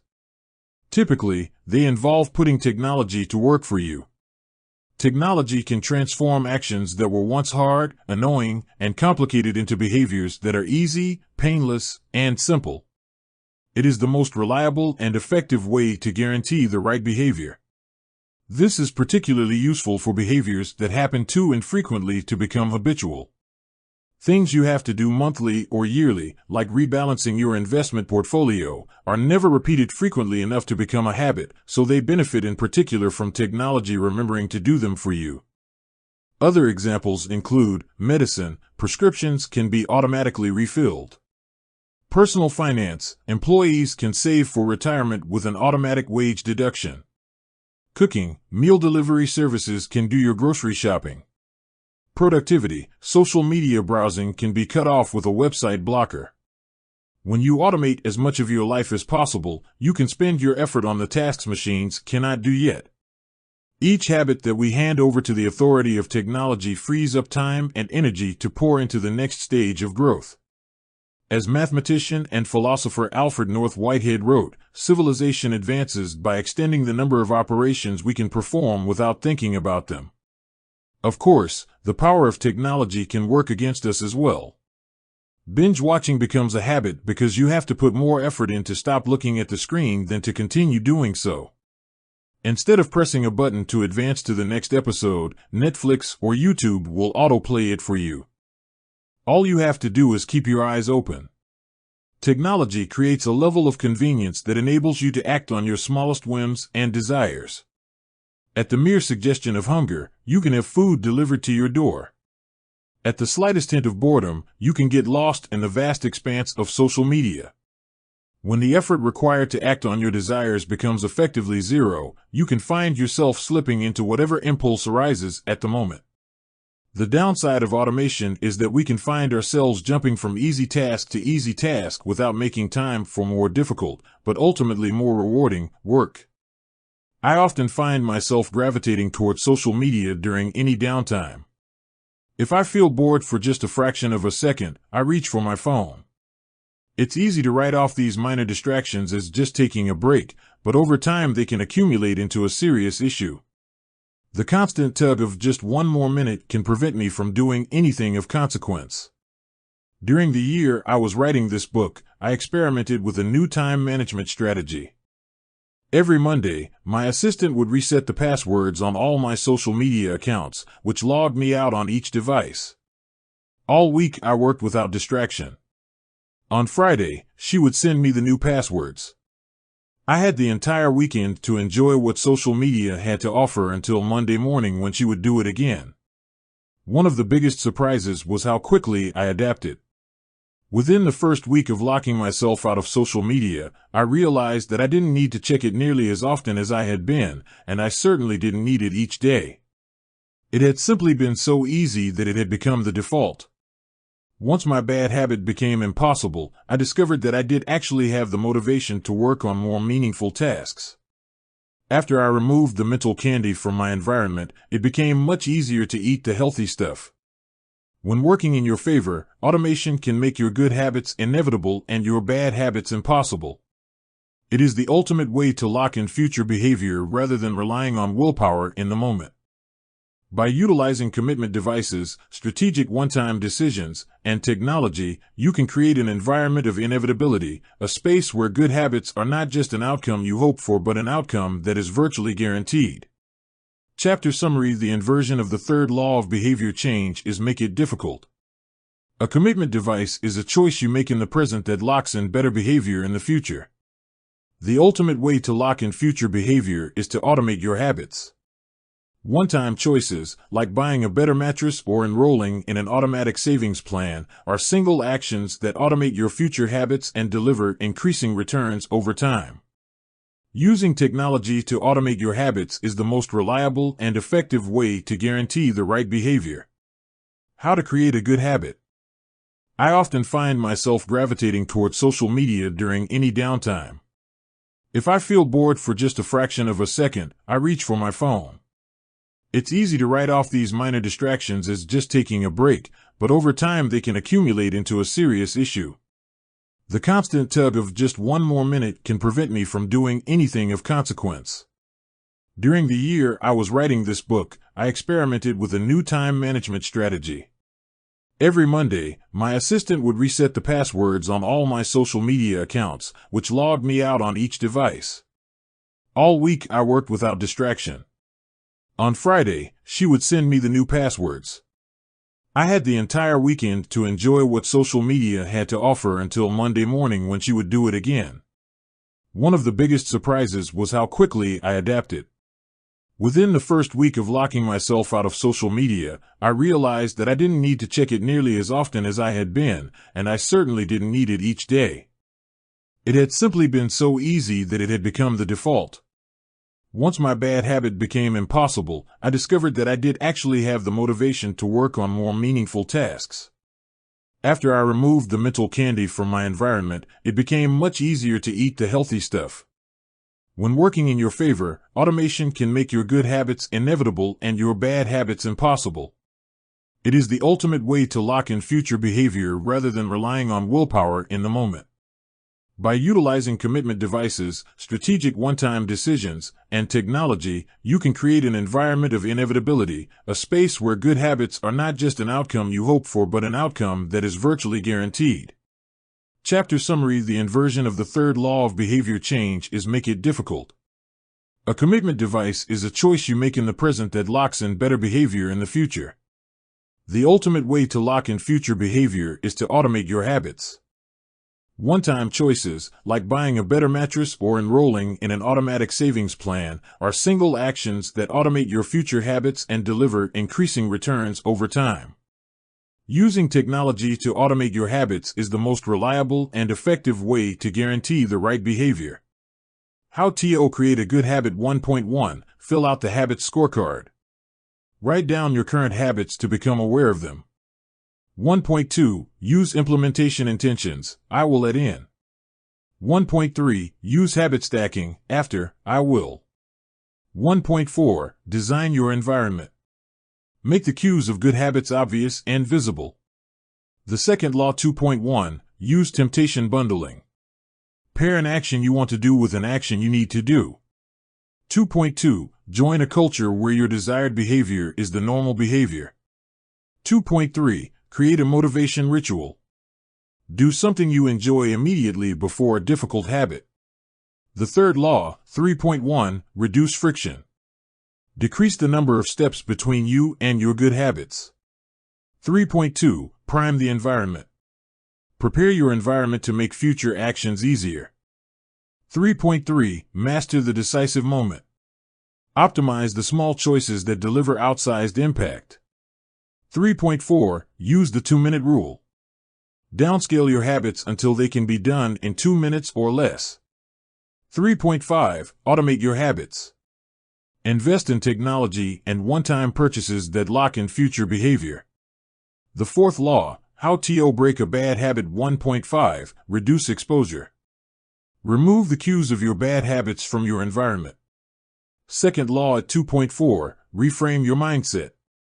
Highlight the benefits of avoiding your bad habits. Third law, 3.6, increase friction. Increase the number of steps between you and your bad habits. 3.7, use a commitment device. Restrict your future choices to the ones that benefit you.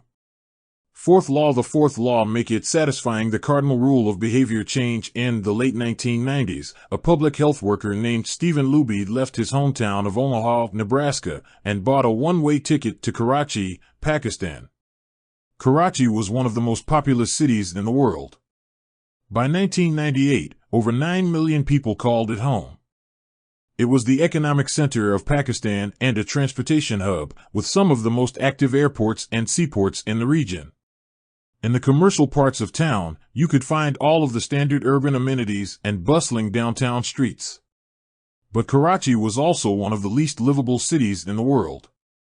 Over 60% of Karachi's residents lived in squatter settlements and slums. These densely packed neighborhoods were filled with makeshift houses cobbled together from old boards, cinder blocks, and other discarded materials. There was no waste removal system, no electricity grid, no clean water supply. When dry, the streets were a combination of dust and trash. When wet, they became a muddy pit of sewage. Mosquito colonies thrived in pools of stagnant water, and children played among the garbage. The unsanitary conditions lead to widespread illness and disease. Contaminated water sources caused epidemics of diarrhea, vomiting, and abdominal pain. Nearly 1/3 of the children living there were malnourished. With so many people crammed into such a small space, viruses and bacterial infections spread rapidly. It was this public health crisis that had brought Stephen Luby to Pakistan.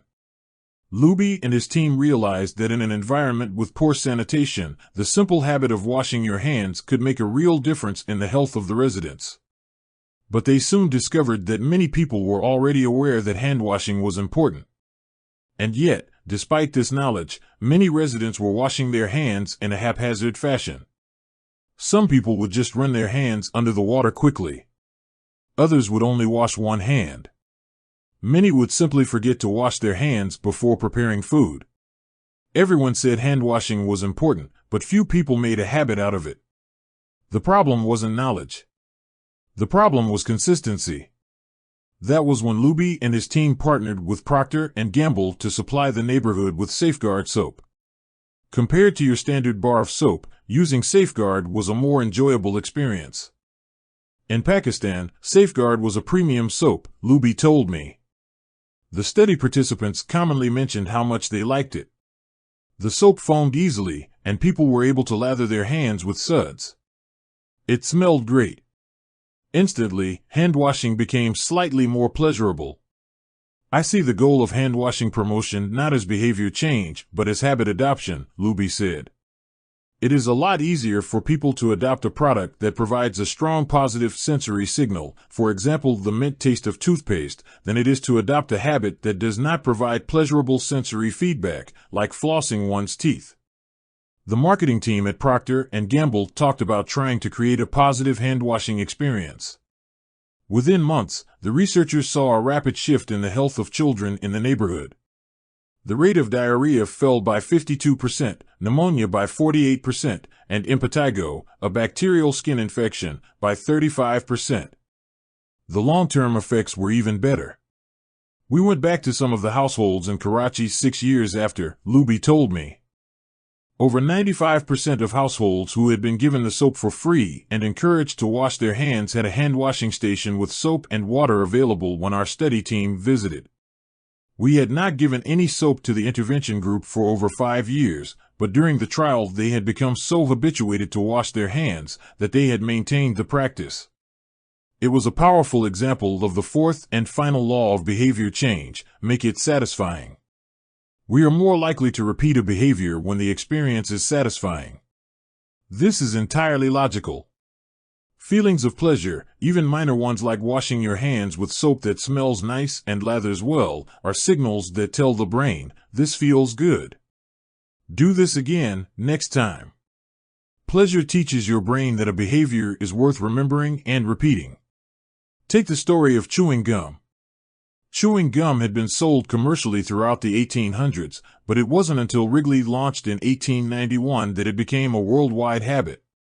Early versions were made from relatively bland resins, chewy, but not tasty. Wrigley revolutionized the industry by adding flavors like spearmint and juicy fruit, which made the product flavorful and fun to use. Then they went a step further and began pushing chewing gum as a pathway to a clean mouth. Advertisements told readers to refresh your taste. Tasty flavors and the feeling of a fresh mouth provided little bits of immediate reinforcement and made the product satisfying to use. Consumption skyrocketed, and Wrigley became the largest chewing gum company in the world. Toothpaste had a similar trajectory. Manufacturers enjoyed great success when they added flavors like spearmint, peppermint, and cinnamon to their products. These flavors don't improve the effectiveness of toothpaste. They simply create a clean mouth feel and make the experience of brushing your teeth more pleasurable. My wife actually stopped using Sensodyne because she didn't like the aftertaste. She switched to a brand with a stronger mint flavor, which proved to be more satisfying. Conversely, if an experience is not satisfying, we have little reason to repeat it. In my research, I came across the story of a woman who had a narcissistic relative who drove her nuts. In an attempt to spend less time with this egomaniac, she acted as dull and as boring as possible whenever he was around. Within a few encounters, he started avoiding her because he found her so uninteresting. Stories like these are evidence of the cardinal rule of behavior change: what is rewarded is repeated. What is punished is avoided. You learn what to do in the future based on what you were rewarded for doing in the past. Positive emotions cultivate habits. Negative emotions destroy them. The first three laws of behavior change: make it obvious, make it attractive, and make it easy, increase the odds that a behavior will be performed this time. The fourth law of behavior change, make it satisfying, increases the odds that a behavior will be repeated next time. It completes the habit loop. But there is a trick. We are not looking for just any type of satisfaction. We are looking for immediate satisfaction.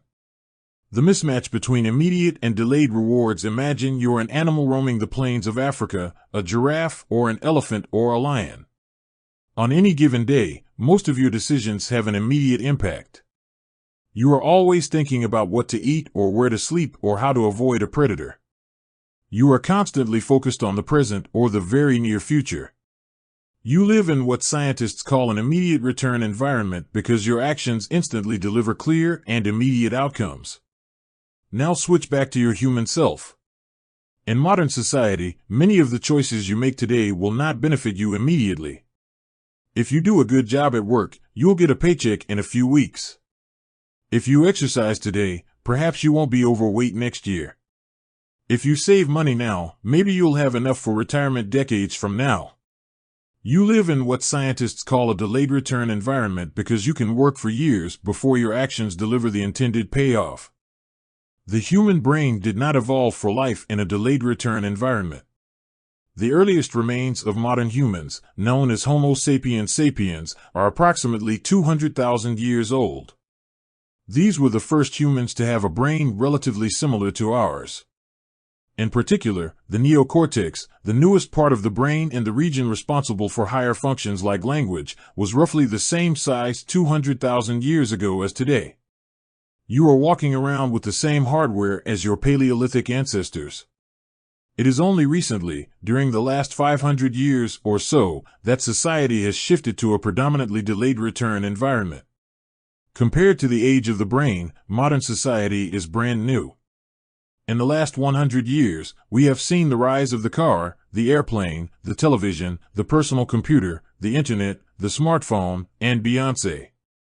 The world has changed much in recent years, but human nature has changed little. Similar to other animals on the African savanna, our ancestors spent their days responding to grave threats, securing the next meal, and taking shelter from a storm. It made sense to place a high value on instant gratification. The distant future was less of a concern. And after thousands of generations in an immediate return environment, our brains evolved to prefer quick payoffs to long-term ones. Behavioral economists refer to this tendency as time inconsistency.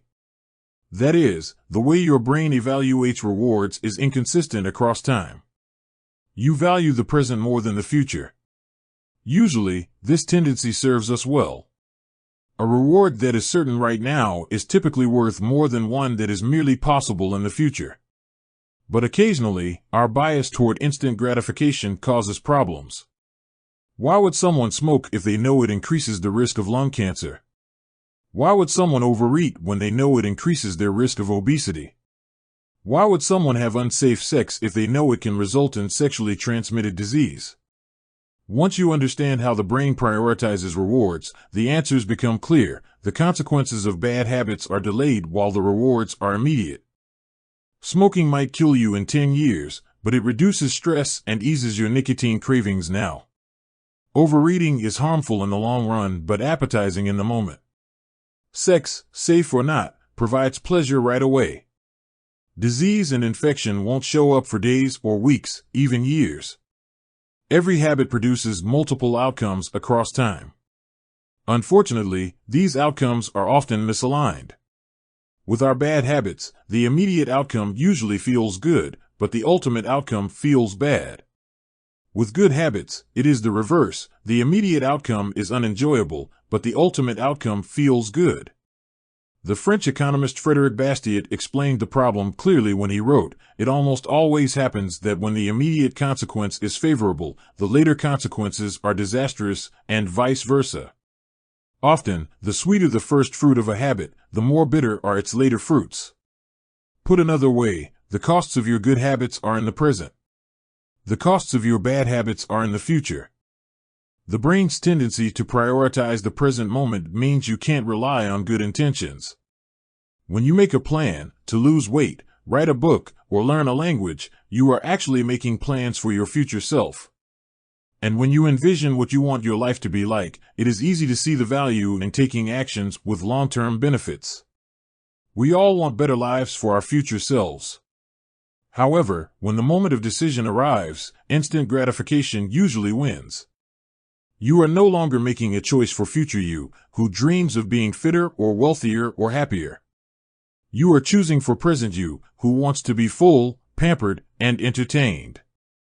As a general rule, the more immediate pleasure you get from an action, the more strongly you should question whether it aligns with your long-term goals. With a fuller understanding of what causes our brain to repeat some behaviors and avoid others, let's update the cardinal rule of behavior change. What is immediately rewarded is repeated. What is immediately punished is avoided. Our preference for instant gratification reveals an important truth about success. Because of how we are wired, most people will spend all day chasing quick hits of satisfaction. The road less traveled is the road of delayed gratification. If you're willing to wait for the rewards, you'll face less competition and often get a bigger payoff. As the saying goes, the last mile is always the least crowded. This is precisely what research has shown. People who are better at delaying gratification have higher SAT scores, lower levels of substance abuse, lower likelihood of obesity, better responses to stress, and superior social skills. We've all seen this play out in our own lives. If you delay watching television and get your homework done, you'll generally learn more and get better grades. If you don't buy desserts and chips at the store, you'll often eat healthier food when you get home. At some point, success in nearly every field requires you to ignore an immediate reward in favor of a delayed reward. Here's the problem: most people know that delaying gratification is the wise approach. They want the benefits of good habits, to be healthy, productive, at peace. But these outcomes are seldom top of mind at the decisive moment. Thankfully, it's possible to train yourself to delay gratification, but you need to work with the grain of human nature, not against it. The best way to do this is to add a little bit of immediate pleasure to the habits that pay off in the long run and a little bit of immediate pain to ones that don't. How to turn instant gratification to your advantage. The vital thing in getting a habit to stick is to feel successful, even if it's in a small way. The feeling of success is a signal that your habit paid off and that the work was worth the effort. In a perfect world, the reward for a good habit is the habit itself. In the real world, good habits tend to feel worthwhile only after they have provided you with something. Early on, it's all sacrifice. You've gone to the gym a few times, but you're not stronger or fitter or faster, at least, not in any noticeable sense. It's only months later, once you shed a few pounds or your arms gain some definition, that it becomes easier to exercise for its own sake. In the beginning, you need a reason to stay on track. This is why immediate rewards are essential. They keep you excited while the delayed rewards accumulate in the background. What we're really talking about here, when we're discussing immediate rewards, is the ending of a behavior. The ending of any experience is vital because we tend to remember it more than other phases. You want the ending of your habit to be satisfying. The best approach is to use reinforcement, which refers to the process of using an immediate reward to increase the rate of a behavior.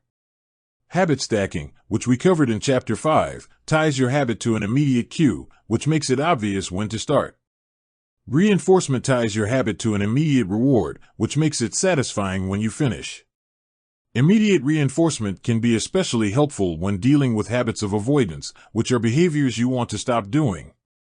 It can be challenging to stick with habits like no frivolous purchases or no alcohol this month because nothing happens when you skip happy hour drinks or don't buy that pair of shoes. It can be hard to feel satisfied when there is no action in the first place. All you're doing is resisting temptation, and there isn't much satisfying about that. One solution is to turn the situation on its head. You want to make avoidance visible. Open a savings account and label it for something you want, maybe leather jacket. Whenever you pass on a purchase, put the same amount of money in the account. Skip your morning latte? Transfer $5. Pass on another month of Netflix? Move $10 over. It's like creating a loyalty program for yourself. The immediate reward of seeing yourself save money toward the leather jacket feels a lot better than being deprived. You are making it satisfying to do nothing. One of my readers and his wife used a similar setup. They wanted to stop eating out so much and start cooking together more. They labeled their savings account trip to Europe. Whenever they skipped going out to eat, they transferred $50 into the account. At the end of the year, they put the money toward the vacation.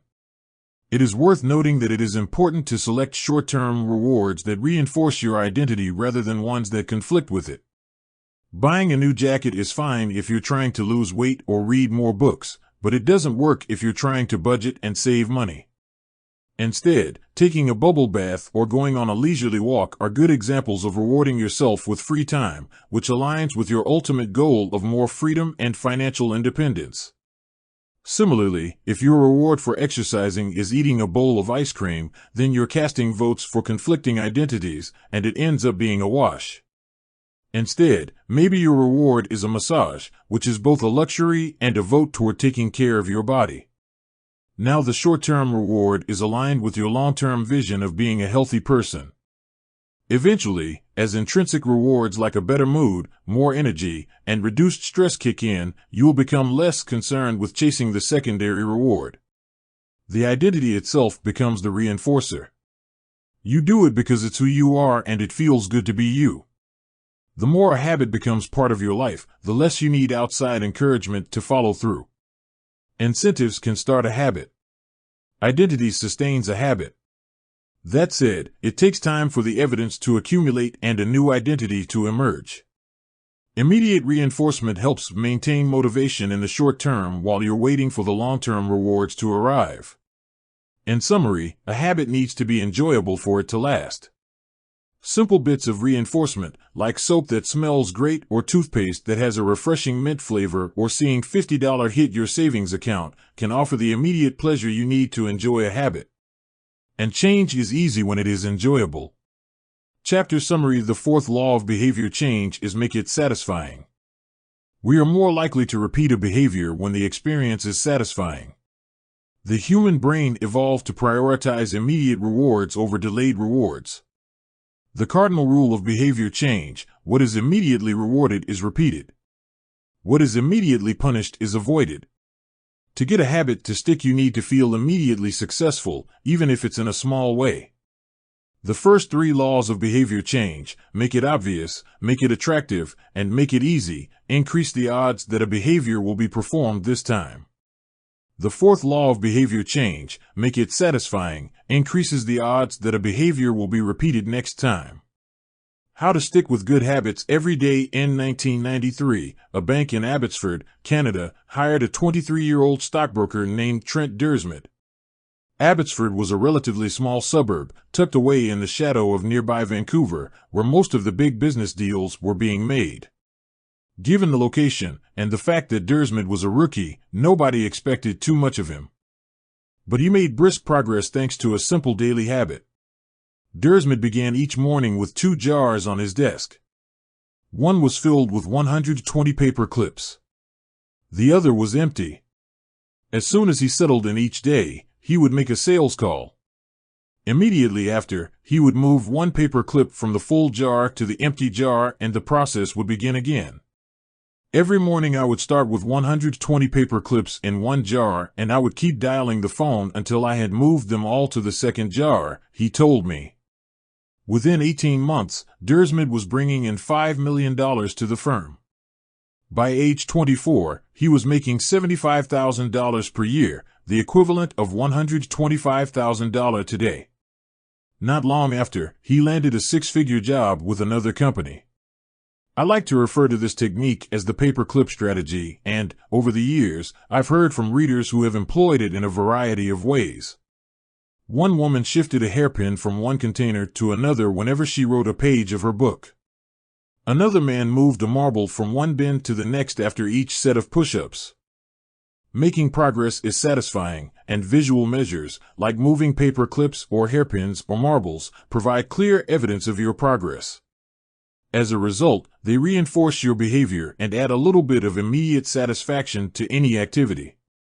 Visual measurement comes in many forms: food journals, workout logs, loyalty punch cards, the progress bar on a software download, even the page numbers in a book.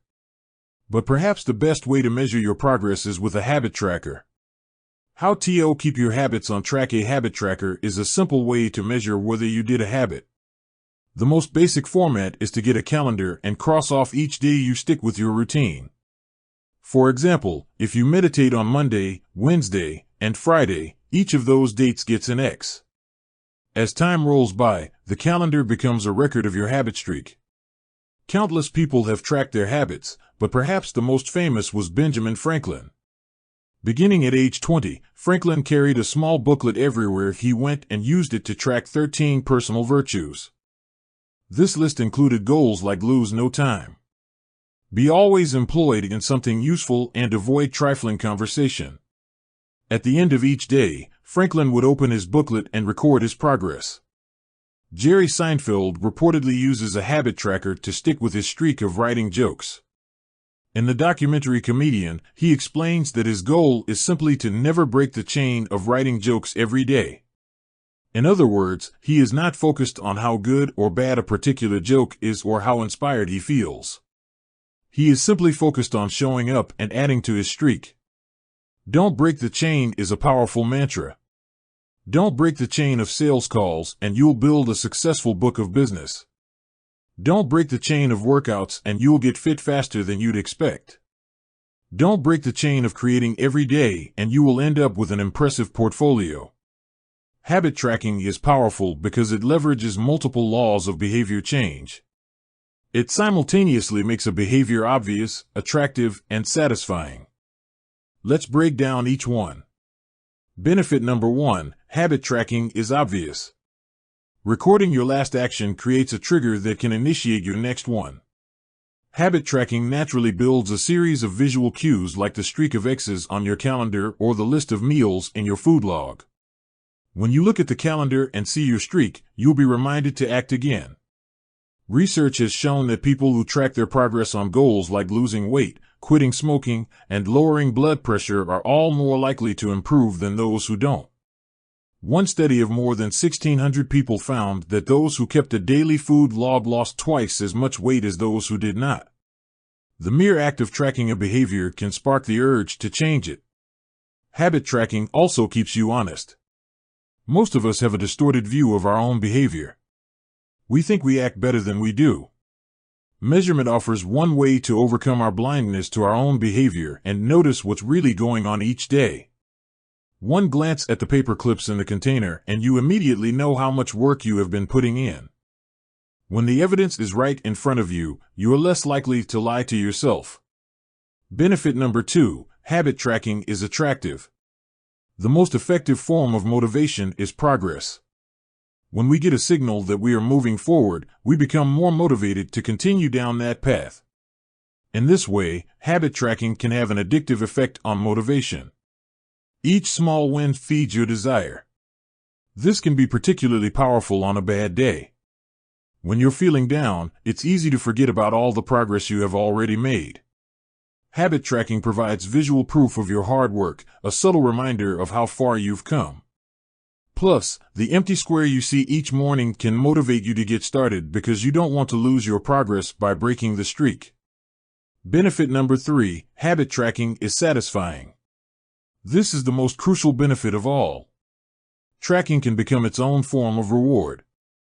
It is satisfying to cross an item off your to-do list, to complete an entry in your workout log, or to mark an X on the calendar. It feels good to watch your results grow, the size of your investment portfolio, the length of your book manuscript, and if it feels good, then you're more likely to endure. Habit tracking also helps keep your eye on the ball. You're focused on the process rather than the result. You're not fixated on getting six-pack abs, you're just trying to keep the streak alive and become the type of person who doesn't miss workouts. In summary, habit tracking creates a visual cue that can remind you to act, is inherently motivating because you see the progress you are making and don't want to lose it, and feels satisfying whenever you record another successful instance of your habit. Furthermore, habit tracking provides visual proof that you are casting votes for the type of person you wish to become, which is a delightful form of immediate and intrinsic gratification. You may be wondering, if habit tracking is so useful, why have I waited so long to talk about it? Despite all the benefits, I've left this discussion until now for a simple reason: many people resist the idea of tracking and measuring. It can feel like a burden because it forces you into two habits, the habit you're trying to build and the habit of tracking it. Counting calories sounds like a hassle when you're already struggling to follow a diet. Writing down every sales call seems tedious when you've got work to do. It feels easier to say, "I'll just eat less." Or, "I'll try harder." Or, "I'll remember to do it." People inevitably tell me things like, "I have a decision journal, but I wish I used it more." Or, "I recorded my workouts for a week, but then quit." I've been there myself. I once made a food log to track my calories. I managed to do it for one meal and then gave up. Tracking isn't for everyone, and there is no need to measure your entire life. But nearly anyone can benefit from it in some form, even if it's only temporary. What can we do to make tracking easier? First, whenever possible, measurement should be automated. You'll probably be surprised by how much you're already tracking without knowing it. Your credit card statement tracks how often you go out to eat. Your Fitbit registers how many steps you take and how long you sleep. Your calendar records how many new places you travel to each year. Once you know where to get the data, add a note to your calendar to review it each week or each month, which is more practical than tracking it every day.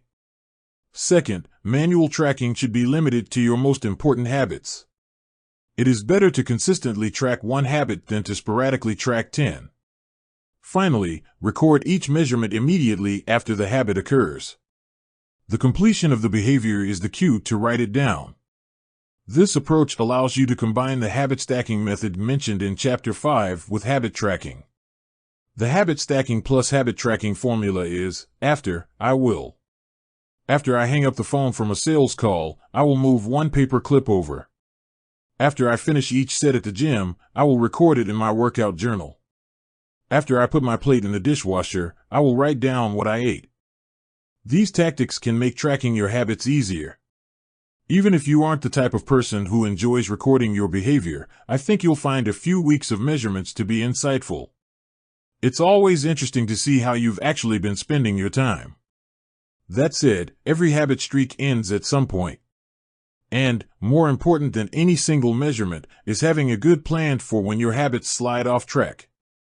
How to recover quickly when your habits break down. No matter how consistent you are with your habits, it is inevitable that life will interrupt you at some point. Perfection is not possible. Before long, an emergency will pop up, you get sick or you have to travel for work or your family needs a little more of your time. Whenever this happens to me, I try to remind myself of a simple rule: never miss twice. If I miss one day, I try to get back into it as quickly as possible. Missing one workout happens, but I'm not going to miss 2 in a row. Maybe I'll eat an entire pizza, but I'll follow it up with a healthy meal. I can't be perfect, but I can avoid a second lapse. As soon as one streak ends, I get started on the next one. The first mistake is never the one that ruins you. It is the spiral of repeated mistakes that follows. Missing once is an accident. Missing twice is the start of a new habit. This is a distinguishing feature between winners and losers. Anyone can have a bad performance, a bad workout, or a bad day at work. But when successful people fail, they rebound quickly. The breaking of a habit doesn't matter if the reclaiming of it is fast. I think this principle is so important that I'll stick to it even if I can't do a habit as well or as completely as I would like. Too often, we fall into an all-or-nothing cycle with our habits. The problem is not slipping up. The problem is thinking that if you can't do something perfectly, then you shouldn't do it at all. You don't realize how valuable it is to just show up on your bad days. Lost days hurt you more than successful days help you. If you start with $100, then a 50% gain will take you to $150. But you only need a 33% loss to take you back to $100. In other words, avoiding a 33% loss is just as valuable as achieving a 50% gain. As Charlie Munger says, the first rule of compounding: never interrupt it unnecessarily. This is why the bad workouts are often the most important ones. Sluggish days and bad workouts maintain the compound gains you accrued from previous good days. Simply doing something, 10 squats, 5 sprints, a push-up, anything really, is huge. Don't put up a 0. Don't let losses eat into your compounding. Furthermore, it's not always about what happens during the workout. It's about being the type of person who doesn't miss workouts. It's easy to train when you feel good, but it's crucial to show up when you don't feel like it, even if you do less than you hope. Going to the gym for 5 minutes may not improve your performance, but it reaffirms your identity. The all-or-nothing cycle of behavior change is just one pitfall that can derail your habits. Another potential danger, especially if you are using a habit tracker, is measuring the wrong thing. Knowing when to track a habit. Say you're running a restaurant and you want to know if your chef is doing a good job. One way to measure success is to track how many customers pay for a meal each day. If more customers come in, the food must be good. If fewer customers come in, something must be wrong. However, this one measurement, daily revenue, only gives a limited picture of what's really going on. Just because someone pays for a meal doesn't mean they enjoy the meal. Even dissatisfied customers are unlikely to dine and dash. In fact, if you're only measuring revenue, the food might be getting worse, but you're making up for it with marketing or discounts or some other method. Instead, it may be more effective to track how many customers finish their meal or perhaps the percentage of customers who leave a generous tip. The dark side of tracking a particular behavior is that we become driven by the number rather than the purpose behind it. If your success is measured by quarterly earnings, you will optimize sales, revenue, and accounting for quarterly earnings. If your success is measured by a lower number on the scale, you will optimize for a lower number on the scale, even if that means embracing crash diets, juice cleanses, and fat loss pills. The human mind wants to win whatever game is being played. This pitfall is evident in many areas of life. We focus on working long hours instead of getting meaningful work done. We care more about getting 10,000 steps than we do about being healthy.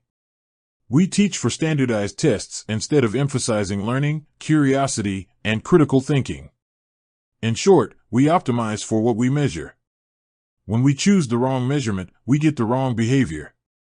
This is sometimes referred to as Goodhart's Law. Named after the economist Charles Goodhart, the principle states, when a measure becomes a target, it ceases to be a good measure. Measurement is only useful when it guides you and adds context to a larger picture, not when it consumes you. Each number is simply one piece of feedback in the overall system. In our data-driven world, we tend to overvalue numbers and undervalue anything ephemeral, soft, and difficult to quantify. We mistakenly think the factors we can measure are the only factors that exist. But just because you can measure something doesn't mean it's the most important thing. And just because you can't measure something doesn't mean it's not important at all. All of this to say, it's crucial to keep habit tracking in its proper place. It can feel satisfying to record a habit and track your progress, but the measurement is not the only thing that matters. Furthermore, there are many ways to measure progress, and sometimes it helps to shift your focus to something entirely different. This is why non-scale victories can be effective for weight loss. The number on the scale may be stubborn, so if you focus solely on that number, your motivation will sag. But you may notice that your skin looks better, or you wake up earlier, or your sex drive got a boost. All of these are valid ways to track your improvement. If you're not feeling motivated by the number on the scale, perhaps it's time to focus on a different measurement, one that gives you more signals of progress. No matter how you measure your improvement, habit tracking offers a simple way to make your habits more satisfying. Each measurement provides a little bit of evidence that you're moving in the right direction and a brief moment of immediate pleasure for a job well done. Chapter summary: one of the most satisfying feelings is the feeling of making progress. A habit tracker is a simple way to measure whether you did a habit, like marking an X on a calendar. Habit trackers and other visual forms of measurement can make your habits satisfying by providing clear evidence of your progress. Don't break the chain. Try to keep your habit streak alive. Never miss twice. If you miss one day, try to get back on track as quickly as possible. Just because you can measure something doesn't mean it's the most important thing. How an accountability partner can change everything. After serving as a pilot in World War II, Roger Fisher attended Harvard Law School and spent 34 years specializing in negotiation and conflict management. He founded the Harvard Negotiation Project and worked with numerous countries and world leaders on peace resolutions, hostage crises, and diplomatic compromises. But it was in the 1970s and 1980s, as the threat of nuclear war escalated, that Fisher developed perhaps his most interesting idea. At the time, Fisher was focused on designing strategies that could prevent nuclear war, and he had noticed a troubling fact. Any sitting president would have access to launch codes that could kill millions of people but would never actually see anyone die because he would always be thousands of miles away. My suggestion was quite simple, he wrote in 1981. Put that code number in a little capsule, and then implant that capsule right next to the heart of a volunteer. The volunteer would carry with him a big, heavy butcher knife as he accompanied the president. If ever the president wanted to fire nuclear weapons, the only way he could do so would be for him first, with his own hands, to kill one human being. The president says, "George, I'm sorry, but tens of millions must die." He has to look at someone and realize what death is, what an innocent death is. Blood on the White House carpet. It's reality brought home. When I suggested this to friends in the Pentagon, they said, "My God, that's terrible. Having to kill someone would distort the president's judgment. He might never push the button." Throughout our discussion of the fourth law of behavior change, we have covered the importance of making good habits immediately satisfying. Fisher's proposal is an inversion of the fourth law, make it immediately unsatisfying. Just as we are more likely to repeat an experience when the ending is satisfying, we are also more likely to avoid an experience when the ending is painful. Pain is an effective teacher. If a failure is painful, it gets fixed. If a failure is relatively painless, it gets ignored. The more immediate and more costly a mistake is, the faster you will learn from it. The threat of a bad review forces a plumber to be good at his job. The possibility of a customer never returning makes restaurants create good food. The cost of cutting the wrong blood vessel makes a surgeon master human anatomy and cut carefully. When the consequences are severe, people learn quickly. The more immediate the pain, the less likely the behavior. If you want to prevent bad habits and eliminate unhealthy behaviors, then adding an instant cost to the action is a great way to reduce their odds. We repeat bad habits because they serve us in some way, and that makes them hard to abandon. The best way I know to overcome this predicament is to increase the speed of the punishment associated with the behavior. There can't be a gap between the action and the consequences. As soon as actions incur an immediate consequence, behavior begins to change. Customers pay their bills on time when they are charged a late fee. Students show up to class when their grade is linked to attendance. We'll jump through a lot of hoops to avoid a little bit of immediate pain. There is, of course, a limit to this. If you're going to rely on punishment to change behavior, then the strength of the punishment must match the relative strength of the behavior it is trying to correct. To be productive, the cost of procrastination must be greater than the cost of action. To be healthy, the cost of laziness must be greater than the cost of exercise. Getting fined for smoking in a restaurant or failing to recycle adds consequence to an action. Behavior only shifts if the punishment is painful enough and reliably enforced. In general, the more local, tangible, concrete, and immediate the consequence, the more likely it is to influence individual behavior. The more global, intangible, vague, and delayed the consequence, the less likely it is to influence individual behavior. Thankfully, there is a straightforward way to add an immediate cost to any bad habit: create a habit contract. The habit contract, the first seatbelt law, was passed in New York on December 1, 1984. At the time, just 14% of people in the United States regularly wore a seatbelt, but that was all about to change. Within 5 years, over half of the nation had seatbelt laws. Today, wearing a seatbelt is enforceable by law in 49 of the 50 states. And it's not just the legislation, the number of people wearing seatbelts has changed dramatically as well. In 2016, over 88% of Americans buckled up each time they got in a car. In just over 30 years, there was a complete reversal in the habits of millions of people. Laws and regulations are an example of how government can change our habits by creating a social contract. As a society, we collectively agree to abide by certain rules and then enforce them as a group. Whenever a new piece of legislation impacts behavior, seatbelt laws, banning smoking inside restaurants, mandatory recycling, it is an example of a social contract shaping our habits. The group agrees to act in a certain way, and if you don't follow along, you'll be punished.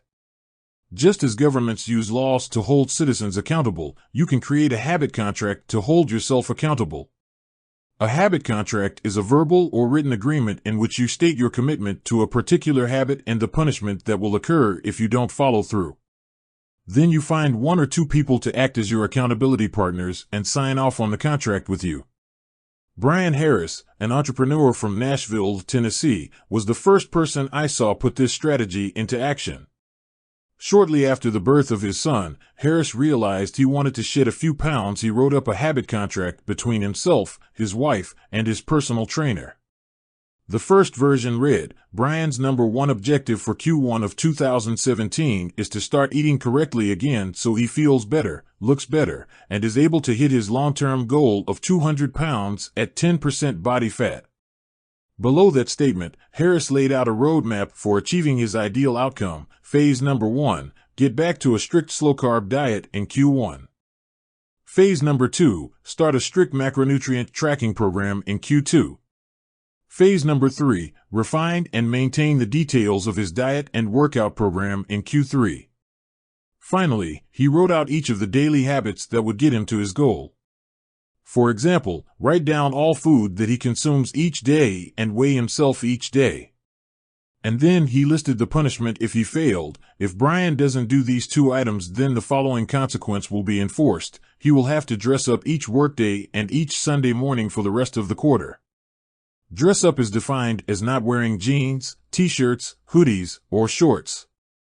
He will also give Joey $200 to use as he sees fit if he misses 1 day of logging food. At the bottom of the page, Harris, his wife, and his trainer all signed the contract. My initial reaction was that a contract like this seemed overly formal and unnecessary, especially the signatures. But Harris convinced me that signing the contract was an indication of seriousness. Anytime I skip this part, he said, I start slacking almost immediately. 3 months later, after hitting his targets for Q1, Harris upgraded his goals. The consequences escalated, too. If he missed his carbohydrate and protein targets, he had to pay his trainer $100. And if he failed to weigh himself, he had to give his wife $500 to use as she saw fit. Perhaps most painfully, if he forgot to run sprints, he had to dress up for work every day and wear an Alabama hat the rest of the quarter, the bitter rival of his beloved Auburn team. The strategy worked. With his wife and trainer acting as accountability partners, and with the habit contract clarifying exactly what to do each day, Harris lost the weight. To make bad habits unsatisfying, your best option is to make them painful in the moment. Creating a habit contract is a straightforward way to do exactly that. Even if you don't want to create a full-blown habit contract, simply having an accountability partner is useful. The comedian Margaret Cho writes a joke or song every day. She does the Psalm a Day challenge with a friend, which helps them both stay accountable. Knowing that someone is watching can be a powerful motivator. You are less likely to procrastinate or give up because there is an immediate cost. If you don't follow through, perhaps they'll see you as untrustworthy or lazy. Suddenly, you are not only failing to uphold your promises to yourself, but also failing to uphold your promises to others. You can even automate this process. Thomas Frank, an entrepreneur in Boulder, Colorado, wakes up at 5:55 each morning. And if he doesn't, he has a tweet automatically scheduled that says, "It's 6:10 and I'm not up because I'm lazy." Reply to this for $5 via PayPal, assuming my alarm didn't malfunction. We are always trying to present our best selves to the world. We comb our hair and brush our teeth and dress ourselves carefully because we know these habits are likely to get a positive reaction. We want to get good grades and graduate from top schools to impress potential employers and mates and our friends and family. We care about the opinions of those around us because it helps if others like us. This is precisely why getting an accountability partner or signing a habit contract can work so well. Chapter summary: The inversion of the fourth law of behavior change is make it unsatisfying. We are less likely to repeat a bad habit if it is painful or unsatisfying. An accountability partner can create an immediate cost to inaction. We care deeply about what others think of us, and we do not want others to have a lesser opinion of us. A habit contract can be used to add a social cost to any behavior. It makes the costs of violating your promises public and painful. Knowing that someone else is watching you can be a powerful motivator. How to create a good habit: The first law. 1.1. Fill out the habit scorecard. Write down your current habits to become aware of them. 1.2. Use implementation intentions. I will let in. 1.3. Use habit stacking. After, I will. 1.4. Design your environment. Make the cues of good habits obvious and visible. The 2ND 2.1. Use temptation bundling. Pair an action you want to do with an action you need to do. 2.2. Join a culture where your desired behavior is the normal behavior. 2.3. Create a motivation ritual. Do something you enjoy immediately before a difficult habit. The third law. 3.1. Reduce friction. Decrease the number of steps between you and your good habits. 3.2. Prime the environment. Prepare your environment to make future actions easier. 3.3. Master the decisive moment. Optimize the small choices that deliver outsized impact. 3.4. Use the 2-minute rule. Downscale your habits until they can be done in 2 minutes or less. 3.5. Automate your habits. Invest in technology and one-time purchases that lock in future behavior. The fourth law. 4.1. Use reinforcement. Give yourself an immediate reward when you complete your habit. 4.2. Make doing nothing enjoyable. When avoiding a bad habit, design a way to see the benefits. 4.3. Use a habit tracker. Keep track of your habit streak and don't break the chain. 4.4. Never miss twice. When you forget to do a habit, make sure you get back on track immediately. How to break a bad habit. 1.5. Reduce exposure.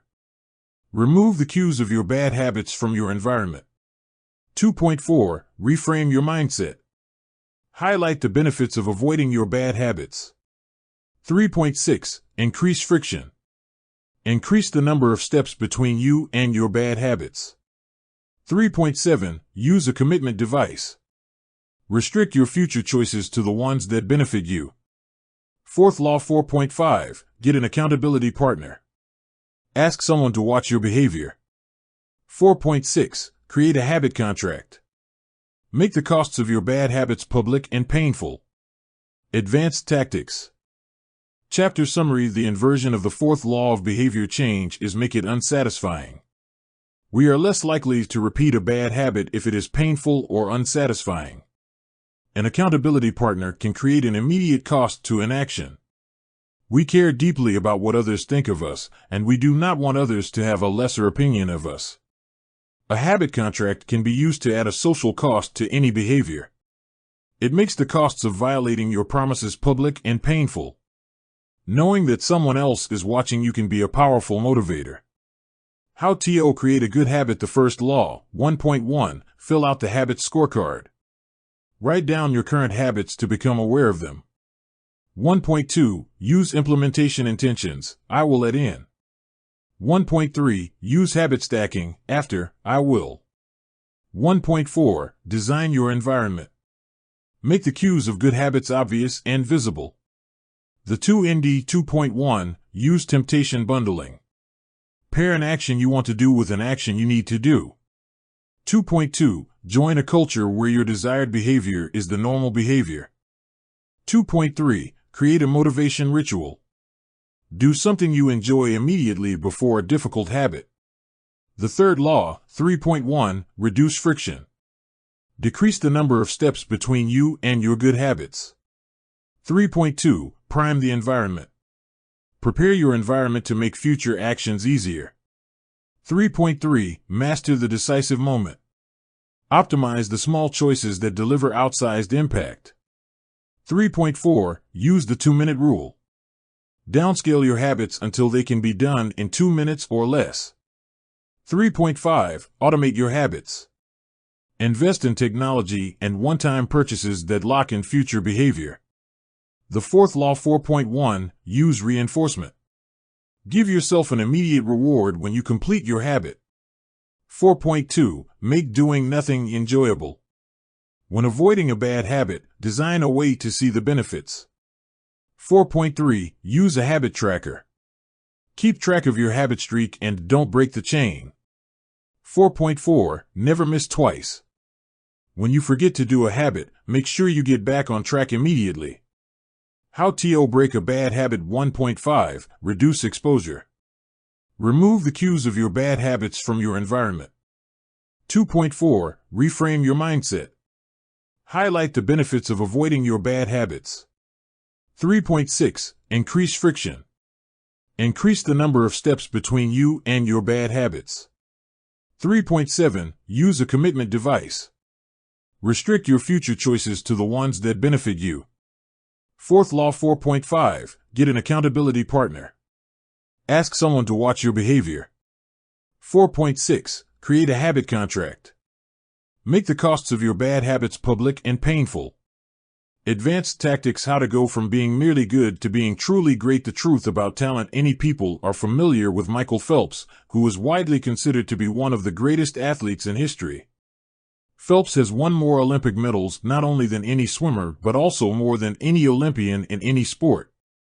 Fewer people know the name Hisham El Ghourou, but he was a fantastic athlete in his own right. El Ghourou is a Moroccan runner who holds 2 Olympic gold medals and is one of the greatest middle-distance runners of all time.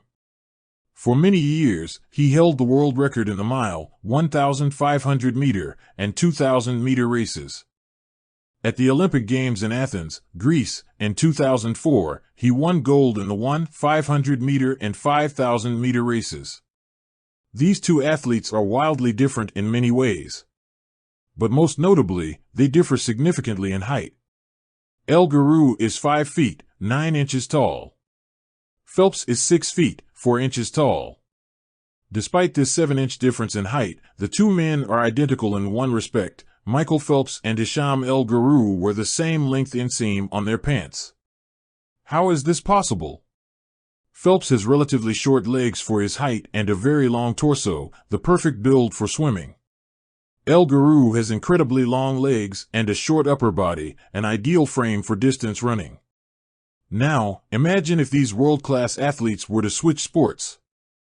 Given his remarkable athleticism, could Michael Phelps become an Olympic-caliber distance runner with enough training? It's unlikely. At peak fitness, Phelps weighed 194 pounds, which is 40% heavier than El Guru, who competed at an ultralight 138 pounds. Taller runners are heavier runners, and every extra pound is a curse when it comes to distance running. Against elite competition, Phelps would be doomed from the start. Similarly, El Guru might be one of the best runners in history, but it's doubtful he would ever qualify for the Olympics as a swimmer. Since 1976, the average height of Olympic gold medalists in the men's 1,500-meter run is 5 feet, 10 inches. In comparison, the average height of Olympic gold medalists in the men's 100-meter freestyle swim is 6 feet, 4 inches. Swimmers tend to be tall and have long backs and arms, which are ideal for pulling through the water. El Guru would be at a severe disadvantage before he ever touched the pool. The secret to maximizing your odds of success is to choose the right field of competition. This is just as true with habit change as it is with sports and business. Habits are easier to perform and more satisfying to stick with when they align with your natural inclinations and abilities. Like Michael Phelps in the pool or Hisham El Guru on the track, you want to play a game where the odds are in your favor. Embracing this strategy requires the acceptance of the simple truth that people are born with different abilities. Some people don't like to discuss this fact. On the surface, your genes seem to be fixed, and it's no fun to talk about things you cannot control. Plus, phrases like biological determinism makes it sound like certain individuals are destined for success and others doomed to failure. But this is a short-sighted view of the influence of genes on behavior. The strength of genetics is also their weakness. Genes cannot be easily changed, which means they provide a powerful advantage in favorable circumstances and a serious disadvantage in unfavorable circumstances. If you want to dunk a basketball, being 7 feet tall is very useful. If you want to perform a gymnastics routine, being 7 feet tall is a great hindrance. Our environment determines the suitability of our genes and the utility of our natural talents. When our environment changes, so do the qualities that determine success. This is true not just for physical characteristics, but for mental ones as well. I'm smart if you ask me about habits and human behavior, not so much when it comes to knitting, rocket propulsion, or guitar chords. Competence is highly dependent on context. The people at the top of any competitive field are not only well-trained, they are also well-suited to the task. And this is why, if you want to be truly great, selecting the right place to focus is crucial. In short, genes do not determine your destiny. They determine your areas of opportunity. As physician Gabor Mate notes, genes can predispose, but they don't predetermine. The areas where you are genetically predisposed to success are the areas where habits are more likely to be satisfying. The key is to direct your effort toward areas that both excite you and match your natural skills, to align your ambition with your ability. The obvious question is, how do I figure out where the odds are in my favor?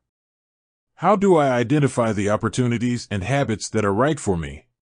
The first place we will look for an answer is by understanding your personality. How your personality influences your habits. Your genes are operating beneath the surface of every habit. Indeed, beneath the surface of every behavior. Genes have been shown to influence everything from the number of hours you spend watching television to your likelihood to marry or divorce to your tendency to get addicted to drugs, alcohol, or nicotine. There's a strong genetic component to how obedient or rebellious you are when facing authority, how vulnerable or resistant you are to stressful events, how proactive or reactive you tend to be, and even how captivated or bored you feel during sensory experiences like attending a concert.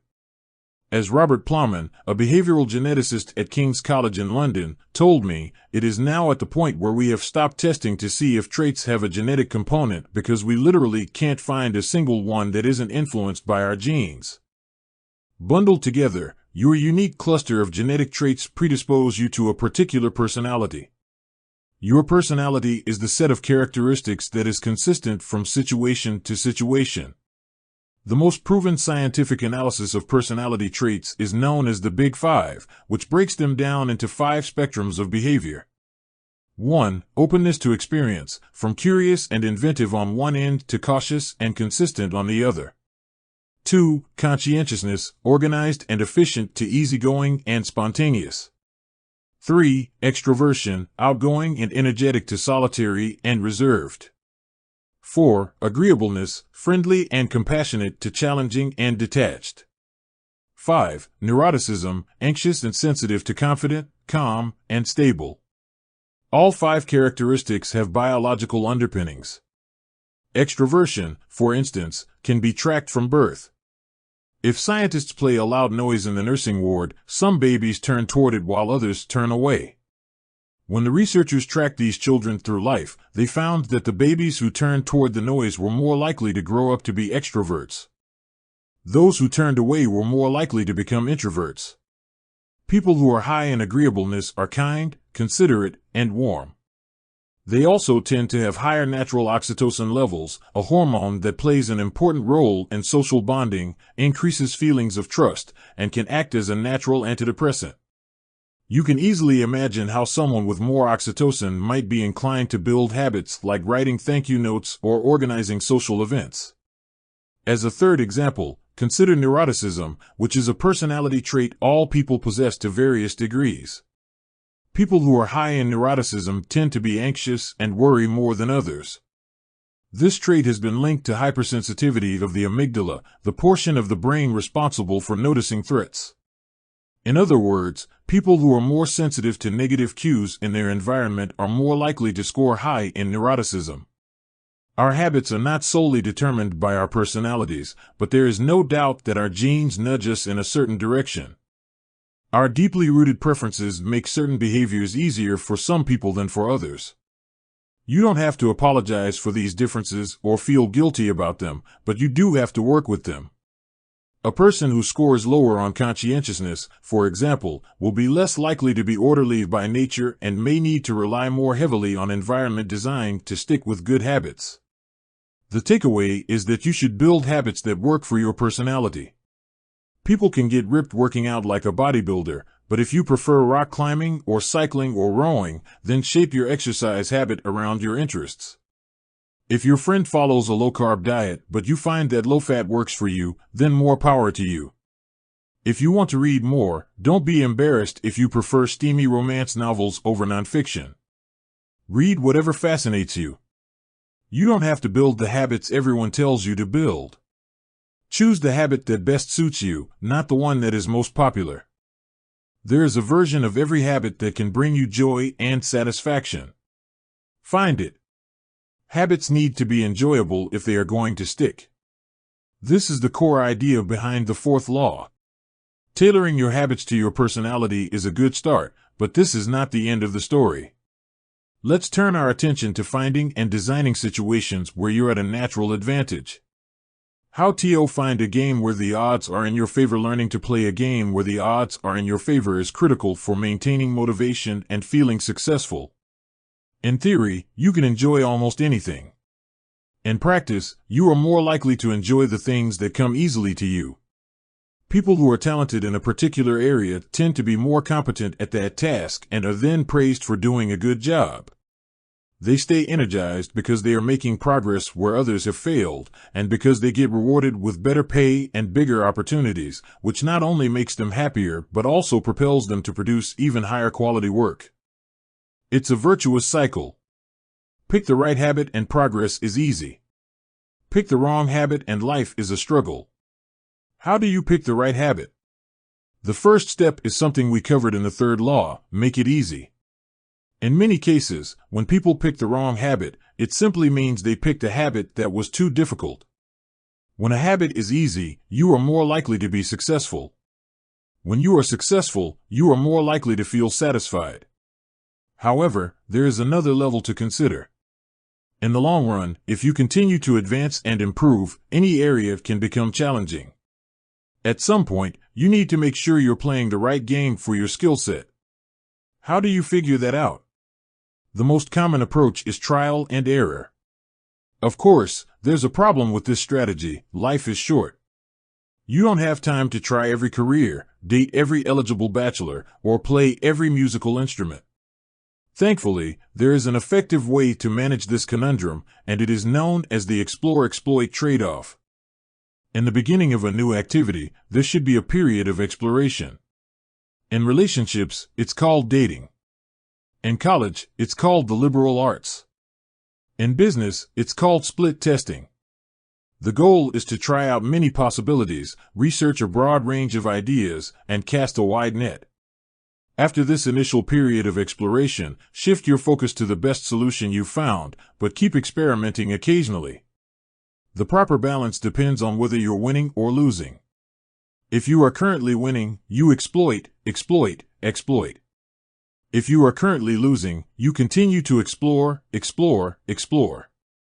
In the long run, it is probably most effective to work on the strategy that seems to deliver the best results about 80 to 90% of the time and keep exploring with the remaining 10 to 20%. Google famously asks employees to spend 80% of the workweek on their official job and 20% on projects of their choice, which has led to the creation of blockbuster products like AdWords and Gmail. The optimal approach also depends on how much time you have. If you have a lot of time, like someone at the beginning of their career, it makes more sense to explore because once you find the right thing, you still have a good amount of time to exploit it. If you're pressed for time, say, as you come up on the deadline for a project, you should implement the best solution you've found so far and get some results. As you explore different options, there are a series of questions you can ask yourself to continually narrow in on the habits and areas that will be most satisfying to you. What feels like fun to me, but work to others? The mark of whether you are made for a task is not whether you love it, but whether you can handle the pain of the task easier than most people. When are you enjoying yourself while other people are complaining? The work that hurts you less than it hurts others is the work you were made to do. What makes me lose track of time? Flow is the mental state you enter when you are so focused on the task at hand that the rest of the world fades away. This blend of happiness and peak performance is what athletes and performers experience when they are in the zone. It is nearly impossible to experience a flow state and not find the task satisfying, at least to some degree. Where do I get greater returns than the average person?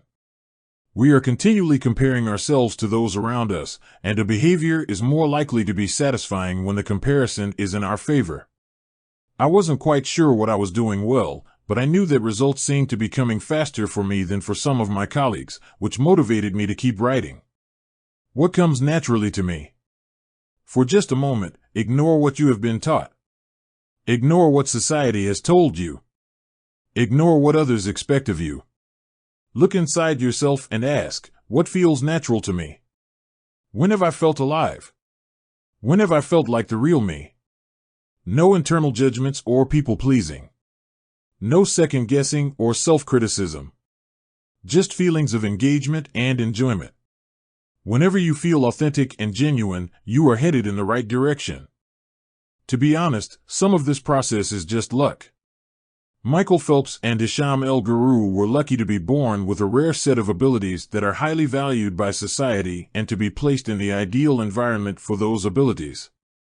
We all have limited time on this planet, and the truly great among us are the ones who not only work hard but also have the good fortune to be exposed to opportunities that favor us.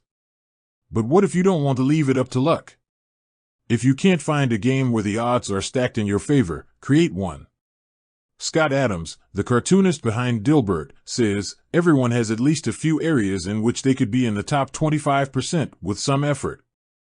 In my case, I can draw better than most people, but I'm hardly an artist. And I'm not any funnier than the average stand-up comedian who never makes it big, but I'm funnier than most people. The magic is that few people can draw well and write jokes. It's the combination of the two that makes what I do so rare. And when you add in my business background, suddenly I had a topic that few cartoonists could hope to understand without living it. When you can't win by being better, you can win by being different. By combining your skills, you reduce the level of competition, which makes it easier to stand out. You can shortcut the need for a genetic advantage by rewriting the rules. A good player works hard to win the game everyone else is playing. A great player creates a new game that favors their strengths and avoids their weaknesses. In college, I designed my own major, biomechanics, which was a combination of physics, chemistry, biology, and anatomy. I wasn't smart enough to stand out among the top physics or biology majors, so I created my own game.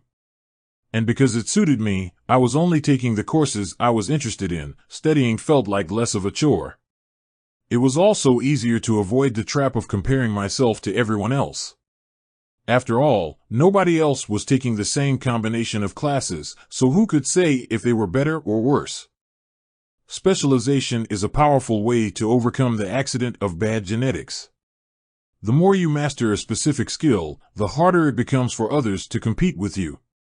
Many bodybuilders are stronger than the average arm wrestler, but even a massive bodybuilder may lose at arm wrestling because the arm wrestling champ has very specific strength. Even if you're not the most naturally gifted, you can often win by being the best in a very narrow category. Boiling water will soften a potato but harden an egg. You can't control whether you're a potato or an egg, but you can decide to play a game where it's better to be hard or soft. If you can find a more favorable environment, you can transform the situation from one where the odds are against you to one where they are in your favor. How to get the most out of your genes? Our genes do not eliminate the need for hard work. They clarify it. They tell us what to work hard on. Once we realize our strengths, we know where to spend our time and energy. We know which types of opportunities to look for and which types of challenges to avoid. The better we understand our nature, the better our strategy can be. Biological differences matter. Even so, it's more productive to focus on whether you are fulfilling your own potential than comparing yourself to someone else. The fact that you have a natural limit to any specific ability has nothing to do with whether you are reaching the ceiling of your capabilities. People get so caught up in the fact that they have limits that they rarely exert the effort required to get close to them. Furthermore, genes can't make you successful if you're not doing the work. Yes, it's possible that the ripped trainer at the gym has better genes, but if you haven't put in the same reps, it's impossible to say if you have been dealt a better or worse genetic hand. Until you work as hard as those you admire, don't explain away their success as luck. In summary, one of the best ways to ensure your habits remain satisfying over the long run is to pick behaviors that align with your personality and skills. Work hard on the things that come easy. Chapter summary: the secret to maximizing your odds of success is to choose the right field of competition. Pick the right habit and progress is easy. Pick the wrong habit and life is a struggle. Genes cannot be easily changed, which means they provide a powerful advantage in favorable circumstances and a serious disadvantage in unfavorable circumstances. Habits are easier when they align with your natural abilities.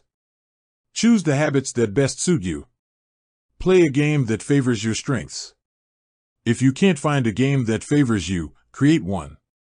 Genes do not eliminate the need for hard work. They clarify it. They tell us what to work hard on. The Goldilocks rule: how to stay motivated in life and work. In 1955, Disneyland had just opened in Anaheim, California, when a 10-year-old boy walked in and asked for a job. Labor laws were loose back then, and the boy managed to land a position selling guidebooks for 50 cents apiece. Within a year, he had transitioned to Disney's Magic Shop, where he learned tricks from the older employees. He experimented with jokes and tried out simple routines on visitors. Soon he discovered that what he loved was not performing magic, but performing in general. He set his sights on becoming a comedian. Beginning in his teenage years, he started performing in little clubs around Los Angeles. The crowds were small and his act was short. He was rarely on stage for more than 5 minutes. Most of the people in the crowd were too busy drinking or talking with friends to pay attention. One night, he literally delivered his stand-up routine to an empty club. It wasn't glamorous work, but there was no doubt he was getting better. His first routines would only last 1 or 2 minutes. By high school, his material had expanded to include a 5-minute act and, a few years later, a 10-minute show. At 19, he was performing weekly for 20 minutes at a time. He had to read 3 poems during the show just to make the routine long enough, but his skills continued to progress. He spent another decade experimenting, adjusting, and practicing. He took a job as a television writer and, gradually, he was able to land his own appearances on talk shows. By the mid-1970s, he had worked his way into being a regular guest on The Tonight Show and Saturday Night Live. Finally, after nearly 15 years of work, the young man rose to fame. He toured 60 cities in 63 days. Then 72 cities in 80 days. Then 85 cities in 90 days. He had 18,695 people attend one show in Ohio. Another 45,000 tickets were sold for his 3-day show in New York. He catapulted to the top of his genre and became one of the most successful comedians of his time. His name is Steve Martin. Martin's story offers a fascinating perspective on what it takes to stick with habits for the long run. Comedy is not for the timid. It is hard to imagine a situation that would strike fear into the hearts of more people than performing alone on stage and failing to get a single laugh. And yet Steve Martin faced this fear every week for 18 years.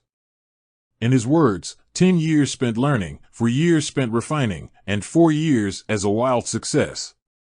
Why is it that some people, like Martin, stick with their habits, whether practicing jokes or drawing cartoons or playing guitar, while most of us struggle to stay motivated? How do we design habits that pull us in rather than ones that fade away? Scientists have been studying this question for many years. While there is still much to learn, one of the most consistent findings is that the way to maintain motivation and achieve peak levels of desire is to work on tasks of just manageable difficulty. The human brain loves a challenge, but only if it is within an optimal zone of difficulty. If you love tennis and try to play a serious match against a 4-year-old, you will quickly become bored. It's too easy. You will win every point. In contrast, if you play a professional tennis player like Roger Federer or Serena Williams, you will quickly lose motivation because the match is too difficult. Now consider playing tennis against someone who is your equal. As the game progresses, you win a few points and you lose a few. You have a good chance of winning, but only if you really try. Your focus narrows, distractions fade away, and you find yourself fully invested in the task at hand. This is a challenge of just manageable difficulty, and it is a prime example of the Goldilocks rule. The Goldilocks rule states that humans experience peak motivation when working on tasks that are right on the edge of their current abilities. Not too hard. Not too easy. Just right. The Goldilocks rule, figure 15, maximum motivation occurs when facing a challenge of just manageable difficulty. In psychology research, this is known as the Yerkes-Dodson law, which describes the optimal level of arousal as the midpoint between boredom and anxiety. Martin's comedy career is an excellent example of the Goldilocks rule in practice. Each year, he expanded his comedy routine, but only by a minute or two. He was always adding new material, but he also kept a few jokes that were guaranteed to get laughs. There were just enough victories to keep him motivated and just enough mistakes to keep him working hard. When you're starting a new habit, it's important to keep the behavior as easy as possible so you can stick with it even when conditions aren't perfect. This is an idea we covered in detail while discussing the third law of behavior change. Once a habit has been established, however, it's important to continue to advance in small ways. These little improvements and new challenges keep you engaged. And if you hit the Goldilocks zone just right, you can achieve a flow state. A flow state is the experience of being in the zone and fully immersed in an activity. Scientists have tried to quantify this feeling. They found that to achieve a state of flow, a task must be roughly 4% beyond your current ability. In real life, it's typically not feasible to quantify the difficulty of an action in this way, but the core idea of the Goldilocks rule remains: working on challenges of just manageable difficulty, something on the perimeter of your ability, seems crucial for maintaining motivation. Improvement requires a delicate balance. You need to regularly search for challenges that push you to your edge while continuing to make enough progress to stay motivated.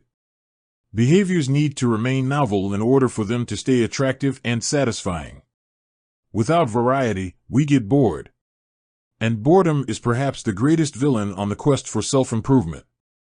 How to stay focused when you get bored working on your goals? After my baseball career ended, I was looking for a new sport. I joined a weightlifting team, and one day an elite coach visited our gym. He had worked with thousands of athletes during his long career, including a few Olympians. I introduced myself, and we began talking about the process of improvement. What's the difference between the best athletes and everyone else? I asked. What do the really successful people do that most don't? He mentioned the factors you might expect: genetics, luck, talent. But then he said something I wasn't expecting. At some point it comes down to who can handle the boredom of training every day, doing the same lifts over and over and over. His answer surprised me because it's a different way of thinking about work ethic. People talk about getting amped up to work on their goals. Whether it's business or sports or art, you hear people say things like, "It all comes down to passion," or "You have to really want it."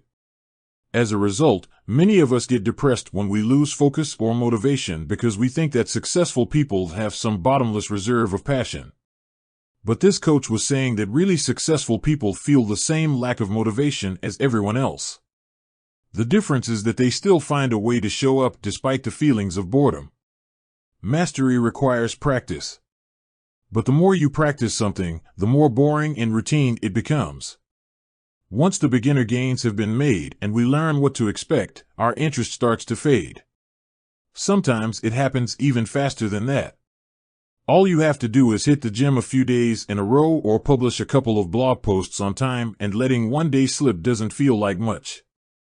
Things are going well. It's easy to rationalize taking a day off because you're in a good place. The greatest threat to success is not failure but boredom. We get bored with habits because they stop delighting us. The outcome becomes expected. And as our habits become ordinary, we start derailing our progress to seek novelty.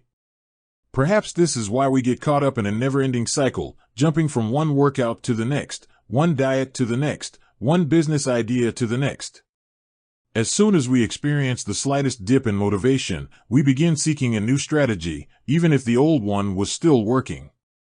As Machiavelli noted, men desire novelty to such an extent that those who are doing well wish for a change as much as those who are doing badly. Perhaps this is why many of the most habit-forming products are those that provide continuous forms of novelty. Video games provide visual novelty. Porn provides sexual novelty. Junk foods provide culinary novelty. Each of these experiences offer continual elements of surprise. In psychology, this is known as a variable reward. Slot machines are the most common real-world example. A gambler hits the jackpot every now and then, but not at any predictable interval. The pace of rewards varies. This variance leads to the greatest spike of dopamine, enhances memory recall, and accelerates habit formation. Variable rewards won't create a craving. That is, you can't take a reward people are uninterested in, give it to them at a variable interval, and hope it will change their mind, but they are a powerful way to amplify the cravings we already experience because they reduce boredom. The sweet spot of desire occurs at a 50-50 split between success and failure. Half of the time you get what you want. Half of the time you don't. You need just enough winning to experience satisfaction and just enough wanting to experience desire. This is one of the benefits of following the Goldilocks rule. If you're already interested in a habit, working on challenges of just manageable difficulty is a good way to keep things interesting.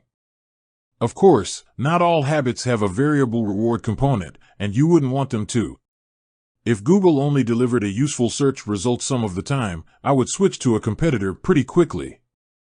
If Uber only picked up half of my trips, I doubt I'd be using that service much longer.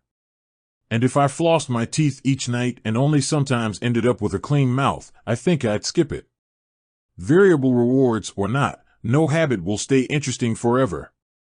At some point, everyone faces the same challenge on the journey of self-improvement. You have to fall in love with boredom. We all have goals that we would like to achieve and dreams that we would like to fulfill, but it doesn't matter what you are trying to become better at. If you only do the work when it's convenient or exciting, then you'll never be consistent enough to achieve remarkable results. I can guarantee that if you manage to start a habit and keep sticking to it, there will be days when you feel like quitting. When you start a business, there will be days when you don't feel like showing up. When you're at the gym, there will be sets that you don't feel like finishing. When it's time to write, there will be days that you don't feel like typing. But stepping up when it's annoying or painful or draining to do so, that's what makes the difference between a professional and an amateur. Professionals stick to the schedule, amateurs let life get in the way. Professionals know what is important to them and work toward it with purpose. Amateurs get pulled off course by the urgencies of life. David Kane, an author and meditation teacher, encourages his students to avoid being fair-weather meditators. Similarly, you don't want to be a fair-weather athlete or a fair-weather writer or a fair-weather anything. When a habit is truly important to you, you have to be willing to stick to it in any mood. Professionals take action even when the mood isn't right. They might not enjoy it, but they find a way to put the reps in. There have been a lot of sets that I haven't felt like finishing, but I've never regretted doing the workout. There have been a lot of articles I haven't felt like writing, but I've never regretted publishing on schedule. There have been a lot of days I've felt like relaxing, but I've never regretted showing up and working on something that was important to me. The only way to become excellent is to be endlessly fascinated by doing the same thing over and over. You have to fall in love with boredom.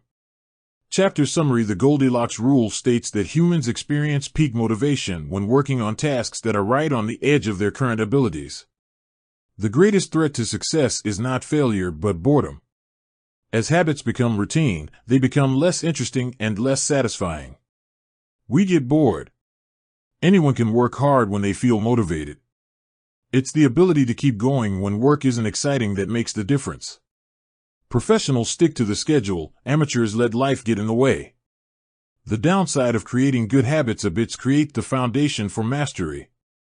In chess, it is only after the basic movements of the pieces have become automatic that a player can focus on the next level of the game. Each chunk of information that is memorized opens up the mental space for more effortful thinking. This is true for any endeavor. When you know the simple movements so well that you can perform them without thinking, you are free to pay attention to more advanced details. In this way, habits are the backbone of any pursuit of excellence. However, the benefits of habits come at a cost. At first, each repetition develops fluency, speed, and skill. But then, as a habit becomes automatic, you become less sensitive to feedback. You fall into mindless repetition. It becomes easier to let mistakes slide. When you can do it good enough on autopilot, you stop thinking about how to do it better.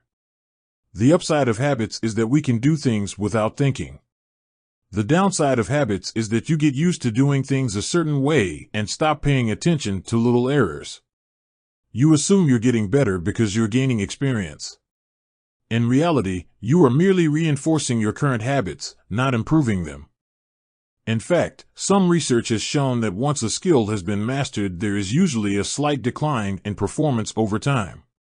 Usually, this minor dip in performance is no cause for worry. You don't need a system to continuously improve how well you brush your teeth or tie your shoes or make your morning cup of tea. With habits like these, good enough is usually good enough. The less energy you spend on trivial choices, the more you can spend it on what really matters. However, when you want to maximize your potential and achieve elite levels of performance, you need a more nuanced approach. You can't repeat the same things blindly and expect to become exceptional. Habits are necessary, but not sufficient for mastery. What you need is a combination of automatic habits and deliberate practice.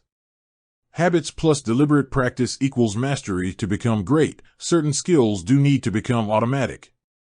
Basketball players need to be able to dribble without thinking before they can move on to mastering layups with their non-dominant hand. Surgeons need to repeat the first incision so many times that they could do it with their eyes closed, so that they can focus on the hundreds of variables that arise during surgery. But after one habit has been mastered, you have to return to the effortful part of the work and begin building the next habit. Mastery is the process of narrowing your focus to a tiny element of success, repeating it until you have internalized the skill, and then using this new habit as the foundation to advance to the next frontier of your development. Old tasks become easier the second time around, but it doesn't get easier overall because now you're pouring your energy into the next challenge. Each habit unlocks the next level of performance. It's an endless cycle. Mastering one habit. Mastering a field. Figure 16. The process of mastery requires that you progressively layer improvements on top of one another, each habit building upon the last until a new level of performance has been reached and a higher range of skills has been internalized. Although habits are powerful, what you need is a way to remain conscious of your performance over time, so you can continue to refine and improve. It is precisely at the moment when you begin to feel like you have mastered a skill, right when things are starting to feel automatic and you are becoming comfortable, that you must avoid slipping into the trap of complacency. The solution? Establish a system for reflection and review. How to review your habits and make adjustments. In 1986, the Los Angeles Lakers had one of the most talented basketball teams ever assembled, but they are rarely remembered that way. The team started the 1985-1986 NBA season with an astounding 29-5 record. The pundits were saying that we might be the best team in the history of basketball, head coach Pat Riley said after the season. Surprisingly, the Lakers stumbled in the 1986 playoffs and suffered a season-ending defeat in the Western Conference Finals. The best team in the history of basketball didn't even play for the NBA championship.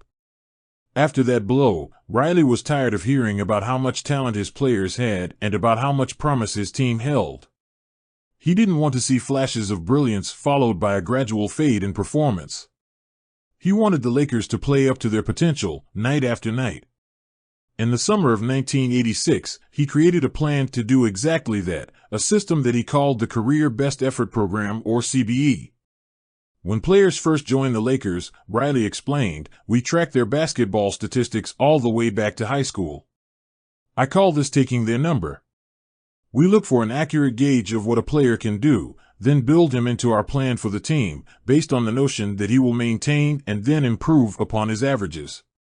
After determining a player's baseline level of performance, Riley added a key step. He asked each player to improve their output by at least 1% over the course of the season. If they succeeded, it would be a CBE, or Career Best Effort. Similar to the British cycling team that we discussed in Chapter 1, the Lakers sought peak performance by getting slightly better each day. Riley was careful to point out that CBE was not merely about points or statistics, but about giving your best effort spiritually and mentally and physically.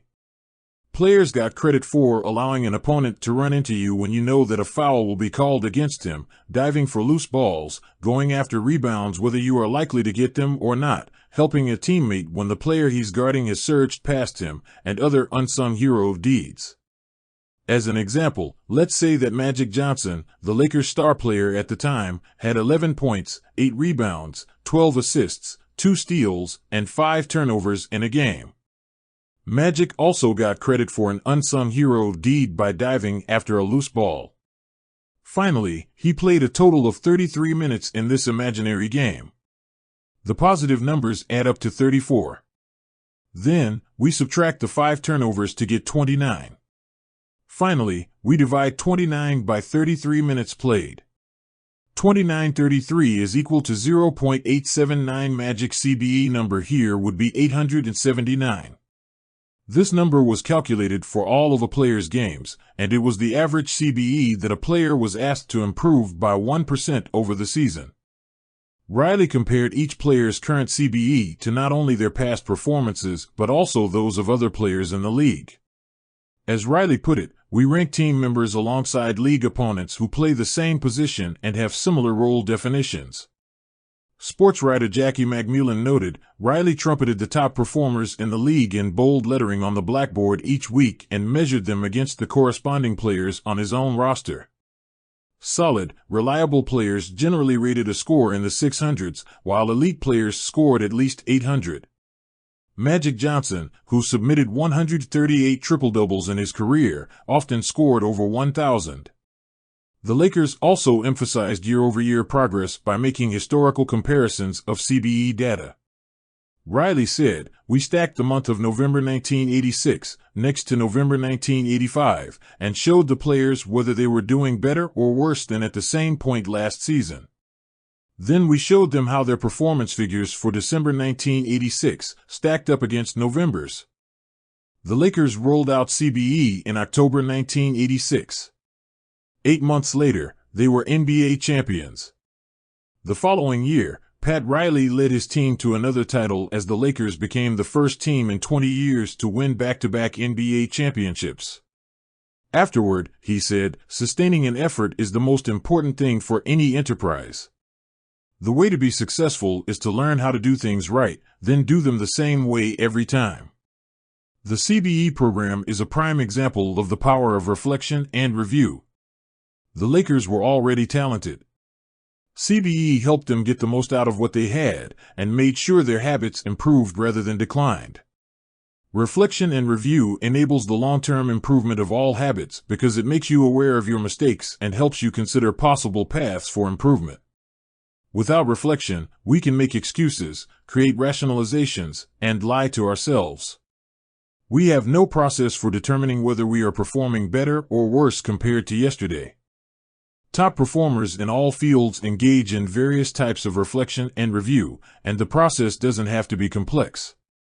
Kenyan runner Eliud Kipchoge is one of the greatest marathoners of all time and an Olympic gold medalist. He still takes notes after every practice in which he reviews his training for the day and searches for areas that can be improved.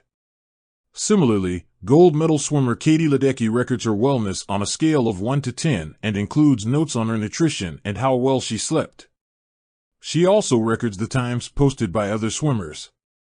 At the end of each week, her coach goes over her notes and adds his thoughts. It's not just athletes either. When comedian Chris Rock is preparing fresh material, he will first appear at small nightclubs dozens of times and test hundreds of jokes.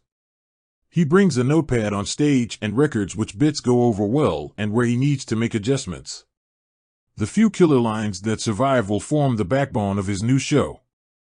I know of executives and investors who keep a decision journal in which they record the major decisions they make each week, why they made them, and what they expect the outcome to be. They review their choices at the end of each month or year to see where they were correct and where they went wrong. Improvement is not just about learning habits, it's also about fine-tuning them. Reflection and review ensures that you spend your time on the right things and make course corrections whenever necessary, like Pat Riley adjusting the effort of his players on a nightly basis. You don't want to keep practicing a habit if it becomes ineffective. Personally, I employ two primary modes of reflection and review. Each December, I perform an annual review, in which I reflect on the previous year. I tally my habits for the year by counting up how many articles I published, how many workouts I put in, how many new places I visited, and more. Then, I reflect on my progress by answering 3 questions. 1. What went well this year? 2. What didn't go so well this year? 3. What did I learn? 6 months later, when summer rolls around, I conduct an integrity report. Like everyone, I make a lot of mistakes. My integrity report helps me realize where I went wrong and motivates me to get back on course. I use it as a time to revisit my core values and consider whether I have been living in accordance with them. This is when I reflect on my identity and how I can work toward being the type of person I wish to become. My yearly integrity report answers 3 questions. 1. What are the core values that drive my life and work? 2. How am I living and working with integrity right now? 3. How can I set a higher standard in the future? These 2 reports don't take very long, just a few hours per year, but they are crucial periods of refinement. They prevent the gradual slide that happens when I don't pay close attention. They provide an annual reminder to revisit my desired identity and consider how my habits are helping me become the type of person I wish to be. They indicate when I should upgrade my habits and take on new challenges, and when I should dial my efforts back and focus on the fundamentals. Reflection can also bring a sense of perspective. Daily habits are powerful because of how they compound, but worrying too much about every daily choice is like looking at yourself in the mirror from an inch away. You can see every imperfection and lose sight of the bigger picture. There is too much feedback. Conversely, never reviewing your habits is like never looking in the mirror. You aren't aware of easily fixable flaws, a spot on your shirt, a bit of food in your teeth. There is too little feedback. Periodic reflection and review is like viewing yourself in the mirror from a conversational distance. You can see the important changes you should make without losing sight of the bigger picture. You want to view the entire mountain range, not obsess over each peak and valley. Finally, reflection and review offers an ideal time to revisit one of the most important aspects of behavior change, identity. How to break the beliefs that hold you back in the beginning. Repeating a habit is essential to build up evidence of your desired identity. As you latch onto that new identity, however, those same beliefs can hold you back from the next level of growth. When working against you, your identity creates a kind of pride that encourages you to deny your weak spots and prevents you from truly growing. This is one of the greatest downsides of building habits. The more sacred an idea is to us, that is, the more deeply it is tied to our identity, the more strongly we will defend it against criticism. You see this in every industry. The schoolteacher who ignores innovative teaching methods and sticks with her tried-and-true lesson plans. The veteran manager who is committed to doing things his way. The surgeon who dismisses the ideas of her younger colleagues. The band who produces a mind-blowing first album and then gets stuck in a rut. The tighter we cling to an identity, the harder it becomes to grow beyond it. One solution is to avoid making any single aspect of your identity an overwhelming portion of who you are. In the words of investor Paul Graham, keep your identity small. The more you let a single belief define you, the less capable you are of adapting when life challenges you. If you tie everything up in being the point guard or the partner at the firm or whatever else, then the loss of that facet of your life will wreck you. If you're a vegan and then develop a health condition that forces you to change your diet, you'll have an identity crisis on your hands. When you cling too tightly to one identity, you become brittle. Lose that one thing and you lose yourself. For most of my young life, being an athlete was a major part of my identity. After my baseball career ended, I struggled to find myself. When you spend your whole life defining yourself in one way and that disappears, who are you now? Military veterans and former entrepreneurs report similar feelings. If your identity is wrapped up in a belief like "I'm a great soldier," what happens when your period of service ends? For many business owners, their identity is something along the lines of "I'm the CEO" or "I'm the founder." If you have spent every waking moment working on your business, how will you feel after you sell the company? The key to mitigating these losses of identity is to redefine yourself such that you get to keep important aspects of your identity even if your particular role changes. "I'm an athlete" becomes "I'm the type of person who is mentally tough and loves a physical challenge." "I'm a great soldier" transforms into "I'm the type of person who is disciplined, reliable, and great on a team." "I'm the CEO" translates to "I'm the type of person who builds and creates things." When chosen effectively, an identity can be flexible rather than brittle. Like water flowing around an obstacle, your identity works with the changing circumstances rather than against them. The following quote from the Tao Te Ching encapsulates the ideas perfectly: "Men are born soft and supple, dead, they are stiff and hard. Plants are born tender and pliant, dead, they are brittle and dry.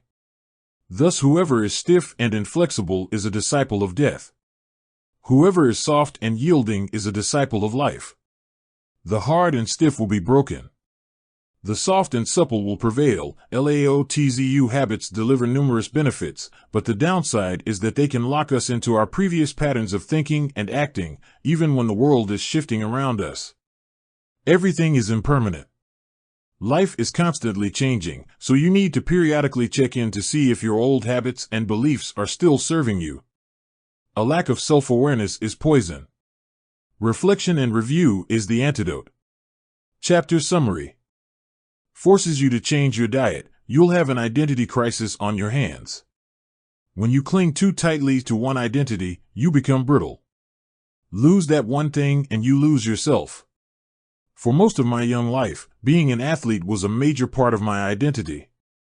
After my baseball career ended, I struggled to find myself. When you spend your whole life defining yourself in one way and that disappears, who are you now? Military veterans and former entrepreneurs report similar feelings. If your identity is wrapped up in a belief like "I'm a great soldier," what happens when your period of service ends? For many business owners, their identity is something along the lines of "I'm the CEO" or "I'm the founder." If you have spent every waking moment working on your business, how will you feel after you sell the company? The key to mitigating these losses of identity is to redefine yourself such that you get to keep important aspects of your identity even if your particular role changes. "I'm an athlete" becomes "I'm the type of person who is mentally tough and loves a physical challenge." "I'm a great soldier" transforms into "I'm the type of person who is disciplined, reliable, and great on a team." "I'm the CEO" translates to "I'm the type of person who builds and creates things." When chosen effectively, an identity can be flexible rather than brittle. Like water flowing around an obstacle, your identity works with the changing circumstances rather than against them. The following quote from the Tao Te Ching encapsulates the ideas perfectly. "Men are born soft and supple, dead, they are stiff and hard. Plants are born tender and pliant, dead, they are brittle and dry. Thus whoever is stiff and inflexible is a disciple of death. Whoever is soft and yielding is a disciple of life. The hard and stiff will be broken. The soft and supple will prevail." Laotzu habits deliver numerous benefits, but the downside is that they can lock us into our previous patterns of thinking and acting, even when the world is shifting around us. Everything is impermanent. Life is constantly changing, so you need to periodically check in to see if your old habits and beliefs are still serving you. A lack of self-awareness is poison. Reflection and review is the antidote. Chapter summary. The upside of habits is that we can do things without thinking. The downside is that we stop paying attention to little errors. Habits plus deliberate practice equals mastery. Reflection and review is a process that allows you to remain conscious of your performance over time. The tighter we cling to an identity, the harder it becomes to grow beyond it. Conclusion. The secret to results that last here is an ancient Greek parable known as the Sorite's paradox, which talks about the effect one small action can have when repeated enough times. One formulation of the paradox goes as follows: can one coin make a person rich? If you give a person a pile of 10 coins, you wouldn't claim that he or she is rich. But what if you add another? And another? And another? At some point, you will have to admit that no one can be rich unless one coin can make him or her so. We can say the same about atomic habits. Can one tiny change transform your life? It's unlikely you would say so. But what if you made another? And another? And another? At some point, you will have to admit that your life was transformed by one small change. The holy grail of habit change is not a single 1% improvement, but 1,000 of them. It's a bunch of atomic habits stacking up, each one a fundamental unit of the overall system. In the beginning, small improvements can often seem meaningless because they get washed away by the weight of the system. Just as one coin won't make you rich, one positive change like meditating for 1 minute or reading 1 page each day is unlikely to deliver a noticeable difference. Gradually, though, as you continue to layer small changes on top of one another, the scales of life start to move. Each improvement is like adding a grain of sand to the positive side of the scale, slowly tilting things in your favor. Eventually, if you stick with it, you hit a tipping point. Suddenly, it feels easier to stick with good habits. The weight of the system is working for you rather than against you. Over the course of this book, we've looked at dozens of stories about top performers. We've heard about Olympic gold medalists, award-winning artists, business leaders, life-saving physicians, and star comedians who have all used the science of small habits to master their craft and vault to the top of their field. Each of the people, teams, and companies we have covered has faced different circumstances, but ultimately progressed in the same way, through a commitment to tiny, sustainable, unrelenting improvements. Success is not a goal to reach or a finish line to cross. It is a system to improve, an endless process to refine. In Chapter 1, I said, if you're having trouble changing your habits, the problem isn't you. The problem is your system. Bad habits repeat themselves again and again not because you don't want to change, but because you have the wrong system for change. As this book draws to a close, I hope the opposite is true. With the 4 laws of behavior change, you have a set of tools and strategies that you can use to build better systems and shape better habits. Sometimes a habit will be hard to remember and you'll need to make it obvious. Other times you won't feel like starting and you'll need to make it attractive. In many cases, you may find that a habit will be too difficult and you'll need to make it easy. And sometimes, you won't feel like sticking with it and you'll need to make it satisfying. Behaviors are effortless here. Behaviors are difficult here. Obvious, invisible, attractive, unattractive, easy, hard, satisfying, unsatisfying. You want to push your good habits toward the left side of the spectrum by making them obvious, attractive, easy, and satisfying. Meanwhile, you want to cluster your bad habits toward the right side by making them invisible, unattractive, hard, and unsatisfying. This is a continuous process. There is no finish line. There is no permanent solution. Whenever you're looking to improve, you can rotate through the 4 laws of behavior change until you find the next bottleneck. Make it obvious. Make it attractive. Make it easy. Make it satisfying. Round and round. Always looking for the next way to get 1% better. The secret to getting results that last is to never stop making improvements. It's remarkable what you can build if you just don't stop. It's remarkable the business you can build if you don't stop working. It's remarkable the body you can build if you don't stop training. It's remarkable the knowledge you can build if you don't stop learning. It's remarkable the fortune you can build if you don't stop saving. It's remarkable the friendships you can build if you don't stop caring. Small habits don't add up. They compound. That's the power of atomic habits. Tiny changes. Remarkable results. Appendix: what should you read next? Thank you so much for taking the time to read this book. It has been a pleasure sharing my work with you. If you are looking for something to read next, allow me to offer a suggestion.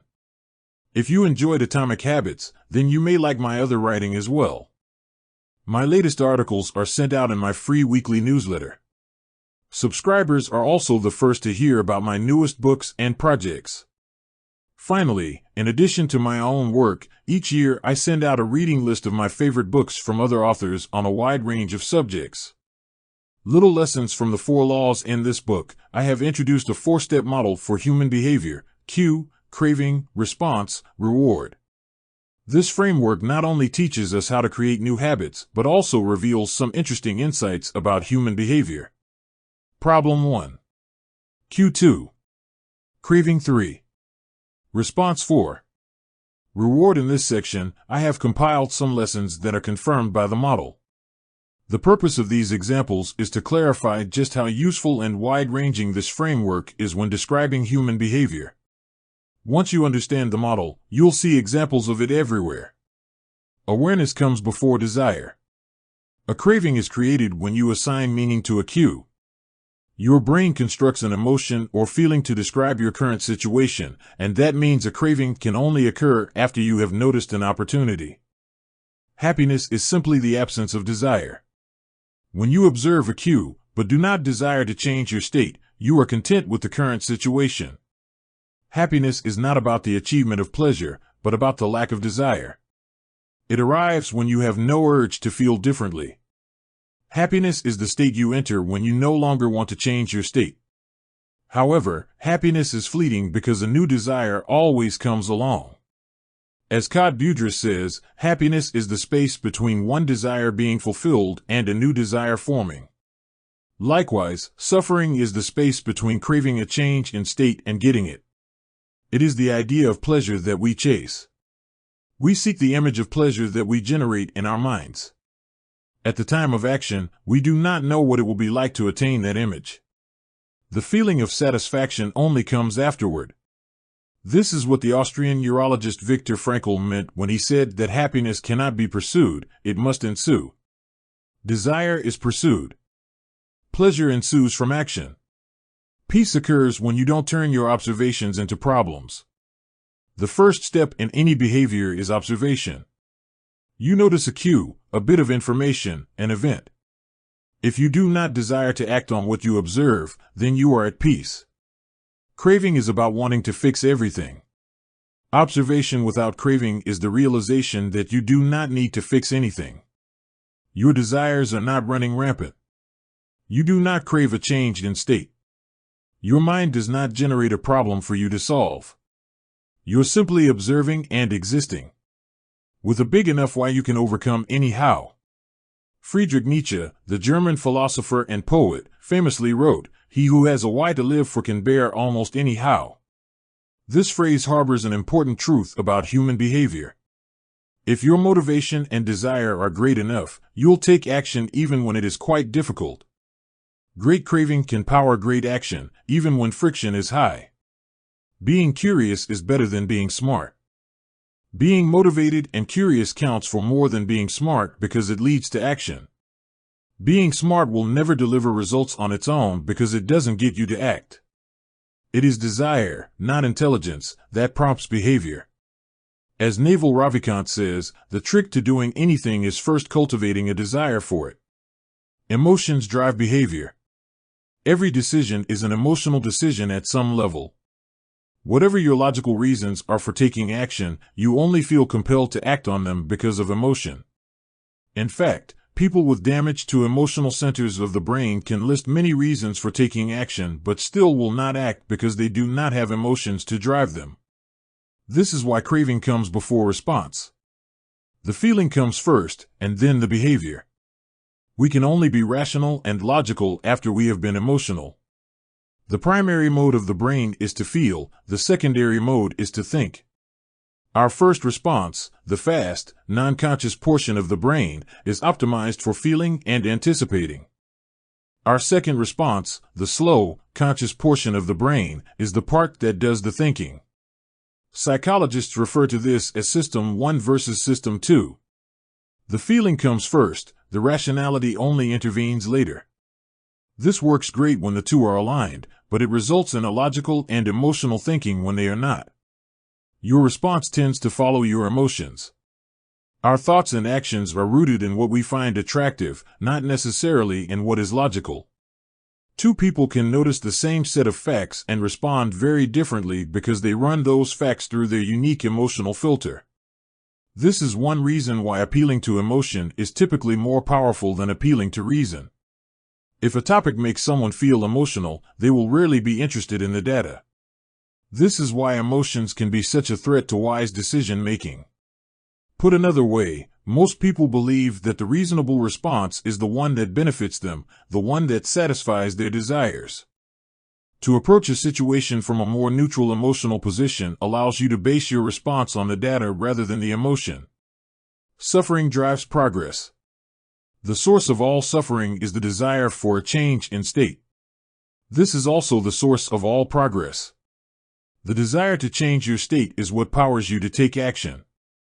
It is wanting more that pushes humanity to seek improvements, develop new technologies, and reach for a higher level. With craving, we are dissatisfied but driven. Without craving, we are satisfied but lack ambition. Your actions reveal how badly you want something. If you keep saying something is a priority but you never act on it, then you don't really want it. It's time to have an honest conversation with yourself. Your actions reveal your true motivations. Reward is on the other side of sacrifice. Response always precedes reward. The runner's high only comes after the hard run. The reward only comes after the energy is spent. Self-control is difficult because it is not satisfying. A reward is an outcome that satisfies your craving. This makes self-control ineffective because inhibiting our desires does not usually resolve them. Resisting temptation does not satisfy your craving, it just ignores it. It creates space for the craving to pass. Self-control requires you to release a desire rather than satisfy it. Our expectations determine our satisfaction. The gap between our cravings and our rewards determines how satisfied we feel after taking action. If the mismatch between expectations and outcomes is positive, then we are more likely to repeat a behavior in the future. If the mismatch is negative, then we are less likely to do so. For example, if you expect to get $10 and get $100, you feel great. If you expect to get $100 and get $10, you feel disappointed. Your expectation changes your satisfaction. An average experience preceded by high expectations is a disappointment. An average experience preceded by low expectations is a delight. When liking and wanting are approximately the same, you feel satisfied. Satisfaction equals liking wanting. This is the wisdom behind Seneca's famous quote, "Being poor is not having too little, it is wanting more." If your wants outpace your likes, you'll always be unsatisfied. You're perpetually putting more weight on the problem than the solution. Happiness is relative. When I first began sharing my writing publicly, it took me 3 months to get 1,000 subscribers. When I hit that milestone, I told my parents and my girlfriend. We celebrated. I felt excited and motivated. A few years later, I realized that 1,000 people were signing up each day. And yet I didn't even think to tell anyone. It felt normal. I was getting results 90 times faster than before, but experiencing little pleasure over it. It wasn't until a few days later that I realized how absurd it was that I wasn't celebrating something that would have seemed like a pipe dream just a few years before. The pain of failure correlates to the height of expectation. When desire is high, it hurts to not like the outcome. Failing to attain something you want hurts more than failing to attain something you didn't think much about in the first place. This is why people say, "I don't want to get my hopes up." Feelings come both before and after the behavior. Before acting, there is a feeling that motivates you to act, the craving. After acting, there is a feeling that teaches you to repeat the action in the future, the reward. Cue craving response reward. How we feel influences how we act, and how we act influences how we feel. Desire initiates.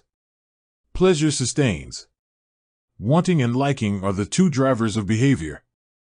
If it's not desirable, you have no reason to do it. Desire and craving are what initiate a behavior. But if it's not enjoyable, you have no reason to repeat it. Pleasure and satisfaction are what sustain a behavior. Feeling motivated gets you to act. Feeling successful gets you to repeat. Hope declines with experience and is replaced by acceptance. The first time an opportunity arises, there is hope of what could be. Your expectation is based solely on promise. The second time around, your expectation is grounded in reality. You begin to understand how the process works, and your hope is gradually traded for a more accurate prediction and acceptance of the likely outcome. This is one reason why we continually grasp for the latest get-rich-quick or weight loss scheme. New plans offer hope because we don't have any experiences to ground our expectations. New strategies seem more appealing than old ones because they can have unbounded hope. As Aristotle noted, youth is easily deceived because it is quick to hope. Perhaps this can be revised to youth is easily deceived because it only hopes. There is no experience to root the expectation in. In the beginning, hope is all you have. Thank you for listening to this book read by me. I recommend you to listen to other books on my channel.